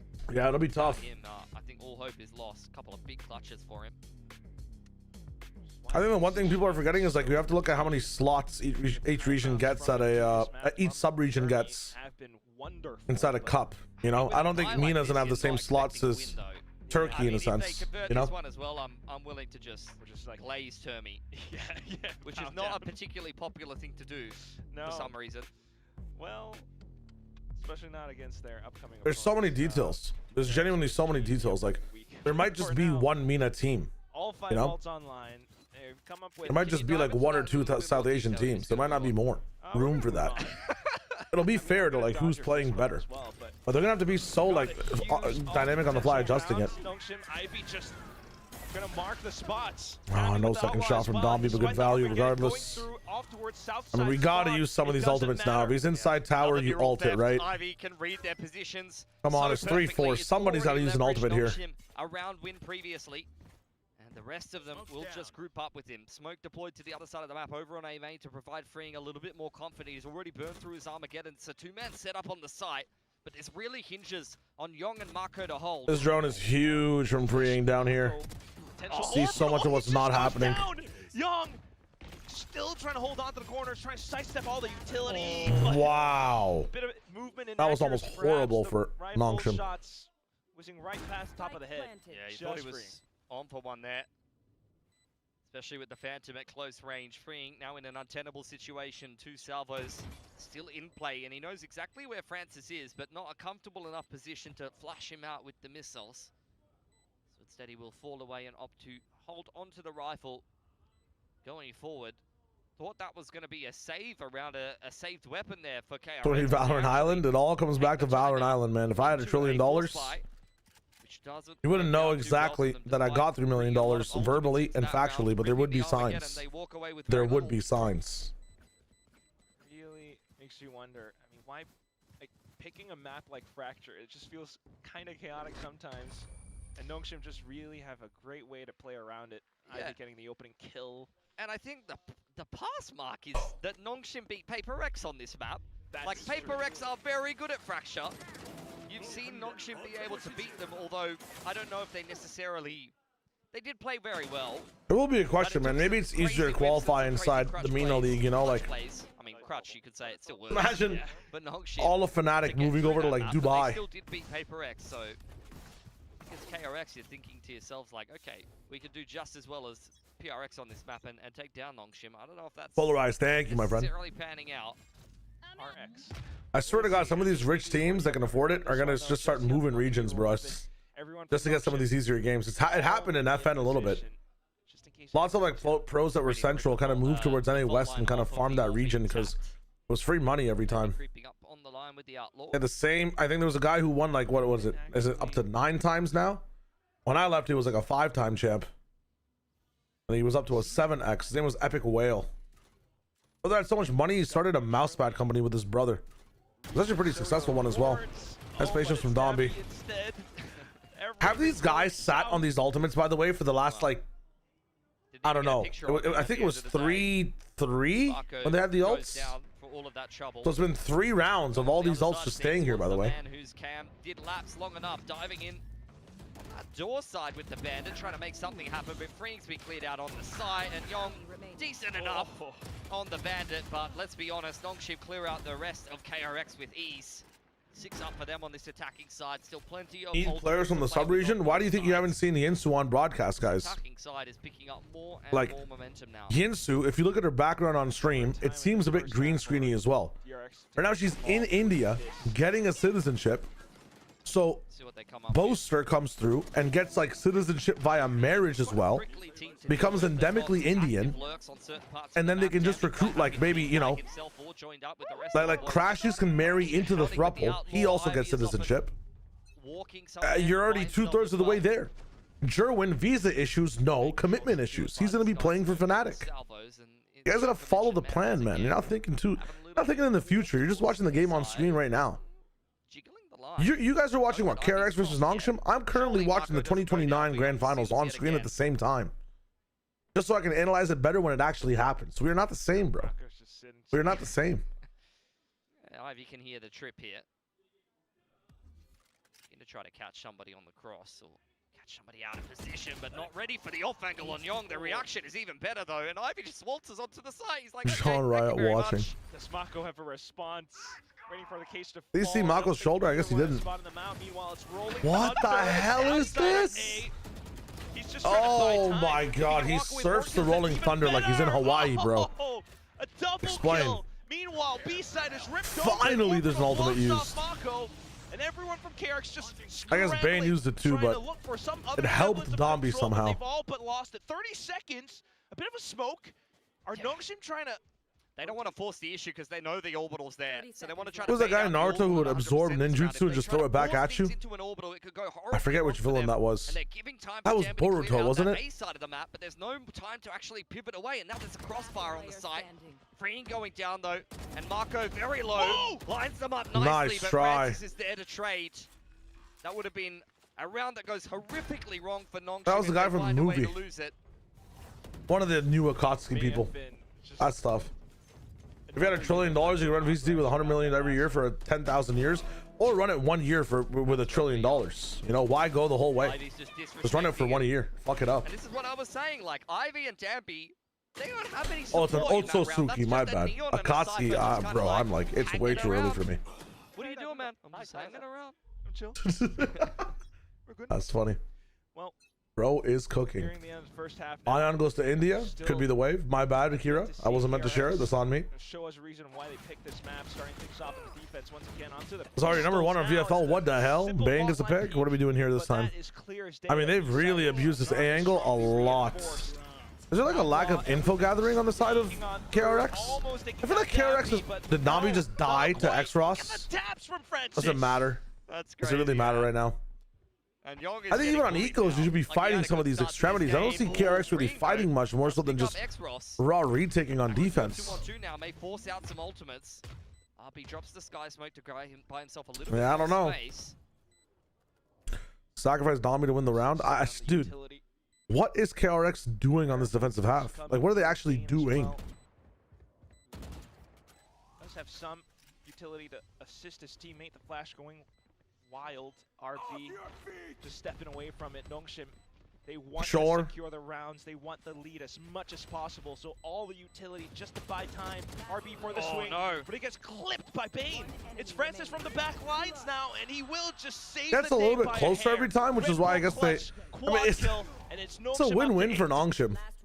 If they keep going down to like 1 player last alive, so KRX are like, oh wow, this retake strat is almost working. We need to just fix like 1 more mistake. We should try it again. But it's like dog shit in my opinion. Like, we're trapdooring Sands instead of playing for like a, you know, north or south pinch. He feels invincible, but made to look a little bit more mortal. Definitely. Why is the rifle guy sticking? It's a good question. My brother picked up another. Where was he looking? You know where Breach is. Why was he looking main? Potential 9-3 on the cards now, but come in with the double op setup for Nongshim. But I don't think Mako has used this ultimate yet, and since he's had it, same thing with Hyunmin. He has not used this ultimate since 3-3 or 3-4. Straight through the Freeing's Sky dead. Smoke. Quick as he'd like. Freeing felt like he could just dominate that A main control. He's caught Ivy there in just the round previous. These are just small little timings and 1v1s that can completely flip around on his head. Every single time, man. And Already moving pieces, Mako in position alongside Bane, but unbeknownst to them, it's, you know, potential 2v5 that you have to withstand.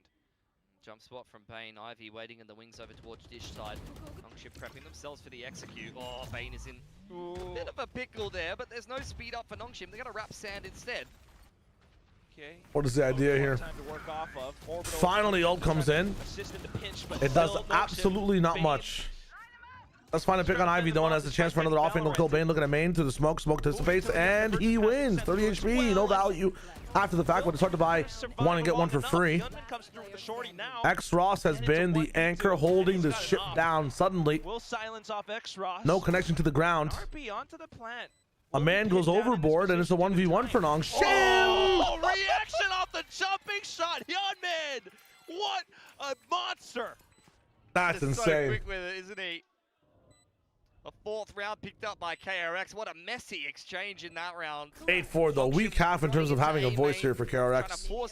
Not gonna lie. Throwing up the fast lane across the A side. Like me on my 7 a.m. classes, what, sleepy and just fucking coming in with PJs? Yeah.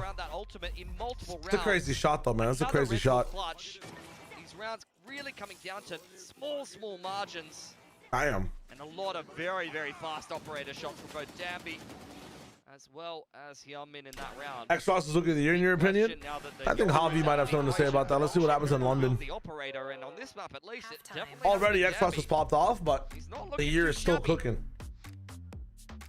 What reason was there to peek though? I think a very conservative jump spot gives you information as to where the player is. If they have cheated space while you were planting, you know? But either way, I mean, just by sheer nature of how Nongshim have been playing, the confidence. What is this? Was that Nongshim noodles as well? Translate, Quack. I can't. Fraud! Why am I wrong? Ivy. Good game from him, but I think it's an effort done by committee there for Nongshim. KRX. You guys are so funny. A defense that was not as fruitful as what you saw over on Haven. What can they put up on the attacking side now that it's a bit of a roll? No, Pacific should be much more fun to watch post-partnership, especially with all the inspiration in the region from teams like PRX and like Nongshim winning this last one as well. Very impressive shots and a lot of depth, as you would expect from a Breach Teo comp.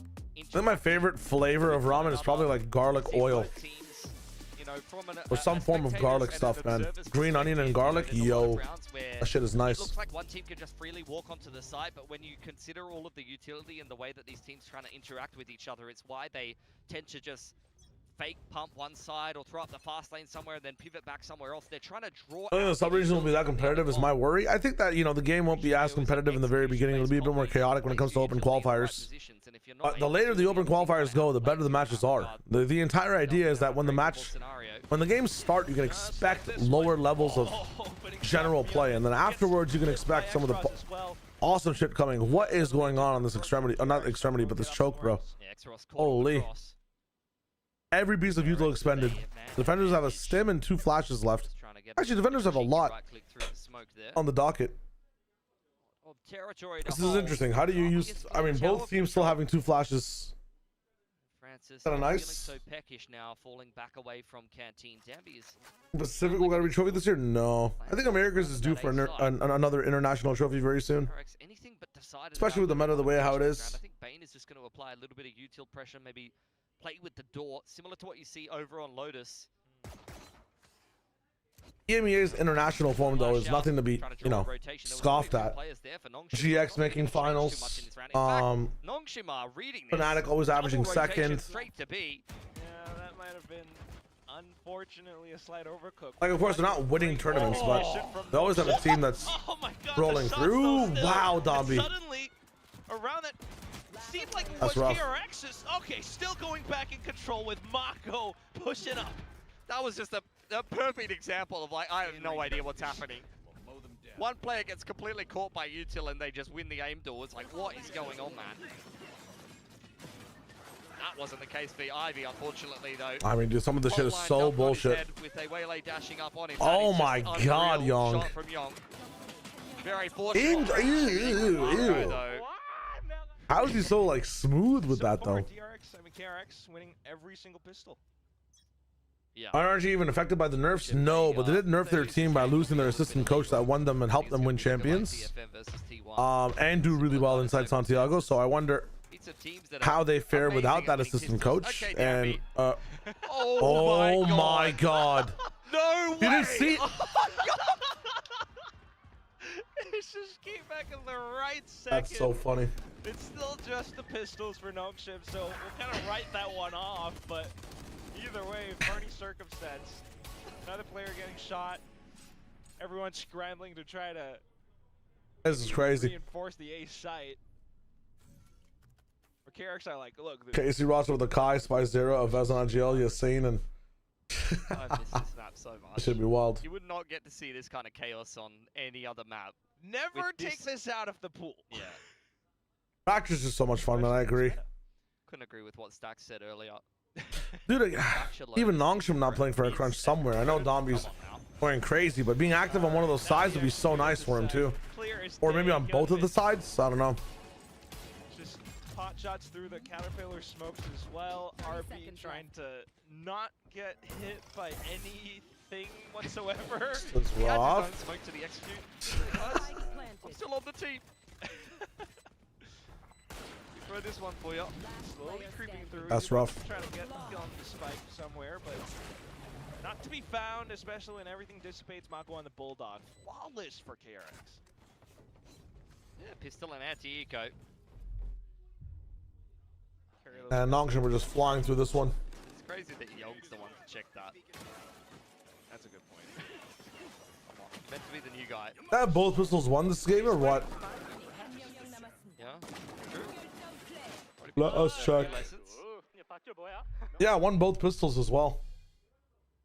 I mean, if they lose this with both pistols, I mean, well, that is kind of rough, man. Bulldogs and 3 rifles. Quick molly from Marco. Lands in tower. It's a fake exit coming in. Towards this B side of the map. Hyunmin trying to sell it as best he can. And he sold it. It's just Domby here. Of course, it is the Domby. Tommy needs so much here. Yeah, not a chance. Tail salvos, the stun, 3-man swinging. What does it take to hold down a god? Oh, you've seen it in Fracture. You've seen it in A-Main. What do you do with those powers you've attained, though? Do you hit that sight? I'm liking this re-exploration from RB over here. Seeing nobody over towards that. Their side, found out, spam down. And just a bit of Overwatch. Rough, man. Complete this ambush to fruition as well. Francis cannot tap for the life of him. And suddenly it's just Xross feeling too much heat. My favorite weather is the harsh sunlight. My favorite terrain is grassy or psychic. Flush the Cypher out of the site. A 1v1 that has to go the way of RB. Freeing just going to fall back to try to crossfire with any of his teammates, but no one's really there to play off of him. I mean, how meticulously can he play? Yeah, not a chance. Who wins it? If he ends up getting one, though, this could be doable with these spots, but now it's so difficult. Spike continues to tick away. Xross suddenly thinking, I'm just going to be a wallflower. Yeah, no way for the House of Cards to tumble on that one if everyone's just playing so passive on their angles. As you mentioned, winning every pistol and then a bonus per Nice from KRX. I like it. Yeah, you're right. A lot of breaks going their way today. And they are the underdog team in this matchup, so...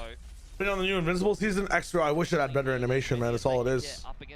In this day and age, if you want to compete with a lot of people and have them interested in seasons they haven't, you know, are tuning them halfway and haven't watched before, you have to have better animation, man. It's tough. Quite pull it off, and then there's just a lot of awkward positions. Francis is hold on, one more time for me. Xross is kind of out in the open here. It's just one of those tentative setups where no one's really quite in a comfortable position. It was like a masterful execute out from KRX as well. Let's not forget. Yeah, they worked it quite well. Outlaw out for Hyunmin. Potential to really even out the score. What? Okay. Phantom headshot still. Suddenly everyone from Nongshim just trying to push back up. Maybe regain that Phantom, hold on to it. Dish out a bit more damage while KRX regroups. Yeah, Phantom juggled across to Francis. Xross with full armor is the one to peek. The Hat Man is back. Takes the head off the player with the Outlaw. KRX reclaiming space inside of Tree for now. What goes on to underpass? They don't want the reposition back towards arcade to catch them off guard. Yong given the neural theft here to allow them to read those rotations.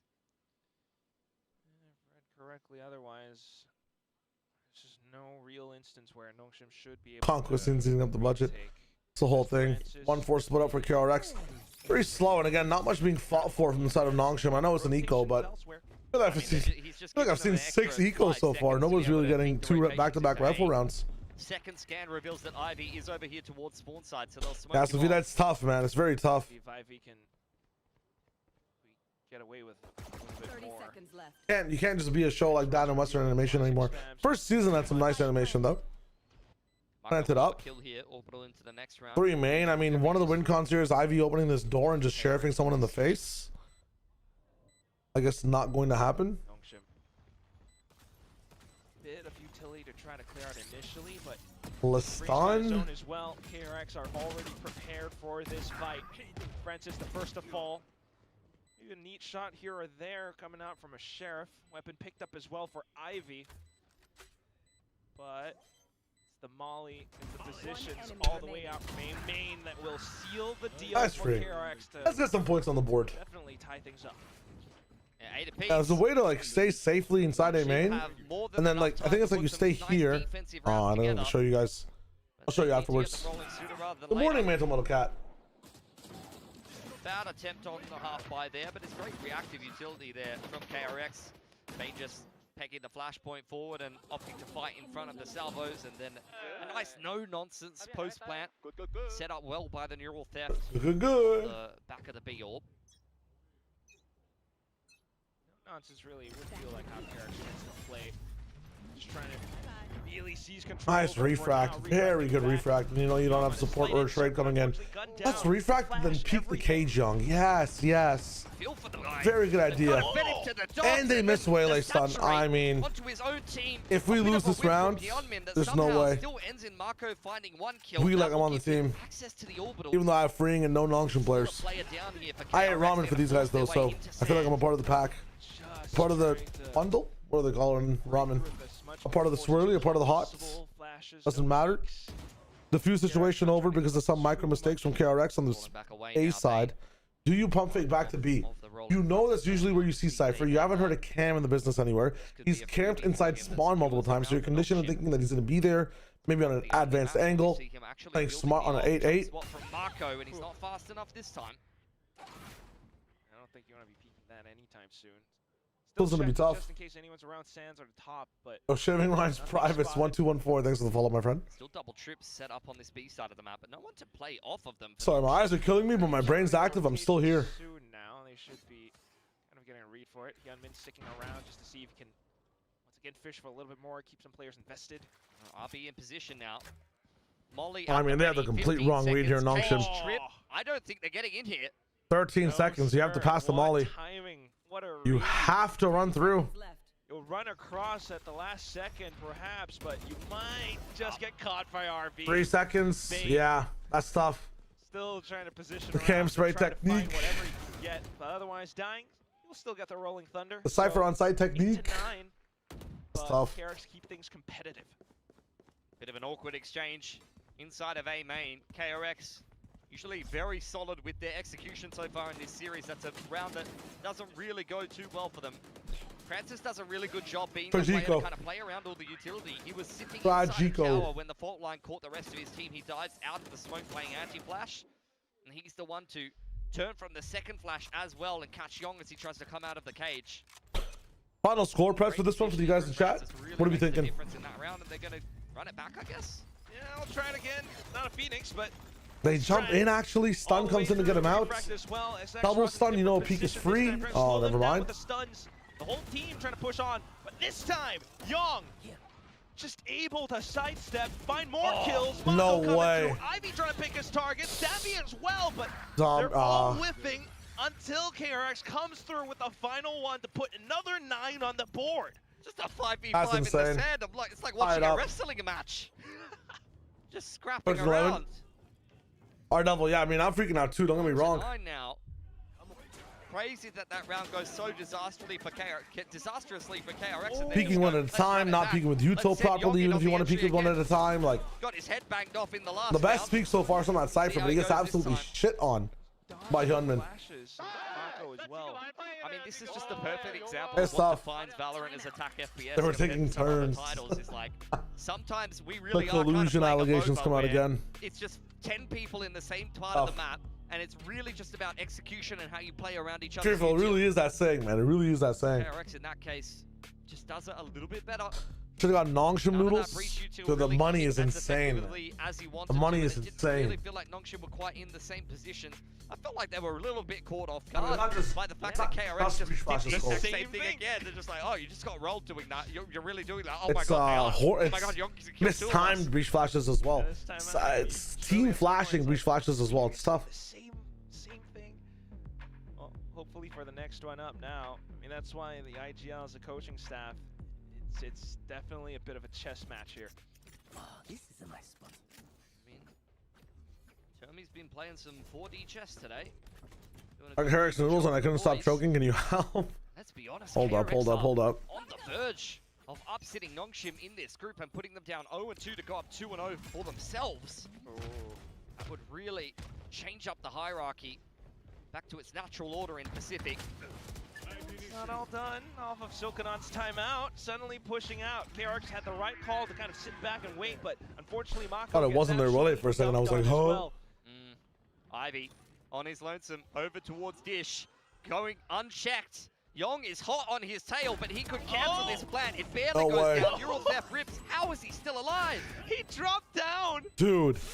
Not sure if it was intentional or not, but it keeps him alive just for another second. Enough for the Rolling Thunder come in. Ride the waves. Suddenly, it's Nongshim out from A main. We flipped sides, but with the utility, even despite the guns, they've picked up quite enough just to give them an edge in this fight. Young, though, has other things to say. Tough. He wants the round for DRX, but it's not happening quite just yet. Nongshim pushed another one to push them back off. Goddamn. Great timeout to win things on the half bite. This could really change things up for Nongshim. They beat KRX to double digits off the back of their own timeout, but KRX will have the money to recover from that. Wait, how did Danby get up there? I didn't even know you could get on that box as an Eon. Am I crazy? It must have gone on the little jump up thing and then schmovemented, as you've been saying today, back across. Just a bit of a tentative situation. I mean, Yong, he's had a pretty solid game so far. I actually thought he was on for a multi-frag there. And Nongshim gonna run it back. Once again at it, this time with guns. KRX immediately back off, trying to pick their fights.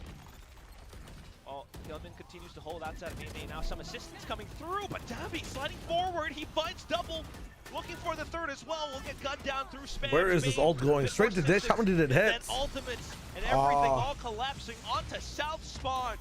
Trying to push on through now. That's tough. But still low 2-man. Oh, it's just almost line it up. Abandoned this spot as well. Just trying to find other bits of spacing, but at what cost? This is just a mess. Everyone's dead on the bottom side of the map. Marco barely clinging to life. RB, say much the same for him on the other side of things with the Brimstone. Drops the smoke behind him. Who will catch who in transition here? It's RB. God damn. 11 up for Nongshim. Zay edge forward. Utility on the bottom side of the map.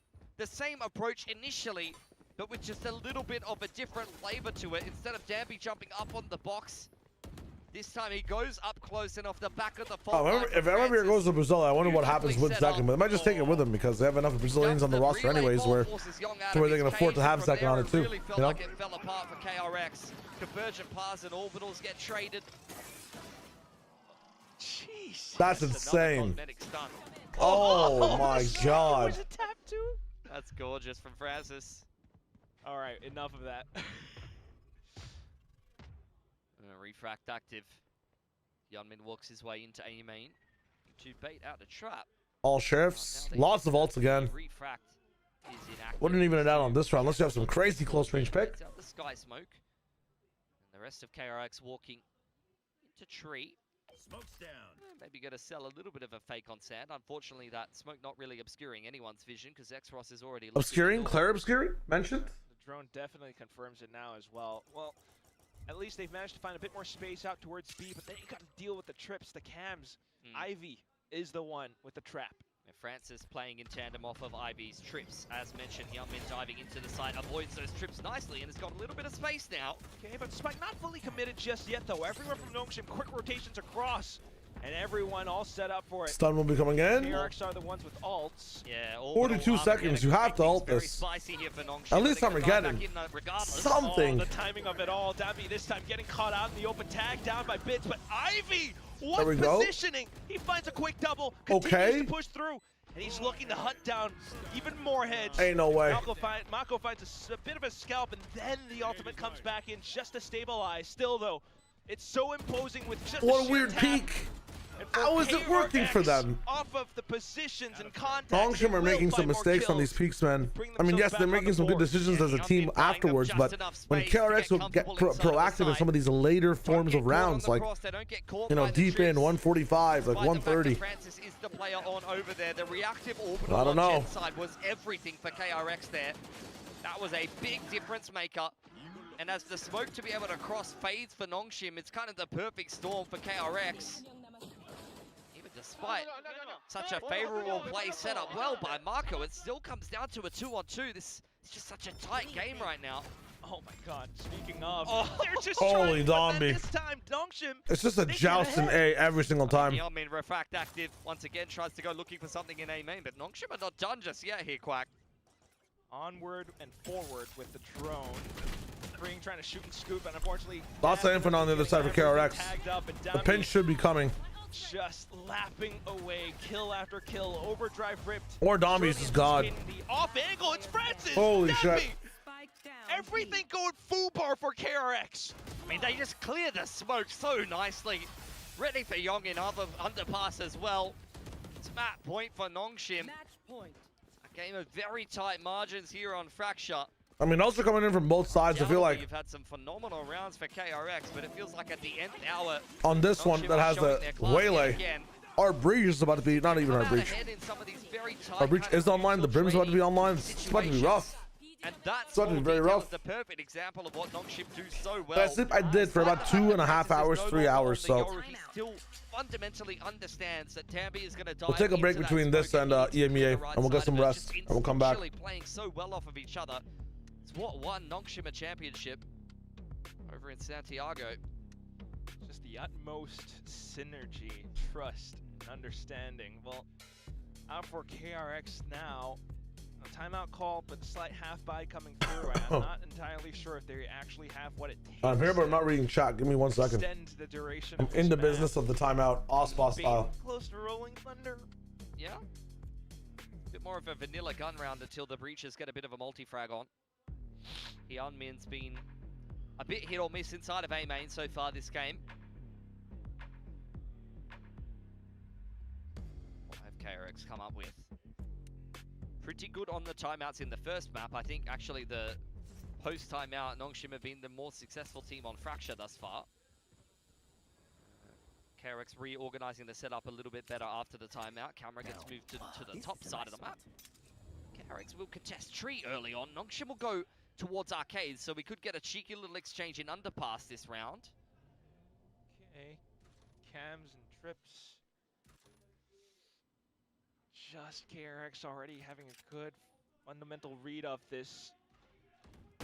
Pick his targets, Disgusting. Oh, 1 by 1 into the full hat trick. That might be the game. Francis on the site though. Or at least the comeback in Right at OT. the start of the round, one team going one way. Francis has lost his mind. He's running through the util. Caught out in the open. Just a bit of pressure now. RB the only one left. Don't throw. Let's not give Mako his full ace. Spain robs it away at the last second, but he will get the ult. Everyone with all slowly coming online. That's just a classic scissors paper rock All right. around. Bang around coming in. And unfortunately, in this case, Marco was the scissors. We've rested for this. With a paper, he just cuts them up, nice and easy. What an analogy! So clean. It's optimistic from Francis. Tekken Victor, League Victor. I like Tekken Victor a bit more. I'm not gonna lie. He's a very creative character. You don't make big plays. Wait, no, take it easy. I'll see you soon. You're not taking risks though. Either way though, now now. Both maps All have right, gone the we tap full in. distance. Nongshim trying to play a little bit more defensive this time, but getting hit by the collat. Oh, hey, refract back into Freeing now. Orbital gets dumped in. And it was just kind of put both teams on a bit of a stalemate. They're all here. No one's on A anymore. Well, the Rolling Thunder Rolling Thunder's on both sides. Call it riding the lightning. Rolling Thunder right back at No you. one on it. I know. Doesn't matter. This is just a crazy exchange of util in this game so far. Are you not entertained? RB doubled back to A because he thought it was a fake. Breaches yelling at each other. Oh, Mako Oh is my on one Mako, right now. every single time. He is yearning for the overtime. It's all up to Ivy. Ivy just Okay. tries to skulk forward, spots out Young. The rest of KRX Here they come. have the other position now because of Tunnel. But at the same time, RB trying to sneak forward. Okay, getting a couple more kills now. The assault going huge for Nongshim, but still numbers in spades for KRX as they look to compel Nongshim into an overtime. 12 to 12. Okay. All 24 rounds, both maps. Very tight game that we have.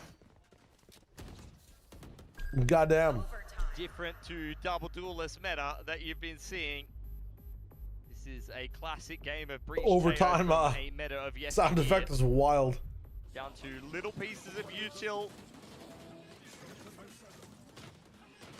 Both teams with big ults. Both teams were just throwing fault lines at each other. Missiles flying everywhere. This is a nerve. How's ramen? Really good. Really good. If this goes to a map 3, I'm just gonna get a coffee and stay up. It's the only solution. I'm only getting like mega tired towards the end of the series because I can't take caffeine for this region. Well, I won't be able to rest for the next one. Long day though, you know, long day. Reset up. They're gonna speed off. Do a boom cost for the stage. I mean, let's see. Dash in so much util. Has Zombie finally been stopped for now? Hindered, denied. Beheads Dami. What? Now RB coming back through, but Bane has an off angle. Tries Oh to my get straight transfer. God, He's disaster. Gonna get all three. Francis tries to stay alive. Flash tossed over, and it's Ivy out. Oh, from hesitancy behind doesn't at the matter. last Ivy was here the whole time, by the way. Ivy wins his once again against Young. I mean, Young's having a rough one against The this temptation guy, to man. rip it is immense. And it just backfires for Bane. You really got to feel for him. He was doing everything for KRX in that round. Caffeine doesn't give you energy, it stops you from feeling tired. No, 100%. I'm just saying the effect I can't have during APAC because then I can't sleep. I literally just can't sleep if I'm on caffeine. On that B So, side of the map for KRX, I thought it was going to come It's tough. together for them, but Nongshim does such a good job fighting as hard as ever. Francis dead in the middle of the pack on the breach. Well, round now we started. know again, this time Nongshim are the ones trying to gain some control outside of A, but blocked out by their own smoke. Gonna fall back. Push us to Lotus. Yamin speeding straight up into the site. Door is wide open. Oh, turns things over into the full flip. Young with the information. Well, let's see if he's able to stand tall to the task. Sudden zipline though. Oh, look at this push into spawn side. Ivy needs to hold his nerve. That's a Holy. ridiculous reaction from Freeing. Francis has found Young in the meanwhile, though. Be pinched, but I feel like towards Arcade. They Xfrost's gonna be late to this one. Tries to get ahead. Oh, he's just playing whack-a-mole! 2 down, Mako with the peek! It's just Xfrost left! Oh, what do you even do? Caught on the flank, It's rough. 1v4. Series deserving of multiple overtimes. Best his counterpart, but that's where it will end. 13-13. 13 apiece. Game just continues to deliver. It's just an illegal shot for Freeing.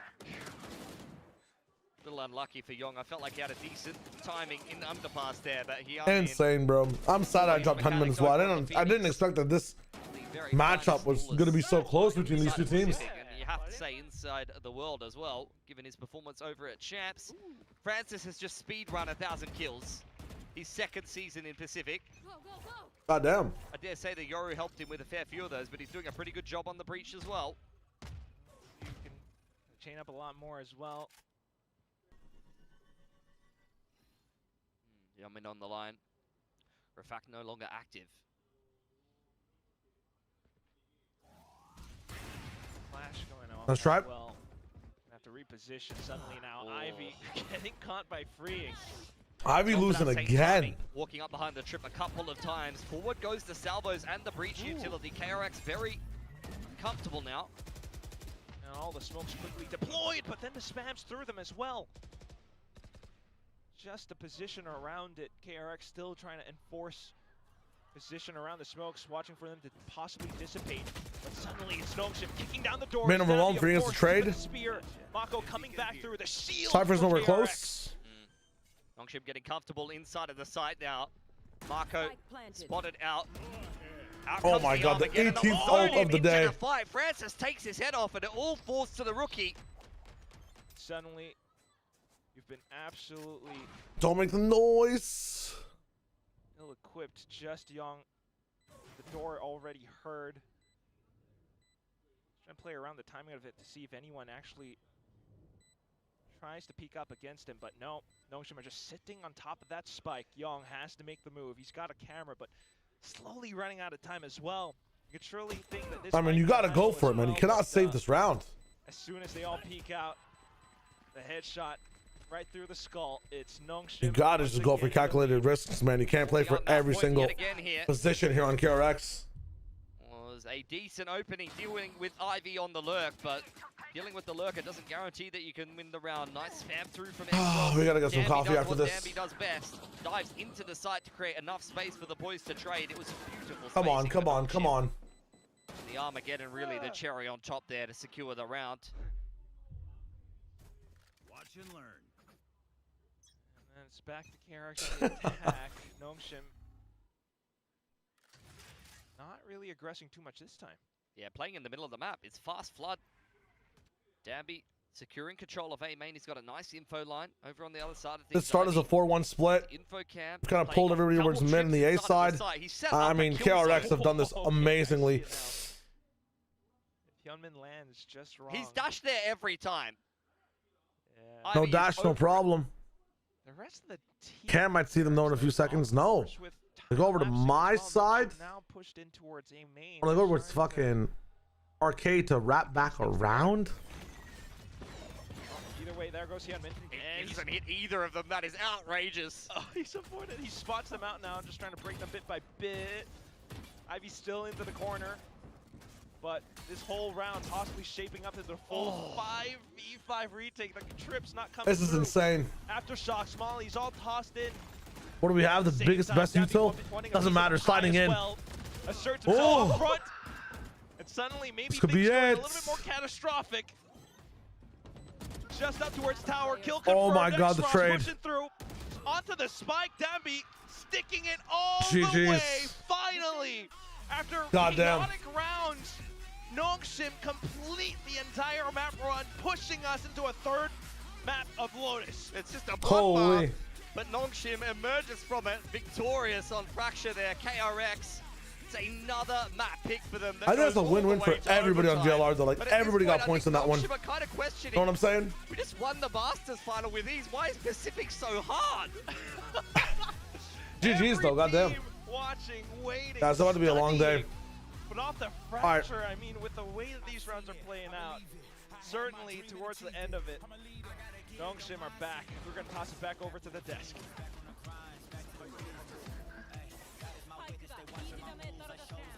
Well, that was exciting.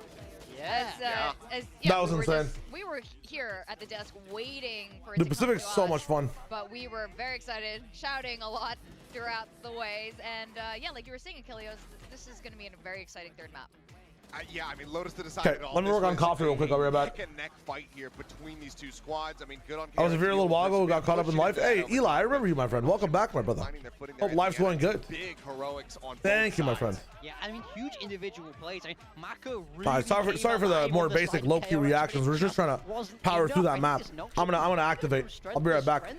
This next one is about to be a fun one. Once again, somebody check Chobra's pulse. He's probably dying over there. I think you can't get more stressed than this when the games keep going this close. Oh man, if he's a stress eater, I think Nongshim's got his back there. BRB. Running an ad real quick so we don't have pre-roll, by the way, when the games actually come through. I think Boom, so. boom, boom. Now, it's been really interesting watching Nongshim, especially in the second half as we inch towards that overtime. seeing the spawn crunch. They got a lot more aggressive. We really like that sort of energy coming from Nongshim. And this is where, you know, that's the bread and butter. Yeah, I mean, I think Dambi does this so well, and this is why he'll always kind of be on the Neon, or at least he should be in my mind.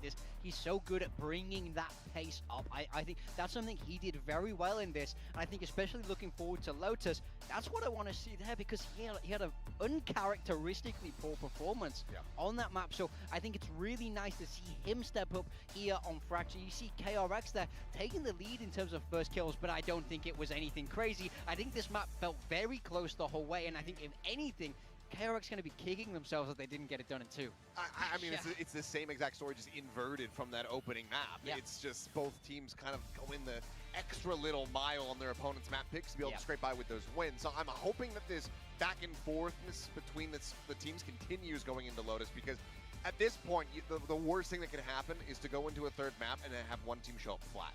Yeah, that's right. I think this has been really interesting. Like Pilsky was saying, you know, Nongshim ended up strolling through Masters, and then coming back into Pacific, facing these kind of monsters, the two RXs, frankly speaking, but KRX has really showed up. I don't know in terms of predictions how this is going to go, because both teams look fantastic right now. And KRX, it looks like Young is settling into the team, but there are moments still. You can see that sort of rookiness come through, that self-doubt. Yeah, you can see him start to heat up, and then just cast your mind back to that last clutch he's in the OT. He's slow, he's hesitant. You see these little moments where he's not quite bloomed into the full player that he will be, but I do think this was a solid map for him. I feel like he had moments where I was very impressed, where he's able to hold down the sides quite well. He's putting up those multi-kills, so I'm hoping now he's had two maps on stage here today. Long maps, lots of rounds. Nothing's going to surprise you anymore, so I want to see a big map 3 from y'all. I mean, I think that if this is your jumping off point for your second series, and he was already steady enough in the first one, but to be playing against a team that just lifted a trophy at Master Santiago and to put up numbers like this, we can excuse the shakiness. We can excuse that little bit of hesitancy that he's putting on display, because he's already doing well beyond what my expectations would have been. Oh, 100%. Now, Dambi is a guy that we do have high expectations on. We did see him on the zip line, a little bit of a scary moment. It was Mission Impossible. It was almost for a an second. incident. It was, but overall, in this particular portion of the map, yeah, a lot of action. This is what we want to see from Nongshim Red Force. They are at their best when it's scrappy, aggressive. Dambi's going in. He's playing that tank role that they talked about, and he's getting set up by excellent util across the board for the team. Yeah, it was just a really good decision to go for the south side crunch. It's something that they hadn't really been going for all throughout the course of this map, but they decided to just go ahead, up the pace, be the ones that are dictating it, rather than having a bit more of that laid back, you know, sight-sitting passivity that we were seeing from them. They decided to turn things up, and they completely catch DRX off guard, and then they were able to run it back again near the, closer to the end of that map. So just really good decision, just go ahead and flip that switch. I love that it's when the times get tough, when the scoreline is closer towards the end, they immediately are okay to go, okay, let's run at them. Now is the time to send it. They're so good when they manage to do that. So I love that they're finding that confidence, even in the new meta, even on a map like Fracture that they haven't played. Dryad at Sisyphus, but instead of a boulder, it's a giant kidney stone. God damn, dude, I'm hyped for map 3. Let's go. About him in map 1. He completely stepped up in map 2, and that's Ivy. Let's go. Yeah, it was an uncharacteristic performance from Ivy on that Haven. He was not having a good time. He couldn't really get the lurks off. He was having a very hard time trying to anchor those sights, particularly around C. This is about to be, Here, we're to see, like, okay, took that first map. I've got some very nice contingencies today. First of all, Vanilla Coffee Cup 1, Iced Cappuccino coming in, number 2 at around, in the next 2-3 hours, and then in between EMEA and Americas, I'm gonna get an espresso. So we are gonna be staying the fuck up, man. No sleep today. No sleep till the matches are over. He's great on his own. He's great on an island, and he's always managing to get those kind of multi-kills, but he wasn't in map 1. So this is the Ivy that we want to see. Edition man, hello. Here today. It's a big step up. I mean, both EMEA is not worth it. What would you suggest, Supersonic? Do I not watch it? Do I stay sleeping? Util to the Cypher, where you do not to be able to really level. It's always no sleep Fridays over here. That's a very good showing for him. I'm already breaking a fucking sweat, man. What do we have today? What do you mean EMEA is not worth it, bro? We got Foot Navi. That's one of the bangers of the whole week. Now This is gonna What are we be talking Lotus. about? We've It's seen foot Na'Vi, man. Nongshim play a lot of Lotus back in earlier days when they first entered Pacific, and it's evolved. Bates KC is also a really good game because it's two bad until teams. this point. You know what I'm saying? Or two teams that gotta figure it out. Is for sure on Nongshim about this Lotus. Foot Na'Vi, I think Bates KC will also be really good. Kind of rolled by PaperX there. Gotta tap in, man. We gotta tap in. Through decider when it's all on the line, they didn't really show up. 13-6, I think it was. Now I do think PaperX had some kind of trickery in a way. They were playing that Vice. It felt designed in a way for what Nongshim were going to be able to bring. Let me see if I can switch up my YouTube thumbnail though. So what are KRX bringing in? Because Nongshim have already shown this map, and Let me see really quick. holes in it. Yeah, I mean, this is, you know, We full screen that, John. KRX because they're coming in. Nongshim don't really know what to anticipate from this squad, what they're going to be running. We're still watching. Don't worry. There might be a decent, If I'm staying up for everything, they're going to be bringing to the fold here, because it means that I have to reset stuff anyways afterwards. I mean, I should be taking a break after this map, right? Yeah, we're fine. We're fine. We're fine. You know, I think that's probably the best thing to bank on if you're Nongshim Red Force. The question is, can you have that level of performance? Yeah, and they did have a full week since that match against PaperX, so... GLaDOS, please don't apologize, my friend. You're chilling. Just enjoy the vibes. Yeah, exactly. If you can't speak, you're tired, take some bed rest. You're chilling, then. Which was learning from You're chilling. Is 3 o'clock cooked for any malls? It's usually cooked on the day, especially when there's like really good teams playing or really banger games, especially during APAC. Needing a map 3. You know if Exit's playing today or not? I don't think Exit is playing today. No. I think they would have announced it on Twitter, the team, if he was. Let me go look at Na'Vi. And I'm very curious what KRX as we were giving Termi lots of credit for. Yeah. This guy really knows what he's doing. He's one of the most experienced coaches on the stage. Yeah, I wonder how much they're going to counter. Oh, wait, on the side of Nongshim, we're seeing big changes. Francis, he's not on that Whaley anymore. He's on the breach. Okay, so Francis no whaling. On Francis's whaling on this map was being Is Francis just becoming Simon, bro? I swear to God. That's going to be coming through for DRX. Is to see these teams, you know, kind of shake things up and not play exactly what is going on. I asked the question, like, what the hell comp was Frost talking about? Okay, so for Na'Vi, unfortunately, visa issues are still ongoing, so we'll continue with the amazing Kolasha. The banger incoming at 1700 CEST. So yeah, Kolasha is playing today. No exit, unfortunately, because of visa issues. Trying to bait out all of this initiator util. So he has a in my professional opinion, I don't think we see Kolasha until the playoffs. Really get a lot out of this double in my professional opinion. Drag out that util and force Nongshim into a difficult position. Termi did mention he picked Young for a reason, and this could be the moment where we... but he seemed confident about it, so this could be the map where we really see Young shine, and I would love to see it because we have pretty awesome rookies in Pacific. We're going to send it back to our casters. Pilsky and Quack, you ready to keep going? Timmy's mauling at the beach comps. Sure, to be honest. Oh, I hate Breach. I hate that Breach is being picked. I hate that it's being picked even if it makes sense in a transition, and if I don't want to think too much and don't have any skills in other characters because I put so much into Yoru. Cry more about it, bro. Cry more about it. For Nongshim, had a bit of a disaster. Where did you read this? I can't see it anywhere. Navi's official socials. I'll link it for you if you'd like. Quite substantially.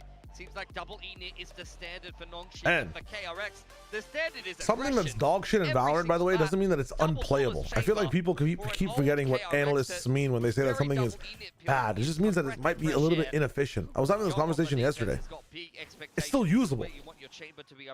It'll still provide you value. It just won't be like upwards of crazy value something else can get you. But if you can't play anything else, if you want to keep it basic and consistent, Breach is not the worst pick. Or he's not a choice that takes away from you, you know? Brings like I just sometimes when I talk and there's nothing going on, I like to just lower the volume. Bro, this might be disastrous in a second. No way. Only a matter of time. Meanwhile, though, there goes Young out towards Seaside. Full contact found. But there are better choices that require more practice and are probably more niche. He's gone very deep. Maybe keep it simple. Need a switch, pick Breach, done. Francis pilfering the ghost. The spike is not down yet for Nongshim. They want to continue to aggress here. Just trying. Classic right clicks, maybe get one. What? Two! X1, what is that? Dragging his crosshair across the screen and down towards Francis. That's insane. Who still has 50 seconds to run across. No, not quite. New mount change. Doesn't matter. Around mount now. All the work onto Ivy's shoulders as he tries to bait them out into 1v1s. KRX not moving though. And suddenly swinging together at the same time. Bane with a sheriff shot to kick things off. Yeah, Nongshim.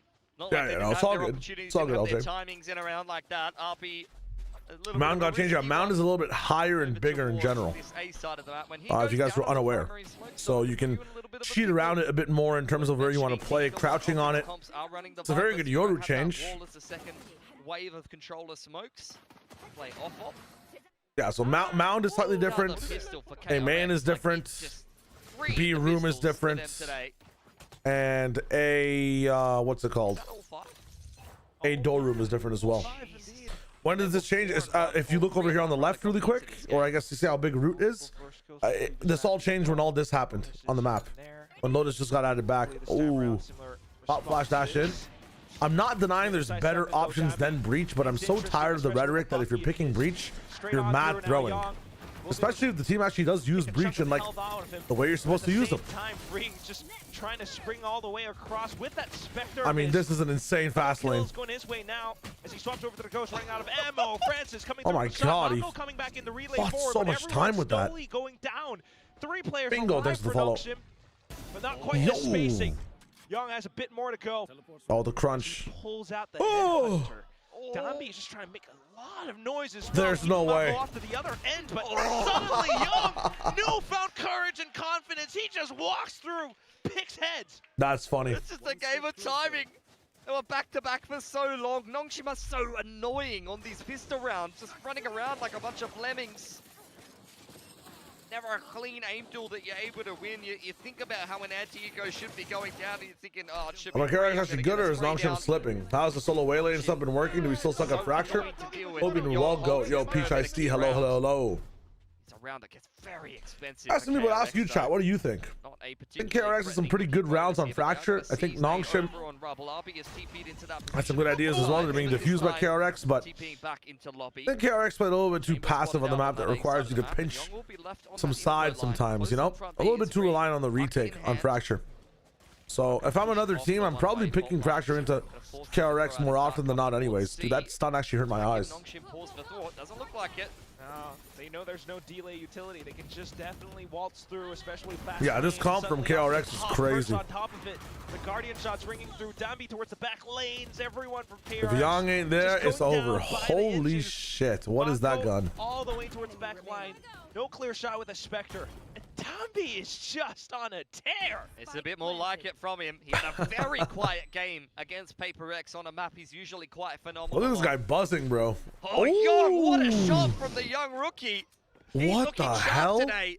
Nongshim giving him a lot of respect. Judge picked up now. No one wants to peek this guy. He's got a nice little triangle crossfire, and he will at least take one gun away. Oh my god. But Ivy swings out and gets things done. A little bit more laborious than Nongshim would have liked, but it's a first round nonetheless. Yeah. Just to be able to buy back. The final thing I'll say about the breach stuff, of course, I would prefer people exploring bigger and better things, but I'm tired. I'm not gonna cry anymore when people pick this agent, man. It's not a bad pick. There's never a bad pick in Valo unless. Oh, I gotta pump the site like we saw earlier. That Sentinel's breeze comp was kind of fucking terrible. Very flood heavy. But breach does not make a composition bad by itself, you know. They really gotta think twice before using their utility this time around. Subtility, I feel like on this map especially, Lotus and Fracture, I feel like breach is still kind of fucks. I think, okay, I understand. On Lotus, you might want to pick some other agents, but on Fracture at least, man, he's still, I think, the best in slot. Jumping around. Damn, dude, the mountain fight is so different now. Right now. I'm loving it. Rookie or not, I mean, this guy definitely has that fire to want to. Straxus, I might be watch party in China tomorrow, my friend. Another spot as well. And if not, we'll run some VOD reviews on DRG. Another headshot, but at the same time, Nongshim finds their own. Off to the site and off to the races. It's Ivy now. But wow. Kill confirmed. Just Next Ross left, and with the spike planted, he tries to reposition. Has to watch out for the boom bot though. Position revealed. Prowler from behind. He cannot see. Perfect utility, by the way. Timed so well with the boom bot. Showstopper earned off of the defuse. Damn, that's Yon crazy. making all the difference for KRX there. They lost freeing in quite unlucky fashion. Oh yeah, I was letting you guys know I will not be live for APAC tomorrow. The smokes, I would assume. I already know from how long this day is and getting into the later Americas games that I will not be waking up for APAC tomorrow, and I apologize for that. But why didn't Heretics look at this young guy? They've been going through some problems, man. Is Nongshim on fraud watch? I don't think so, Tony, man. I feel like just because the team's good doesn't mean other teams can't be good, right? Like, look at the way KRX are playing now. They're really leveling up. I think on that round there was some blundering mistakes from Nongshim, but Fantastic game for himself. You love to see it in a make or break game against Nongshim. In what world were we expecting Nongshim to be 0-2 in this group and KRX to potentially be up 2-0? how do I take my coffee? Black. Definitely a possibility with how Absolutely this game black. is unfolding. Especially with a showstopper for retakes as well, but getting stunned up. You're just gonna let it rip. And then Wow. for freeing to play on the other side, the judge fanning Dude, all across. Ivy the getting flood, some shots in with the the sheriff. action, the trades, the explosions, the helicopters crashing into the ground, and the players walking away from them slowly, not looking back at the explosion. Thinks patiently over on Waterfall side. Caught for a second, but doesn't cop any damage as a result. Phantom picked up now. Get the plant, get Steel Guard, and maybe bring things back. That's not going to trouble Yon, though. He Out of the context, pretty crazy, but what did I say? It's a big pointer, which is exactly why Oh, I like it black, yeah. Coffee, guys, coffee. I'm talking about coffee. Positioning instead. Young's gonna take a little bit more time, but seeks to push up and clean house, just sweeping angle to angle. It's a good plant for Ivy.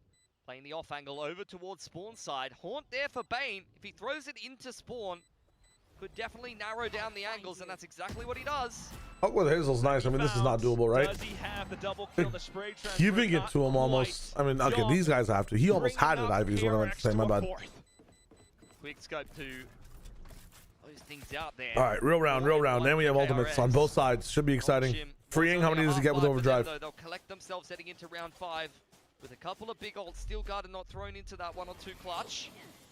The Rolling Thunder is still in play. It's exactly how you want to play this comp as KRX. Flood into the side, make things very uncomfortable for the other team who are trying to get their execute off. You get the paranoia, paint shells, relay bolt. I don't know. I've learned the more you add the coffee, the less it becomes what it is. It's exactly how you want Hit that shit black. KRX. Drink it up. Move on with your day. To the next round now. Buys back up for Nongshim, but 2-1-2 for now. Just trying to wait to see how KRX will. I think like ever since I started drinking less. Oh, hold up. TPing across, but you cannot Young can't lose, Young bro. right now. 10 and Dude, 2. when is the last time we've seen a chamber just take over a map like this? Academy upstart of all things, and suddenly this is his time to shine.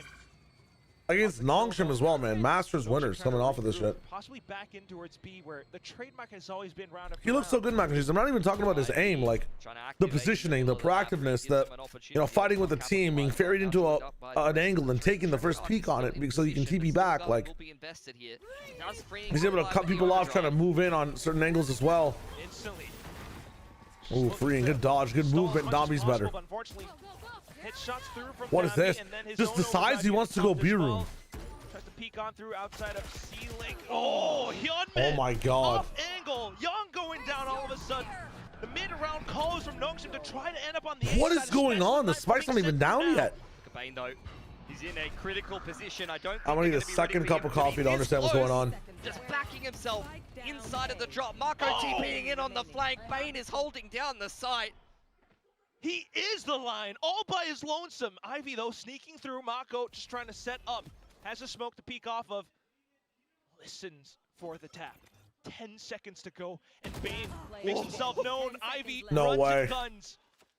Spike you know exactly where he is. For the safest peek. So loud, so just confident. As soon as he reveals and spots him. They look at the camera. What was that at the end? Untenable 1 or 2 for Ivy. Keeps getting put Yo, in Lolo, thank you for following my friend. By Nongshim. KRX winning every clutch necessary to keep themselves going on the defense right now. J-Rod, not just Mako, man. The whole team is popping off. Very interesting exchange earlier on. in this round. RB's definitely been taking some liberties on this. See his mouse moving there? But this is Holy the shit. that wins the round for KRX. Bane has had a couple of critical multi-frags in this game, but that's just another one of them. Especially with Bane out towards Timeout time. the timeout though, as buy after buy. Dude, so many NS timeouts Relegate themselves back in to the panic map. today. It just feels as though they're caught in free fall right now. Oh, and Nongshim goes 0-2. It's tough. I never like picking up like Masters winners right after. I learned my lesson with something. I learned my lesson with something so hard. I've never seen a player not give me anything in stage 2 for so long, man. Feels like Nongshim is in free fall on loaders. Is Nongshim about to do a 2024 stand and bomb out of stage 2 and come back at champs? I mean, 3-2 is still doable. Their fucking group is just insane, though, you know? Like, they should know this map relatively well, but something is just not clicking for them right now. And you can't blame the meta so that 2 of the hardest matchups first. Everyone else is to pretty their easy, though, playstyle. right? They were playing a lot of Neon Yoru, Like but not trolling. on this map. They should just fall back on the comps that they're comfortable with on this map, but something is just not clicking for them. Well, KRX won stage 2, but something like just stopped playing Valorant and stopped gaining points for some reason. I don't know why. He did not give me shit. Going for risky peaks, but also the double duelist. Was that stage 2 or was that champs? I forget. Either way, I was pissed. Off the timeout. It might have been champs. Freeing on front B. He's been sitting here for the whole game, and finally he finds his mark. That's Ivy hits the insane. deck, won't be alive to try to win another unwinnable clutch for Nongshim. Nightfall being prepped here, ready for the Could you fast split? start of the And look already, like, nobody's waiting backside. Everybody's ahead right now on the side of Nongshim. Because they're inside almost waterfall, prodding, waiting for a signal to go into spawn. And there's one. Still proving to be quite Still not pushing through this holding. KRX off angles being held now, but suddenly out This from is waterfall on the tough. mound. They're finding Oh, all the man. kills necessary. They will not stop. They will keep on I think they needed to push their forward. advantage even more, man. If you're gonna brawl on this round, just keep brawling on this round. Nongshim to get away with a Please. little bit of classic magic. But when Ivy gets cleared up on front B so easily, It was farming stage 2 and champs. One time we stopped was champs playoffs. I guess that's when I picked him up. Sag. Actual Sag. FX plays Sage on Fracture right now. Yo, let's go. Very flat. Used to be a classic thing to play. Did I just dodge that flash in real life? For a team It's funny as known hell. for their aggression, it feels like KRX are the ones that are running at them. Sage used to be a staple on that map from what I remember. Swapped around. Meanwhile, If I ever played KRX, Fortnite, they're just- someone mods raised this guy from the satellite, from the atmosphere. Use the satellite cannon. At the moment, Marco once again on his lonesome will be pushed off of the line. Over on the A side of the map, KRX has taken full control of Rubble. They're probably just going to play the showstopper. Nongshim well aware of that ult coming into this round. How do they play around it? Just quickly reading it, trying to push further up front, prevent it from really setting up the Prowler and everything. Oh my just God. Sidestepped on by Dambi. He didn't even slide. This guy's a Siege monster, now man. continuing to fend off incoming Actual KRX monster. assailants. And he's down Might have a 5 bit of an rounds. angle out from Waterfall, How but is this that's possible? about it. Up, down. Maybe a Prowler and everything to check. Nice, but look at Francis. Sharp as ever. Final player Young. He's got knocked by an angle, has to back off. I mean, that's the difference between getting the clean execution that you were looking for as KRX and That's just not tough. quite hitting the mark. After the showstopper gets burnt, and they use a lot of their utilities securing control of Rubble, they don't really have anything left to break that spawn line. Once Dambi dodges the rocket, they didn't have Prowlers, they didn't have a relay, an extra like satchel or anything like that, a Paranoia. It was quite a dry approach back in through spawn side. Young That's why it hole. looks so easy for Francis to kind of, in that high-low crossfire, just pluck their heads off, because there's no util that Monster really shots are only 2.3 centimeters. dissuades you Why? from taking that fight there. Why? Nice opener from Dambi. Yo, Matik, hello. To use the Paranoia. Bane is second on the train there. But as mentioned, it's just 2 guys from Guns running with Guns. Any advice if you're not enjoying Yoru? Play Sky. For KRX. Sky's one of the only other characters in the game that has a trickster niche by like faking flashes and whatnot. You might enjoy her. And you have 2 flashes. And a lot of your util keeps you mobile after you use dog at the start of the round. Progression smoke, but this time it is a slower approach for Nongshim. They're just trying to draw out a bit of a rotation. That's exactly what they've gotten. Free. You can see this going 6-6. All right, let's see if Messiah here on the other side of is the map, the least on Al Gaib. looking to play off his rendezvous. Shifted into a 3-1-1. If he gets a shot, that would be huge. Oh, he gets one. Otherwise, the rendezvous to allow him to escape. Tries to track it on towards Dabby. Oh, He what? saw the headhunter! And then for Ivy to swing out! Again! Good for Young! It's KRX. Young. He's fearless right now. Marco left to pick up the pieces. Beautiful peak timing. Paranoia looking to be jumped on Francis. Dodged well by Hello, Exos, gun mode. into the corner. Nongshim. All right, big Young energy. Come on. At the start of the round. Looking good in this round, Young in hot pursuit. They dodged the head. Do you keep her up? No. Nongshim will secure control of C. This is tough. Hot is the right word, but suddenly the call to save onto, I guess what would be the op, or? Yeah, the op over on that A side of the map, so it's going to go recycle that. You know, it's nice to see these young kids be so equal. Let's save James. Okay, definitely not something that I was thinking Sweet about. Force, welcome back, by the way. Be a good tool for KRX to bring into the next round. Slowly but surely. Sky's a good time. If you don't like playing Valorant, I suggest watching it a bit more and waiting for a patch. It's the only way. Yo, Bushido, hello. Who's the prettiest Valorant pro in VCT? It's quite simple, really. It's run at Mark X-Ross, man. I don't know. As much as you can. I mean, that was Me, if I was there. C, to be fair, but another C site after plan that goes well for Nongshim. I don't really give that too much thought because I'm watching the fucking rounds or trying to when not you know, falling asleep. Big 2 picks in the middle of the map. I thought Robbie BK used to be the most dripped out player of all time. And then he just fucking could not pilot my team to victory. I'm not gonna lie, that submarine crashed. The second person to swing through And the tank was also dripped, bro. Oh my god. Rendezvoused off. Absolutely not. I remember the tank being drippied. It's one of the biggest factors to being an elite chamber is just having massive balls. No matter how much util is flying at you, you still try to take one. Really do have to admire it. Look at him going at it again. This time Oh my god. I mean, it's a just bullied. Get the dark cover. Bane will continue to recycle the operator. Thinks back away with it. And meanwhile, freeing as well into position. But with the op gone, or picked up by Bane now, Nongshim have to kind of reassess the situation. Crowder to re-clear front B.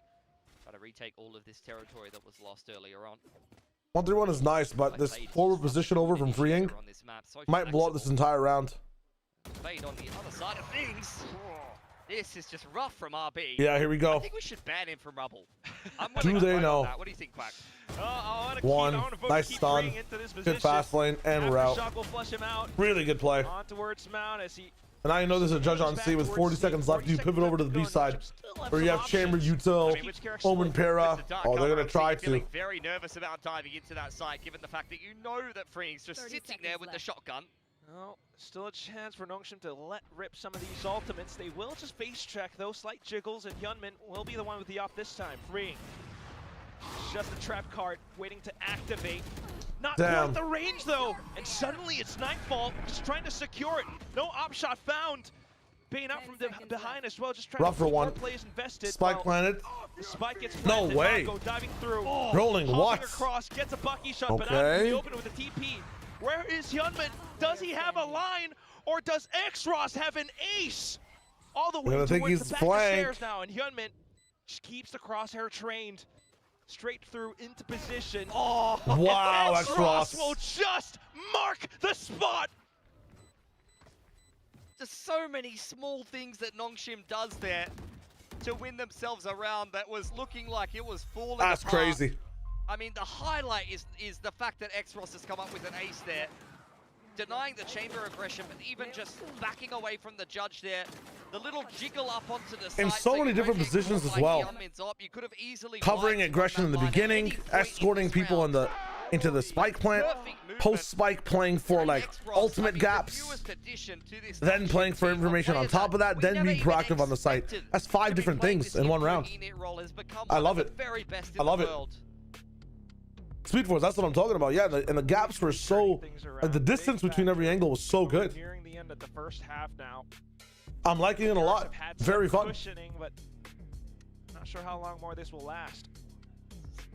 Zombie did with MVP, but that was just because it was a grand finals MVP. It wasn't an entire like Or no, it was an entire event MVP. It was not a grand finals MVP.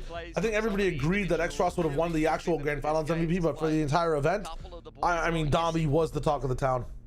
Another slow game on the Neon from Danby. I think he might have gone triple negative against KRX, and it's looking like this game is heading in the same direction.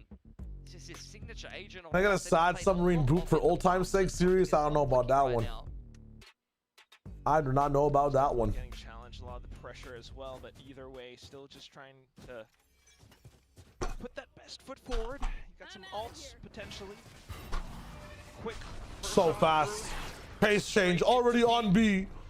He's going crazy with it. Much as possible, and all of a sudden, Danby snaps onto targets, but then Free coming up from behind. The spike has been dropped. Okay. Young. Insane adjustment from KRX. Insane response. Kind of tentatively sitting, waiting for someone on KRX to make a mistake. There's a lot of little time. Honestly, Domby should run in and drop the spike on site before he does all that shit. I'm not gonna lie. Transition over on Heaven side. Ivy. God to your strat. Ivy's the one though. He's gonna spot out Young. This guy does not miss his ones, man. A lot more troublesome for KRX. It's just freeing to try to hold on to the spike as much as possible. Mako cannot afford to give up his life. Oh, that's a big steel garden. Freeing once again has the overdrive though. All right, pops it. Just trying to play around the corners now. Please, guys. Such a tough target to hit that. Noxian will just get absolutely contained. The paranoia flushed into it. The peak timing, the para. Just Noxian Mako, man. thunderstruck. 7-4 now. I mean, every single time the steel garden's gone out, Freeing has had the overdrive. It's the worst possible scenario for those. That is so sad, and they just they freeze, bro. They both get hit and freeze. Had his tour de force out. Gorgeous timing, his patience. The paranoia goes that far. Yep. Swing out, and then the paranoia to set up Freeing for a 3K. That's so good. I cannot believe that. Well, next round up, and Noxian just continues to pick up the pace. More flashes, more pushes, but it's Young into an off angle. When you cut corners like this, though, you don't check them. And Young just spraying all over the place. We'll at least collect onto one kill. The rest of the team now trying to play around That's so bad. That should have been the entire round. Don't tell me that round defines how close the series is. Continues sprinting all the way past spawn. Just trying to fend off. Dude, Noxian are just full execing things in like the first 10 seconds of the round. Turning their attention back towards the door, try to re-angle Last round, by the way. Back through waterfall side. Their own relay bolt sending through, but no one's really pushing past. Will Mako ult for information? Such a lethal shot. Is Young off right now as well as the question? Just trying to he should be. Closer and closer. They've run out of utility. Oh yeah, he all is. comes down to the gunfights. The spike tapping away, but still Uncharacteristic KRX miss. Trying to find That's every right. shot necessary. They found those kills. Noxian not able to withstand the push. The assault coming up from KRX. This is crazy. 8-4. Another patient retake, well organized. Just join switched off of Francis to Oxy for this week. How's that choice looking? Very good. Let's go. Taking duels towards waterfall side. It's bad because they burned through all their util.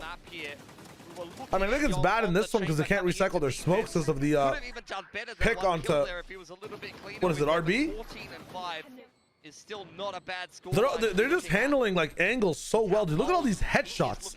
Every kill in that round, a headshot with the style of, you know, agents they have. I think I'll be at the first one. You can kind of give that one away, but.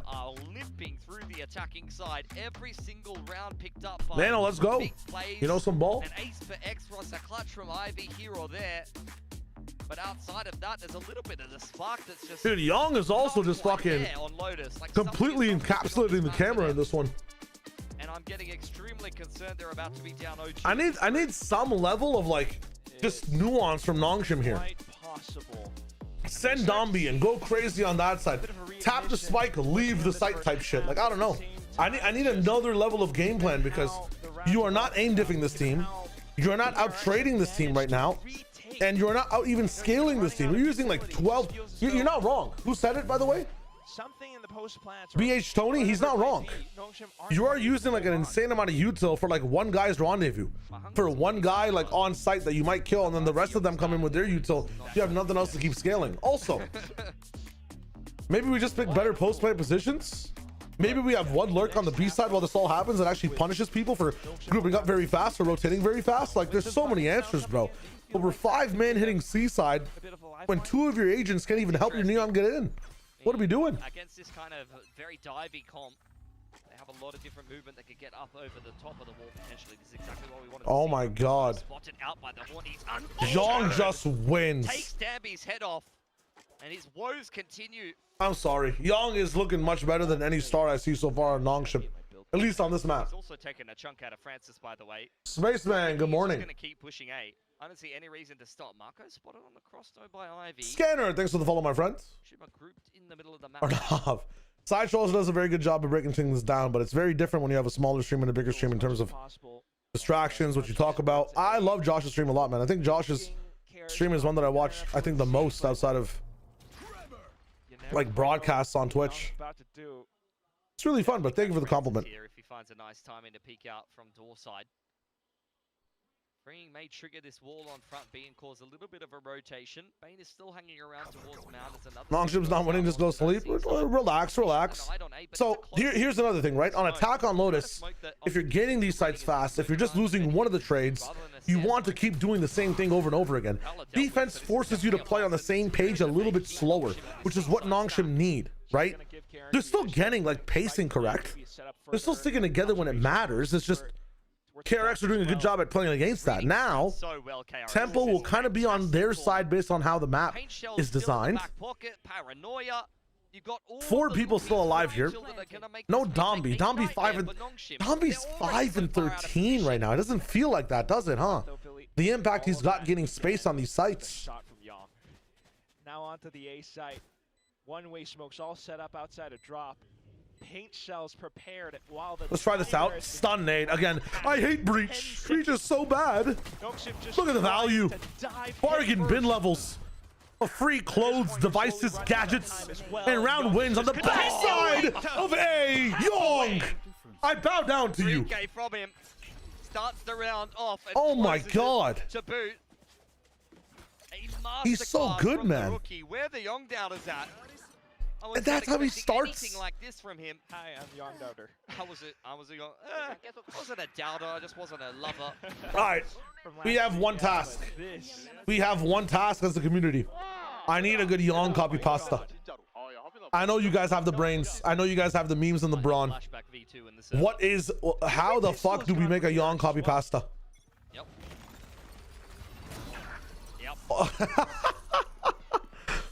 The pistol?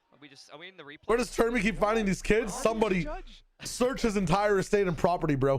Pick that up off of Dambi's corpse. He's got to be experimenting in labs with this shit, man. It started in the exact same fashion. And after finding this pick on the A side of the map, KRX working their way back through. I want to challenge you actually on that one, Dur. I'm not going to lie. And other people that also say the same thing. I'm not saying it's a bad thing to say. I'm not saying it's wrong. It's just actually, there's a really good conversation I want to have about people asking for banger maps, but not liking or not including maps like these to be bangers. Would you guys consider this to be a banger? It's chaos, it's fast, and I understand it's not close side by side, but I feel like this is a bit of a banger. Debut for Young. Nongshim still getting the sights. KRX discovering amazing ways to retake them. It seems a bit bangery, man. They're trying. They're trying. Yummy wants his showstopper here. On the active lurk towards C. Slowly picking the right timing to push through. Unfortunately, Freeing is going to be the first to fall.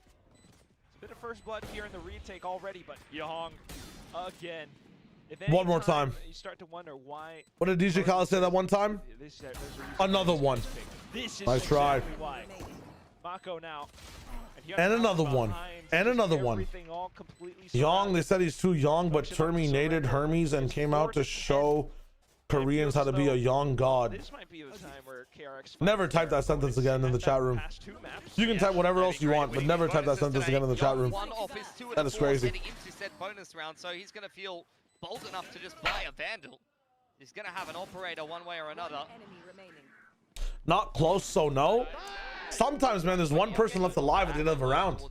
Sometimes it's like, you know, it's a 2v2 and Nongshim lose. And with the Neon as well, though, suddenly you're feeling like you need to back off and whoa, what is that? Holy shit. How is he not dead? How did Francis die? They're pivoting B now because of Francis's death. Wall towards B main gives these guys options, gives a more comfortable sight line for Ivy to open door. Domby finally alive, 6 and 13 or 14. Francis 6 and 12 as well. It's rough. The hell going on here? Phantom picked up for RB. He's got no more utility. Omen should be able to teleport into people's brains and fight them in there like ISO 1v1. Expecting Nongshim to go looking for some information, But again, debate Ivy style, no weapons. firmly planted in mound, they have no real reason to rotate here. No recourse for KRX. I mean, it feels like they just might have to dump everything through against RB straight into smoke. What an interesting smoke. What a stupid decision. That's how they take him down. Why, RB? Why? From Nongshim across the map. Patience Just rewarded reg for KRX. smoke it. Really or hold the milking ang, as bro. much as possible. Trademark. Dealt with by Ivy. What is we doing, brother? KRX. 2 players on the Come on now. For Nongshim. They're not seeing anything else elsewhere, but okay. Clear as much as possible. They do it together as a team, bit by bit. Down B though, coming back in. Oh, more assertion. You're scanned. He is unstoppable. You're scanned. Low HP though, with a fully healthy Ivy, there's a chance for a clutch. Pushes up front, spots out the first target, freeing with absolutely low Pedals, HP. pedals time. Spike planted for him. Pedals, pedals, pedals. Judge shot, not even to the head. Motherfucker, throw the pedals. I know you don't know he's there. Have it. He's got thorns. He's got flashes. Surely. Flash will not tell you where he is, but just pedal up. You just pedal and tap. I'm gonna lose my mind. Could be. Doesn't exactly want to tap on the spike. He's gonna die. The clear, but praying! You have everything. Rapid trigger. Get the shot. KRX up to 11. Just not Nongshim's day, is it? Another bonus going the way of KRX. Another round where Young delivers the most brutal shot at the worst possible time. This should have been free for It would have been Dambi. so sick if he pedaled on his side, so it spreads over to him, and he can't move. Or just flashed, or did anything before the peak. Close range. Or just tapped. Insult to injury. If you know he's there, just tap. It's also now at Nongshim. Down to weaker buys. Look at Young. Yep. Port thrown at him. C thrown at him. Fault line thrown at him. He does not budge it in. She still finds the pick. This guy's insane. He does not care. Off to the C site now. It's just Ivy here with the sheer wall, but like you mentioned, double dive. There's a lot of potential. It's gonna be freeing the first to fall. Nice wall. Big impact there. Oh, I got a good copy pasta. Tracks Francis. I've got a good one actually. Necessarily want that gun, but what about too young to drink, too young to vote, just young enough to carry on Lotus? Just slowing things down in the mid round. Oh, I need a better third line, but what are we thinking? What are we thinking? What are we thinking? Another smoke towards the front side of C. Ivy crosses into the back side of the site. A reposition. Does have the arc rose at the ready. RB on the jump spot, spotted out by Bane. Just young enough to be the Korean GOAT. I'm down for that. All of the C pressure in this round thus far. I'm liking it. I'm liking it. We'll send that shit. KRX into the C engagement. At this point, you're running out of time, so just walking through now. It flashes all across. Decent shots coming out from Yunman, but Ivy's got it a lot better. This is crazy, man. I mean, this debut is nuts. 22 and 8. And he's barely used KRX, his tour de force. Not quite finding the execution He's that they were looking for just in been that round. fucking. A round that definitely hung in the balance if you didn't get a couple of nice shots delivered from Ivy in the backside of the C site. The Vice has had exactly the impact that it was designed to. This is wild, man. A hole to crawl out of as Nongshim. Trailing 6 rounds now. True, it's not debut because it's week 2. Sorry, it's a debut in my mind. Nothing more dangerous than a sharp young prospect. Is there like a best game 2 for a rookie? Is that a record? Just young enough to carry? I like just young enough to carry. I like that actually. He's gonna go out A into 4 again. Surely at some point. And Ashoka is all right. Okay, Dami gets the drop off on him this time. But look at what he's done, man. Straight on towards Ivy, but It takes so much to handle Young that these guys get into this side. They really push past pedals though, and some of them are weak. I guess just Yunmin. No showstopper. Mako might have ults. No other responses here unless X-Ross gets 1 kill.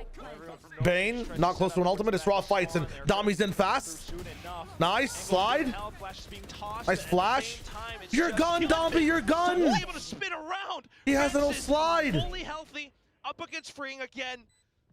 He had the clutch from before. He's got the clutch again. Freeing Disaster, man. Sends KRX up to map and series point. It actually is the Young show. KRX debut is amazing. I'm guessing again. I'm feeling like this is the debut because I haven't seen DRX's last game or KRX's last game. That's my bad. I didn't mean to see that. I didn't mean to say debut. I didn't mean to say it. I did not mean to say debut. But this guy's playing like crazy, man.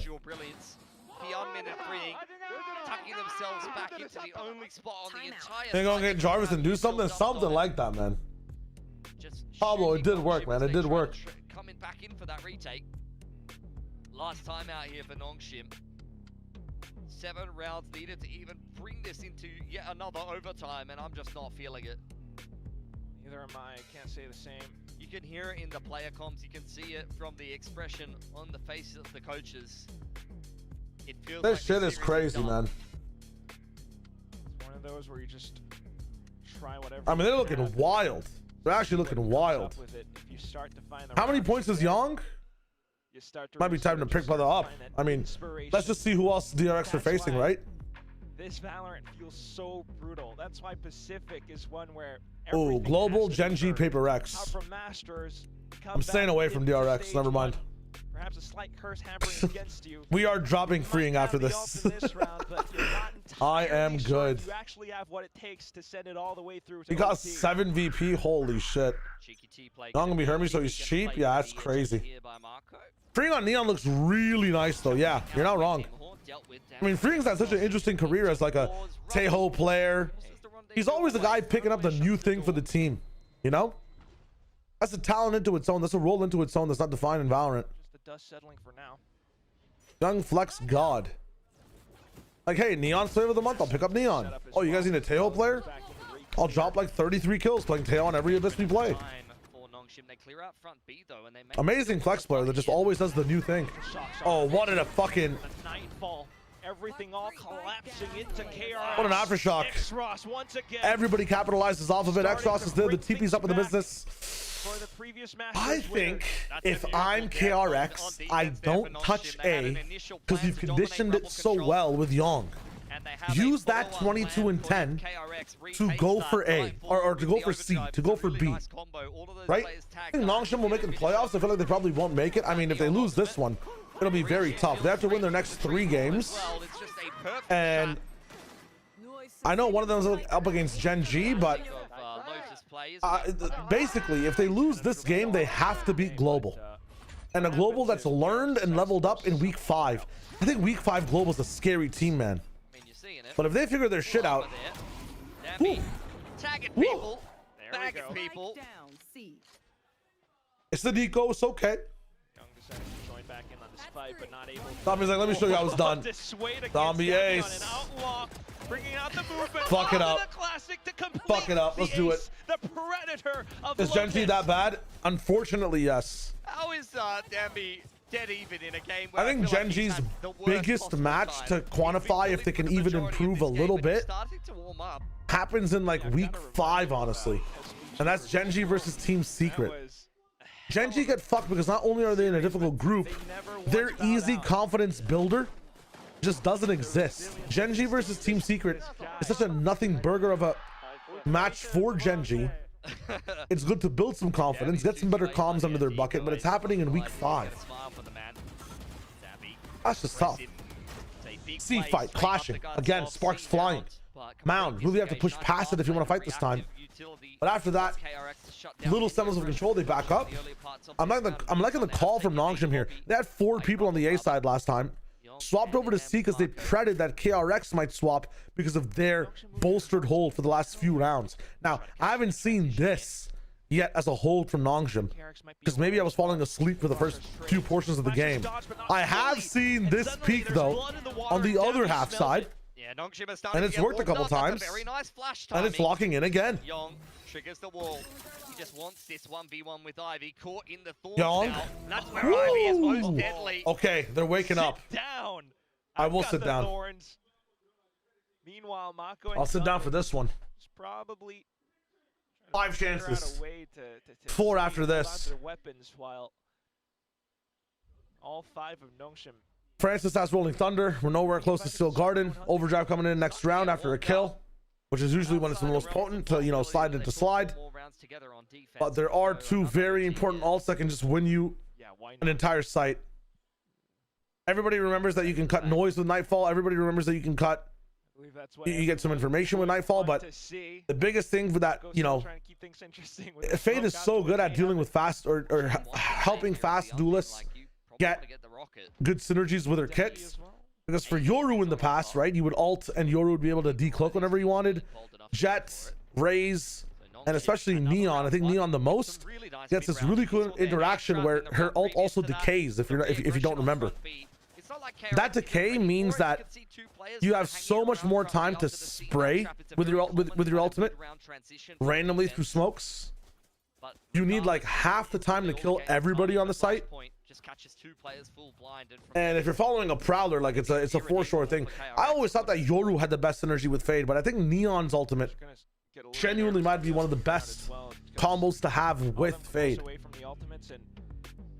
And it's a very free-flowing type of ult as well. It doesn't like require one big moment like a showstopper to hit, or an insane pressurized situation like a Yoru ult to figure out what to do after you have the information.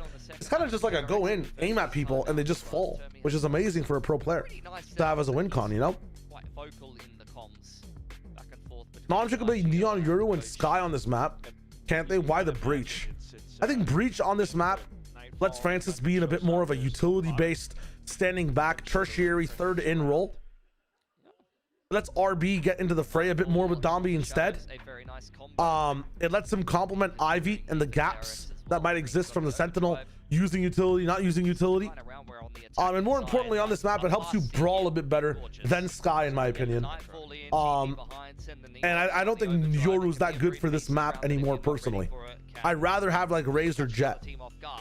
But if you want to brawl for like A mains or heavy exec, Breach is still very good on this map specifically.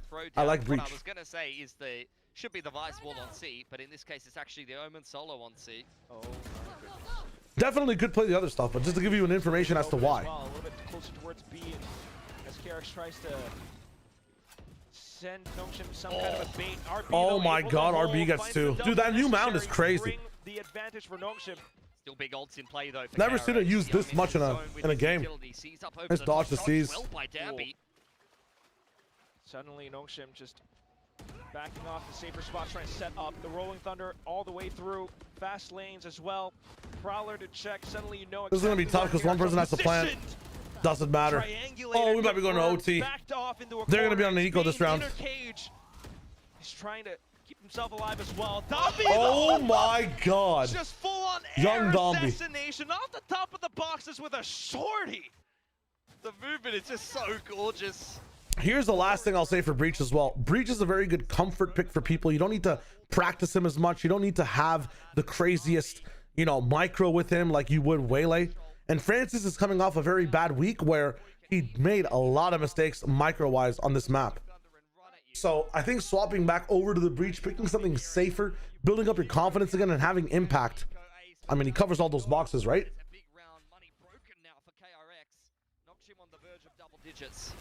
Volume up, 12-9. Let's see what we got. Showstopper, and it's almost a pseudo force to the side. That's a half buy for KRX. Gunman shot, stop, showstopper gone. X-Ross finding value. RB getting confident against an eco. Hurting KRX into corners now as the final 2 players get spotted out. Okay. Don't know where Young's going. Dambi's taking him back to school in this case. Bane alone with a bandit. Completely surrounded by Nongshim, who are looking hungry for double digits at this point. A round that is not even close to competitive. Overdrive ripped. Perfect flank timing for Ivy. It's easy as you like for Nongshim. 12-10. Still guarded for him now. All right. A flawless real buy round. And you're starting to feel some rumblings now for Nongshim. 5 Oh, rounds it's about to be a in row. 3-panel domain expansion in this match, man. Or in this next round. Everybody's going to be using their ultimates. Everybody's going to be using their ultimates. Here we go. This is the last round, you say? Very much so within the rounds of Hyper analysis mode activated. Your Bluetooth device is ready to pair. But at the same time, here we go. got to think about Dash available. What else do we have? An instant showstopper or a carry the showstopper into sight. Meanwhile, this paranoia should do wonders. It should do wonders. Are we hitting it? They're past it already. They're past the para. It's a slight Trade there. Youngman's in the business. They get the trade. This should be the KRX round. KRX are forced to sit back. Yeah, you got A space. Doesn't matter. Make it into the door. They're still worried about someone being up on top of rubble. They have the main space. They control the round. Pivots. What do we have? Mako instantly on to see if he wants to beat. RB can follow. Ivy needs this one kill or needed to get this orb before he came over. It's going to be a tough one. I'm thinking about, honestly, Mako right now. I don't think he should have the spike first of all. There's the TP confirming that there's still players outside of A. He only saw one though, RB. Does see one player, but if there's one player here, then most of them should be here on the 3 as well. 52 seconds. Smoke's gonna help. 51. Smoke comes in to reset everything. Overcooking this one. Whoa. So we're back to spawn. And you are absolutely Okay, right. Young James. Young, what is that from KRX, man? All clears out drop. Rendezvous in position now. Ivy next up to bat. One. Oh my God. And looking to once again save the game for Nongshim. He's been in so many clutch positions. Plant goes down now. Fault line and aftershock at the ready. Tries to hang back. Francis might just need to set up for Ivy. A check to the top of the box. Creating a silhouette. And now he'll reposition in the smoke. Goes down. Francis. And suddenly, the fault line pushes. Francis. Just steps back up again. All on you. Young's activated. He's the one with the steel bat. He's the one with the dream. Up for KRX. A singular tap. Oh my God, we might have Young. been the Masters winners, but I have not seen somebody that dominant in a long time. What is really harder in a long time. I'm starting to question if Pacific too young to vote, too young to drive, reigning champions are just young enough to carry, man. And KRX, that's crazy. Up another brand new rookie who just had an all-time game on Lotus to close out the series. GG's. Struggled against Team Secret. I can't believe it, bro. Any way they'd put together a That's jump insane. over Nongshim today. Really so got good through the paces at the end of Lotus, but a very deserving win. Packer Beyondings. Shawnee really did. Longshoreman up 5-1 in overtime on Lotus. Their victory all been guaranteed. Despite the fact that they're 0-2, expect them in the playoff, but it's going to be a lot harder to get there. Oh, let me see. Yeah, I mean, this group, it's just so insane to Saw think Chamber about in the face of KRX's youngest player smiling at him. Packer Beyondings are going home. That's good. That's good there. That's a good one. For now, though, it's just KRX, the new rookie, the new squad, and all the glory that comes with it. Okay. Real quick. You see this face. You see these eyes. They were sleeping a little bit during the mid portions of that game. What I'm going to do real quick is take a quick break, take some rest, come back for EMEA. If you want to watch the interviews, the main broadcast is still up. I think TMV might be going through them live or some other streams across on Twitch. I really appreciate the support. That was a banger series, guys. Thanks for showing up on YouTube. Thanks for showing up on Twitch as well. I'll be live like in an hour and 20 minutes, and we'll watch some EMEA if you guys are here. It'll be a banger time. Thank you so much. Hell yeah. Thanks for the follows. Thanks for subscribing. And I'll see you guys very soon. Take it easy.